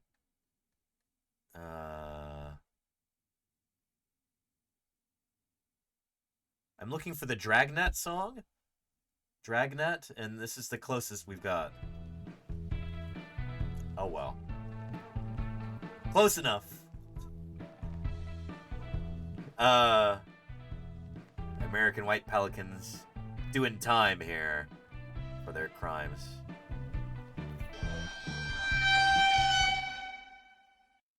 And hello, RC Blackthorn Gaming. Thank you for the raid. Welcome to Paleontologizing. How are you? Good to have you here. Yeah. Good stuff. Here's something stranger than science fiction. Prehistoric fact. Thank you, RC Blackthorn Gaming. How did your stream go? If you don't mind telling us about it. Thanks for the follow. Welcome, welcome. Hey, if you and anybody else happen to be new here, this is me and what I'm all about. This is our channel. It's good to have you here. My name is Danny Anduza. I'm a dinosaur paleontologist, and this is Paleontologizing.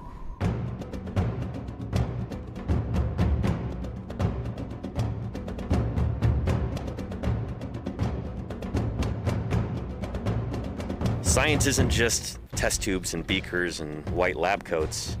What we're doing out here is science, too. We're testing hypotheses by excavating these fossils. Join me for museum tours, interviews with other paleontologists, audience Q&A, 3D printing. It's pretty big. Who thought this was a good idea? And of course, live dinosaur digs. A limb bone from a new duck-billed dinosaur. I invite you to tune in and experience the adventure of fossil science. There you go. Welcome to Paleontologizing. Thank you again for the raid. Like something called The Isle. Ah. Very nice. The Isle. I think I've seen this before, right?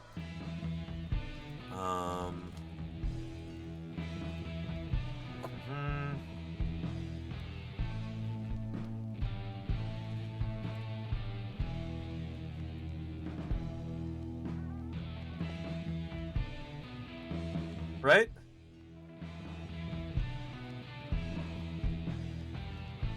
Maybe that's not right, actually.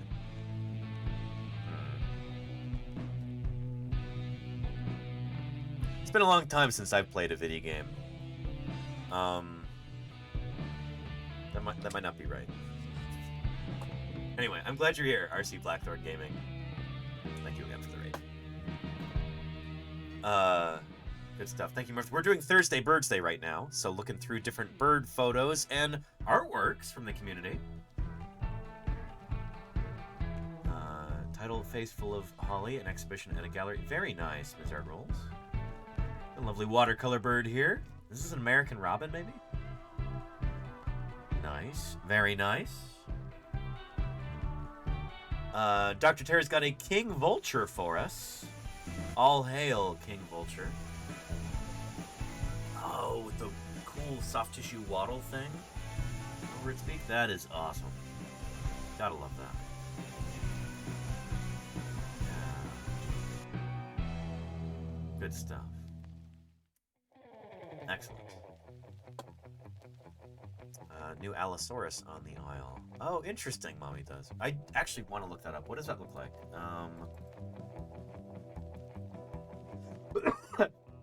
Excuse me. Allosaurus. Oh, is this it? That's really good. Because if they're removed, America loses them forever. And RC Blackthorn Gaming, thank you so much for the Prime there. I really appreciate that. Thank you, thank you. Thanks for supporting Science Outreach here on Twitch. This is lovely. Is that Allosaurus fragilis or Allosaurus gymadsina? It looks like fragilis with the big lacrimal horns on it.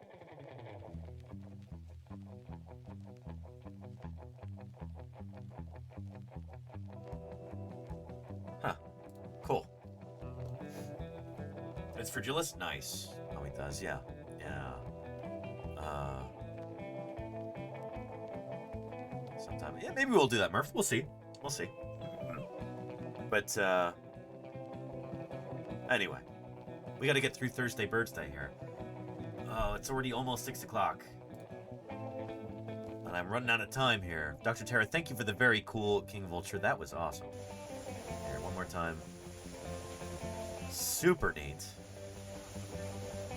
That is very cool. Awesome. And Tuckahue, Emily on Twitch, thank you, Emily. Here's a male red-bellied woodpecker, Melanarpes carolinus, making a pretty impressive hole in a big oak in my backyard in Florida. Very cool. Oh, they're so industrious. That's really impressive, too. Being able to hollow out a hole like as big as your whole body. Finding good stuff to eat inside, maybe? Or maybe that's just tree innards. Maybe it's not good bugs to eat, but either way, well done, bird. Good job. I can relate. Digging a big hole is something I've got a lot of experience in doing, too. So, kindred spirits, me and this bird. And Kate, aka Sammy Beans, is Egyptian goose. You must be lost. I saw this beauty in a park in Florida the other day. Very cool. Look at that striking eye there. The bird is just like staring into your soul. Nice. What a cool bird. It knows it's Retro Roadshow. Yeah. Oh yeah. Can't keep secrets from this bird. And Neverwinter. Holy cow. Look at this. An ash-throated flycatcher, a Myarchus cinerescens at the Northeast Philadelphia water treatment plant. I love seeing birds at the sewer plant. I'm sure it didn't smell great there, but man, you see some cool birds in the wetlands outside a water treatment plant. December 2022. This was life bird number 298. That's a lot of birds. Holy cow. Found at a sewage treatment plant with heavy industrial area of Philadelphia. The speed is frequented by birds in the winter because the water at the plant is kept warm all winter and attracts insects, which in turn attracts birds. The ash-throated is rare in the Philadelphia area and is more frequently seen in western and southwestern North America. Take a look at this. Lovely photo of a lovely bird.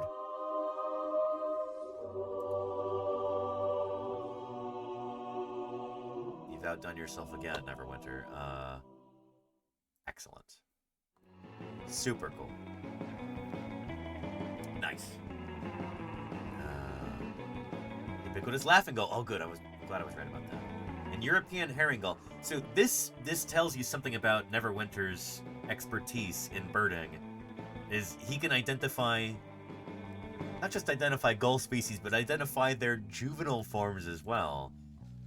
That is some high-level birding there. I'm nowhere near this level, but I at least know enough to recognize how special that kind of expertise is, you know? That's super cool. Toad Discovery says, these are my cockatiels that were neglected for 13 years. And my grandma had them for 13 years. We had no idea if you would like to support us by helping us pay for their food and toys. Oh, cool, Toad Discovery. You've got a Twitch channel with them? Oh, super neat. Oh, this is cool. Here, I will provide a link here.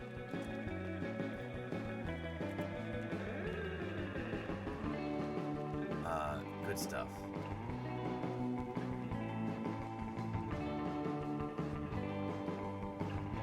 Very cool. Thanks for posting, Toad Discovery.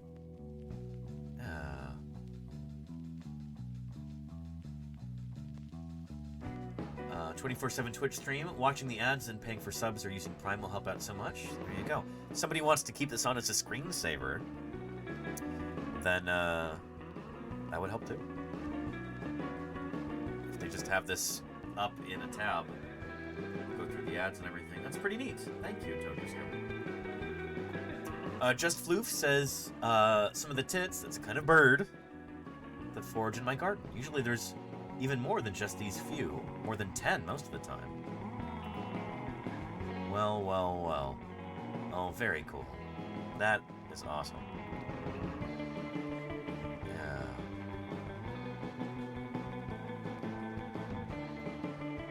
This is just swarming with birds. This is lovely. What a great setup you've got there, too. With is that suet in these bags there? You've got, like, what looks like seed feeders. That's maybe a platform feeder for, like, doves and etc. I like your hedgehog planters, too, if that's what those are. Pretty nifty. Thank you, Just Floof, for sharing with us.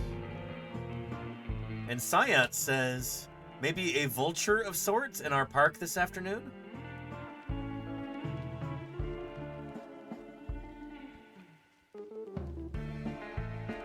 That's not a condor, is it?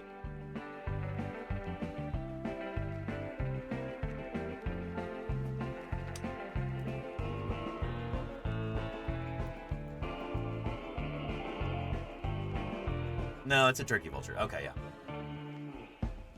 Yeah. Which is, what's the genus and species name for turkey vulture? I forget.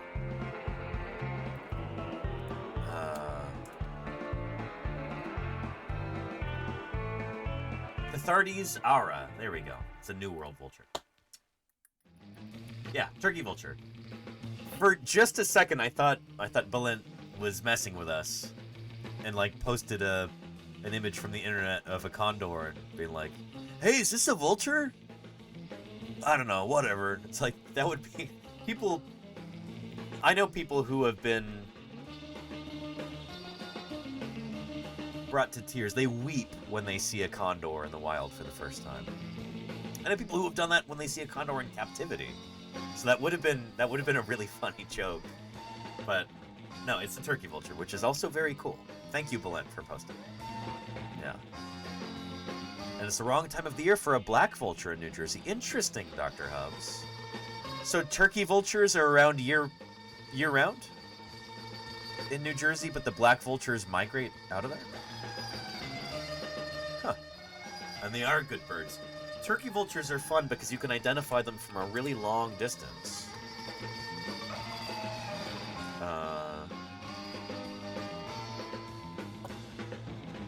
Because they have this characteristic, like, shallow V shape. So even if you see one that's way far away and it's just a speck, if you see that shallow V shape like that, you know it's a turkey vulture.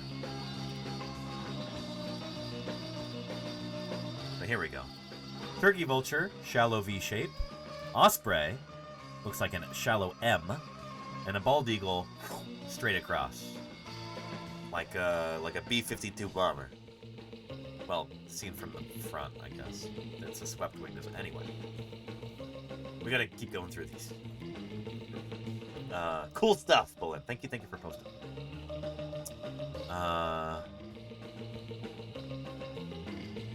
And ooh, here we go. Captain's Wharf has been waiting for this. Let's have a look. Got another quiet bird walk through the Netherlands. Amsterdam. Oh, very cool. Let's find some birds. This looks like prime bird habitat. These are great if you're just looking for some relaxing scenery. Nice way to chill out. Who's that running through this field? Get out of there, cat. Shouldn't you be inside? This cat's looking at those horses and going, they look awful tasty.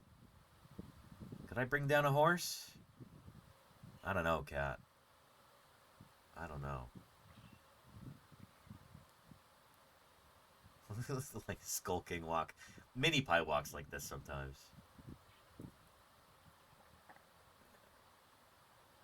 Oh, who's here? There's some birds. Nice. We've got some Gallus gallus. The domestic variant of the red jungle fowl, also known as the... I believe it's called a chimkin. Do I have that right? There's some juveniles there as well. This is a family group. Very cool.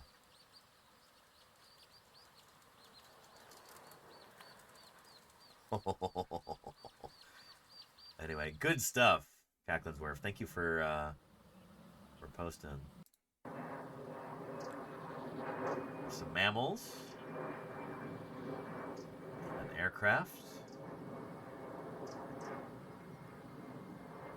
And then, holy cow, Dutch windmill jump scare. Look at this, just quintessential Holland here. Oh, man. Good stuff. Thank you for posting. Again, if anybody wants to take a look, there is a link. Thank you, Cacklin's Wharf. As usual, lovely stuff. Highly pastoral. I like it. Yeah.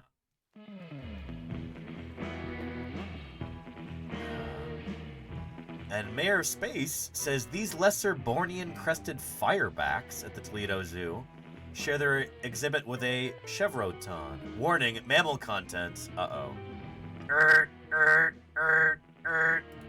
Mammals?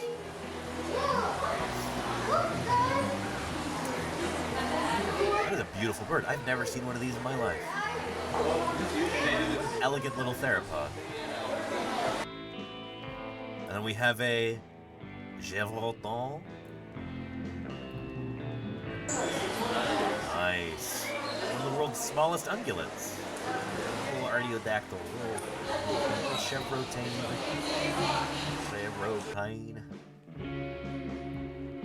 Good stuff, Mayor Space. Bornean crested fireback. I need to know, where do these guys fall out on the bird tree?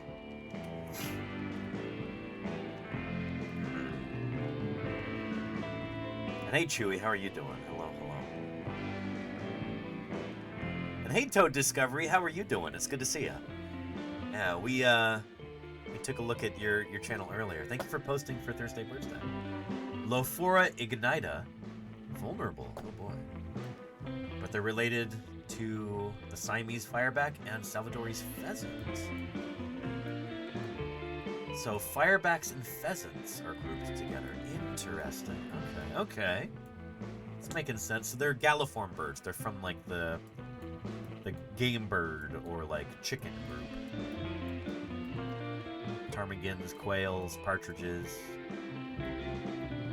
Yeah, Phasianidae, the pheasant family. Grouse, pheasants, and more. Again, it sounds like some sort of specialty shop that you would go to. Grouse, pheasants, and more. For all your galliform needs.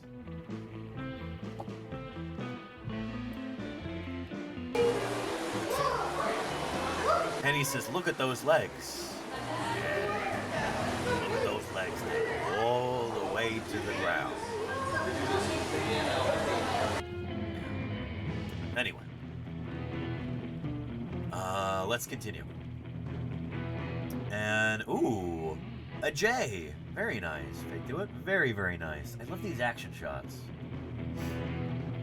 And I love there's just a pigeon hanging out here all the time, too. Yeah, nice. And Henny is in gravity. Thank you for the hydrate, but if I drink a bunch of ice water right now, I'm going to get really sniffly, so I'm going to wait until after we're done with stream, and I'll go make myself some tea. We got to get through Thursday Birds Day. Oh, and Alexander Morrison's got some avian slow motion. Flowing down the calls of common grackles really does sound like a combo of rusted heavy steel hinges, along with the tang of the typical pteranodon screeches or as darkened honks. Here in movies stuff. Very cool. Oh, this is going to be super cool. Let's take a look. Here.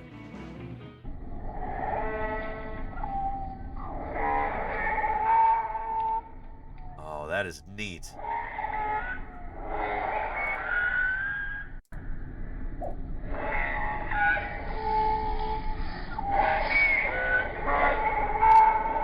So you just take bird sounds, you slow them down a bit, and it's like you're back in the Mesozoic. That's super cool. That is super cool.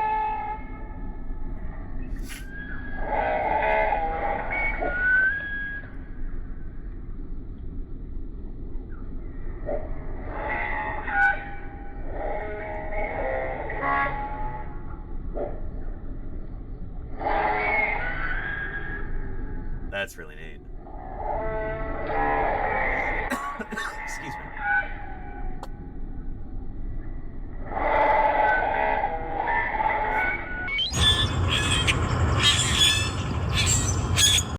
I like how you made it normal speed again at the end. That is super, super cool. Very cool, Alexander Morrison. Thank you for sharing with us. And Henny says, makes me feel worried about potentially getting eaten. Again, it's like we're back in the Mesozoic. Wild Luna has got a bird found in tiny Ontario, north of Toronto, Ontario, Canada. I'm super new to birds, so I have no idea what this is, but I wanted to share. That's a chickadee right there. Is this a... No, chickadee. Is this a black-capped chickadee, maybe? I bet you it is. We used to have these up in Bozeman, Montana, when I lived there. Black-capped chickadee. Chickadee-dee-dee. Bingo. I think that's it.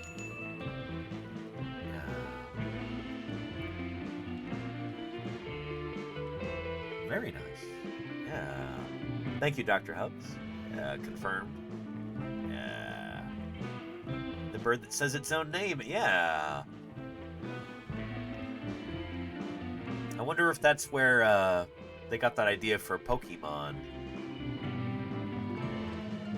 They say their own name. That's what chickadees do. Chickadee-dee-dee.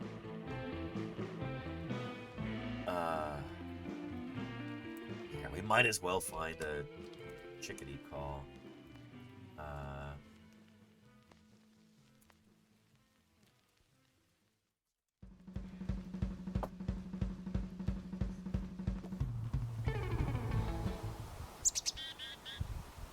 There we go.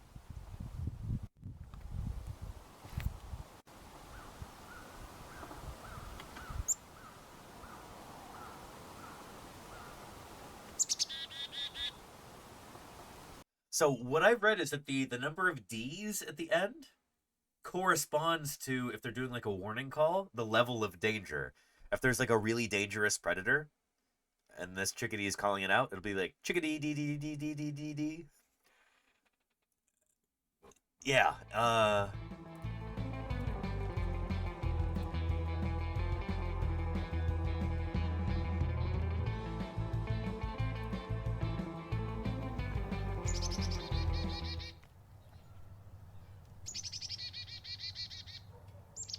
they have around 16 different calls at their disposal. One of them, most commonly heard, is the alarm call. It's believed that the more alarms you hear, the higher the danger level to the chickadee.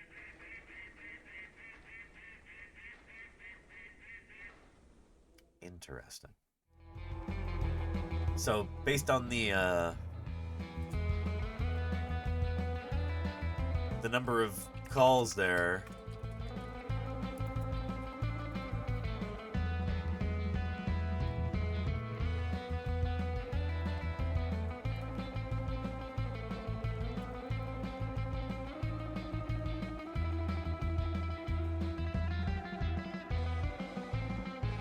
yeah, I'm guessing that chickadee maybe spotted something like this.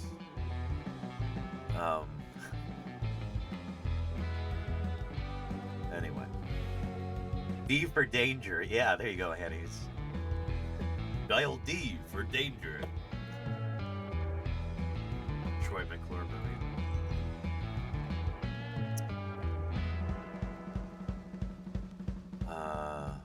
If slowed down. There you go, Alexander. Yeah. Yeah. Photographers are a 3D threat. There you go. Airspace, yeah. Just Floof has got more birds for us here this past week. Ooh, who are they? Starlings, maybe? Hard to say. I would guess probably starlings.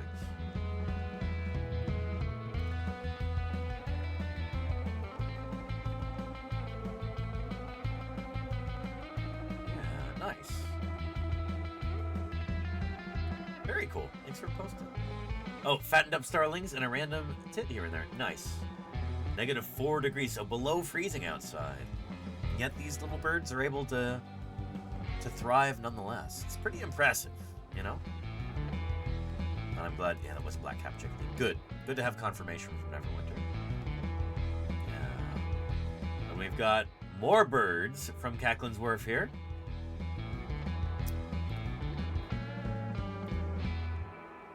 Let's see. Oh, I see birds here. There's some theropods walking around. Theropods on the land and in the sea and in the skies. And we have a mammal being a nuisance here. They'll do that, you know? Yeah. More birds. Oop. Nice. Oh, Egyptian geese. Must be in Egypt. Very nice. Oh, and is this a gallinule or a coot or somebody? Who's this? A moorhen, maybe? Yeah. Just classic Netherlands. Oh, there's a coot right there. Not an American coot, presumably. If we're in the Netherlands. Nice. You've even got public transit there. Holy cow. Jealous. We don't have much of that here in the States, unfortunately. Look. What would you call this? A tram? A trolley? What's your regional term for this? This contraption? It's being born.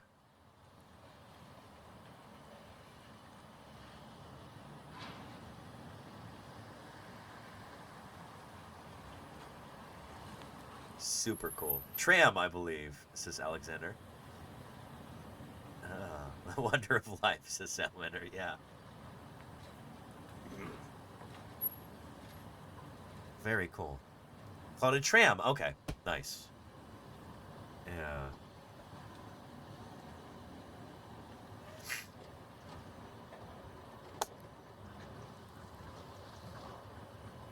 Beautiful. Anyway, super cool.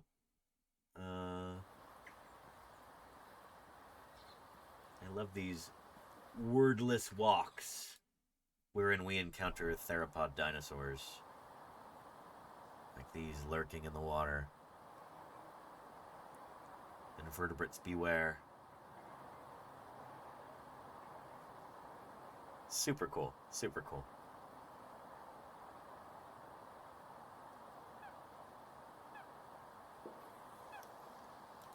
Nice.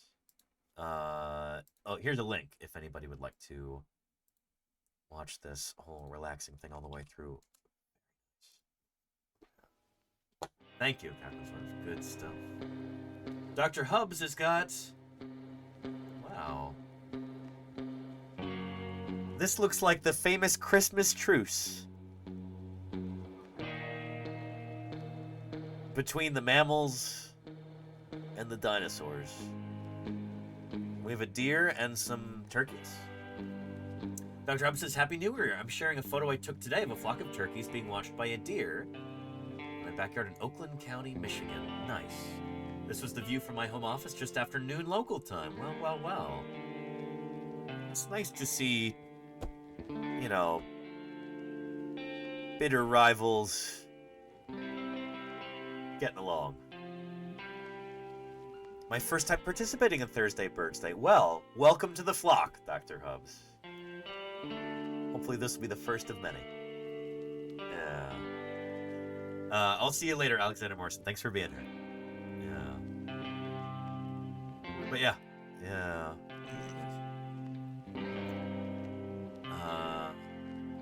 Just a soggy little guy in the big city, says Salamander. See you, little guy. Oh. One more time? See you, little guy. Yeah, all rock doves. Oh, all wet. They'll dry off though. They usually do. Thanks for sharing something. Trick Track says seagull feature under the microscope in oil polarized. Oh, very cool. So, you know, when we say Thursday Birds Day is all about taking pictures of birds, sometimes you just want to zoom in, you know? Is this close enough? I think that's probably close enough. Yeah, look at that structure, the way that the barbules lock together like that, almost like a zipper or something. That's so cool. Feathers are such a wondrous thing, just a marvel of evolution. That is so cool.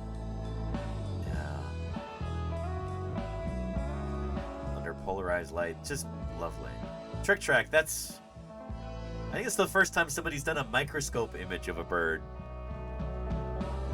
I salute you. This is under 200 times magnification. That's super cool. That's super cool.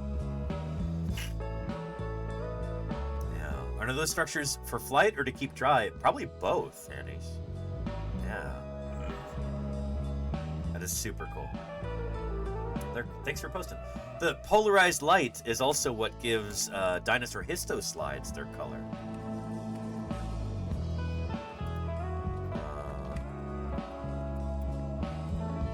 So when you see the microscope images of dinosaur bone interior structure, that's what gives them these wild colors. Is that polarized light. Pretty cool. Pretty cool.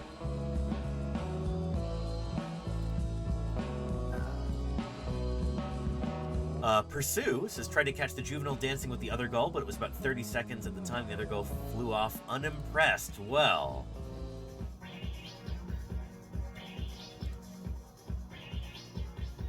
Nope. Not having it. Here, one more time. No, sometimes it goes like that.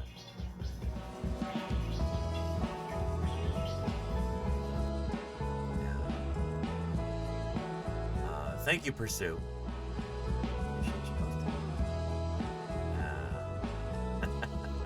Nice.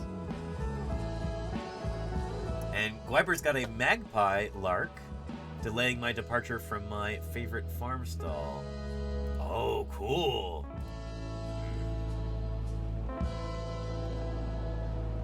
Magpie lark. Is this in Australia? Something about these vehicles seems very Australian.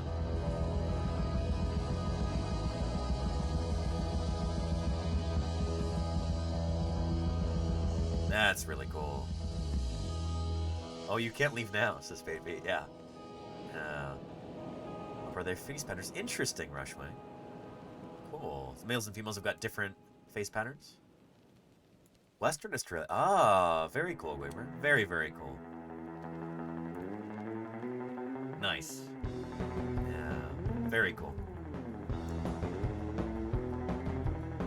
Oh, and Uppity Mallard is typing. I didn't realize this is our last message, but hang on. Let's wait till Uppity Mallard posts something here. Oh. Maybe he stopped. Oh, no, there we go. Our last post for our first Thursday Birds Day of 2026. One of my chickens grooming my turkey. Well, well, well.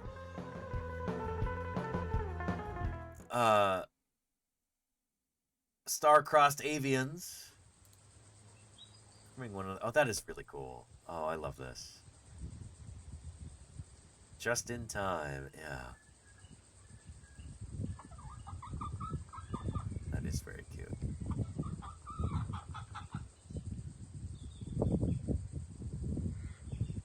So you could be separated by tens of millions of years of evolution and still get along and, you know, treat each other not just as equals, but almost as family members.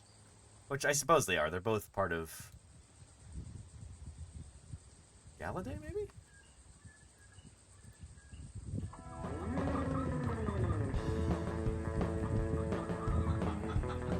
Genus Meleagris is here. How closely related to chickens are they?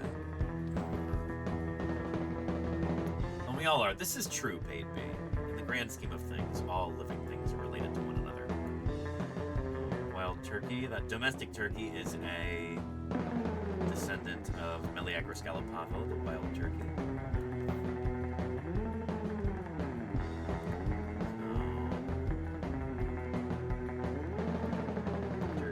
And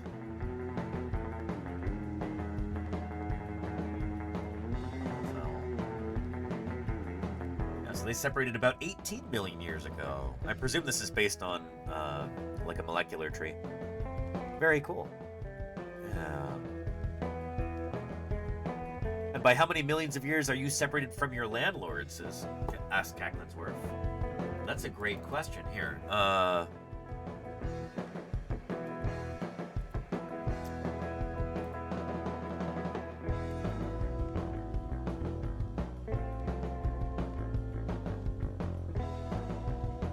Humans and cats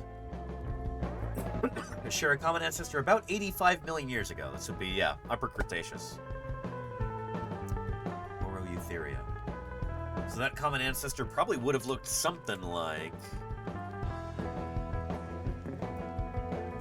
this. Like little Zalamdalestes or somebody like that. Yeah. Pretty cool. Pretty... But anyway, you are correct, Gravity, that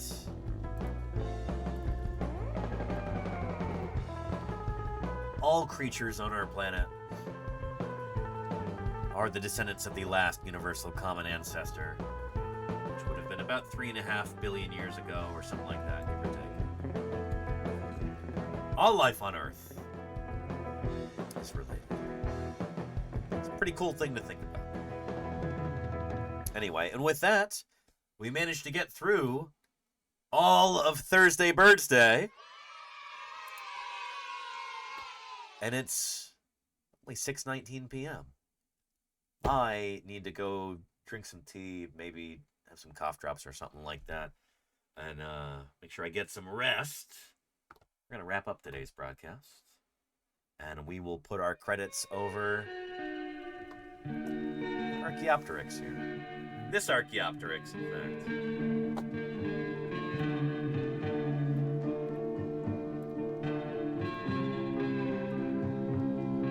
Who else is doing some science on Twitch right now whom we might raid into? Let's see.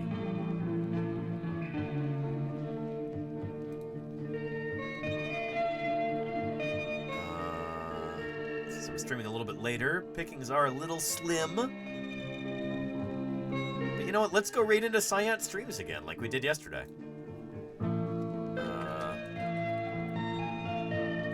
I see Lita on the screen, and that's always cool to hang out with Lita, so we'll go say hello to science streams once more. It was our last raid of 2025 and our first of 2026. Thank you, everybody being named in our credits. From those financial supporters to, holy cow. Thank you, Brentia, for those 20 gift subs there. Really appreciate that. Holy moly. Starting the new year off right.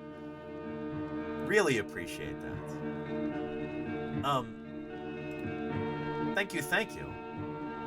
Brentia, that's exquisite. I really appreciate your generosity there. Fantastic. W stream, W New Year's. Thank you, Brentia. And you know what? Let's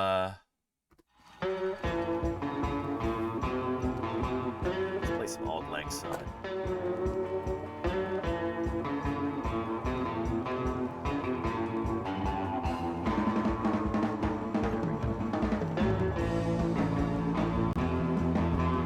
Thank you to everybody. Hello. The creature we will be examining. Hang on a second. And oh, we're getting a raid from Doomsack. Hang on a second. Just a moment here. We've got a bunch of cool new people who have just come in. Doomsack, how was your stream? I hope it was really good. How are things? Welcome to Paleontologizing. We were about to raid out, but we can hang around for another minute or two. Hello to you too, Doomsack. Playing some Dispatch. Nice. I hope you had fun with that. What were you dispatching? Anyway, welcome to Paleontologizing. Shoot, if any of your viewers are new here, or yourself, just a quick little intro to what we're all about here on this channel. My name is Danny Anduza. I'm a dinosaur paleontologist, and this is Paleontologizing. Thanks for doing awesome. Glad to hear it.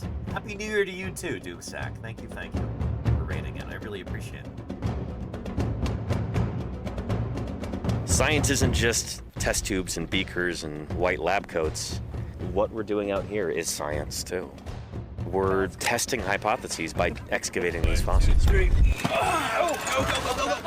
Join me for museum tours, interviews with other paleontologists. We've got a lot more of this coming up in the next year. Very excited. 3D printing. It's pretty big. Who thought this was a good idea? And of course, live dinosaur digs. A limb bone from a new duck-billed dinosaur. I invite you to tune in and experience the adventure of fossil science. So yeah, our 2026 this year is already shaping up to be an excellent year. Not only are we going to be doing more paleontological fieldwork, so digging up dinosaurs and other critters live on stream throughout the rest of the year, but I'm going to be doing some traveling, going to be doing some streams from various museums, going to be collaborating with some other non-scientist streamers, which I'm very excited about. And we're also going to be starting our big, well, we've already started our big leatherback turtle arc.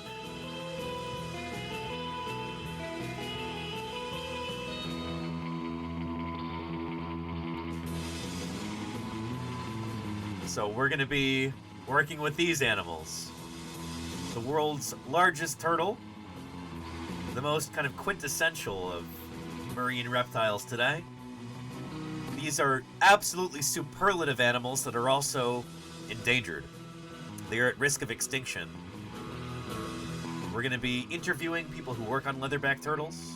We're going to be maybe visiting some different facilities, I'm hoping, where people work on leatherbacks and help conserve them. I'm hoping we'll even get to see some live ones. This is a world that I'm just immersing myself in this year, the world of the incredible leatherback turtle. So Stay tuned for that. We've got a lot of cool leatherback turtle stuff coming up too. In addition to our normal dinosaur and other fossil critter stuff. We're going to be helping save this animal from extinction in whatever way we can over the coming years. So I'm very excited about that. Yeah, they are pretty darn big, Deathsaurus. They really are.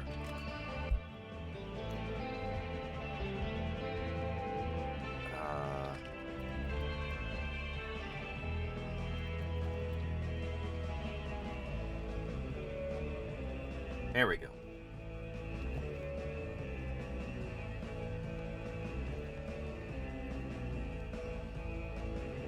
So here is a leatherback turtle nicknamed Ricky Ricardo.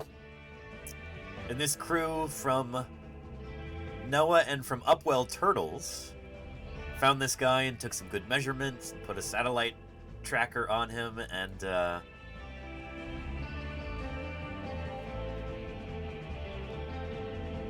I'm hoping to be working with some of these folks over the next year. Here's Scott Benson, whom we interviewed on Sunday. We had a big stream. We were on the front page for this. Anyway, this is the first leatherback turtle tagged in California since 2022. And here he is being released.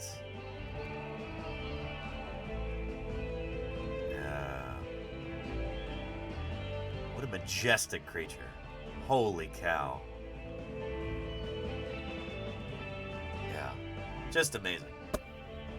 So that's one of the things that we're really getting into in the new year, so I'm very excited about that. Anyway, Doomsack, thank you again for the raid. Really appreciate it. We were just about to raid out ourselves, so let's go ahead and do that. There we go.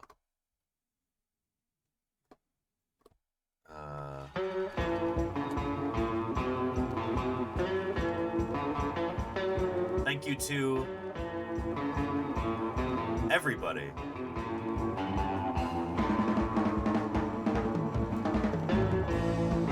Being named in our credits here. From new followers and raiders to subscribers and resubscribers, cheerers and gifters, everybody who supports this channel financially. This is the reason I can do this full time. Fieldwork and travel and research and outreach and leatherback turtle conservation. It's because of you supporters that this is possible. So I appreciate that more than you know. Holy cow, we're going to have an excellent 2026. We're already off to a good start. I'm excited, and I hope you are too. Thank you also to our moderators for keeping this a safe and welcoming community for everybody. Couldn't do this without you mods. I know I say that all the time, but it's true, and it bears repeating. Couldn't do this without you mods. Appreciate you. Now the dinosaurs rule. And thank you, Atsuki Summer, for the follow. Really appreciate that. We are going to go right into Science Streams. So we're going to go see what Balint and Lita, or maybe just Lita, are up to. Balint and Lita are both working research scientists. They are geneticists and molecular biologists.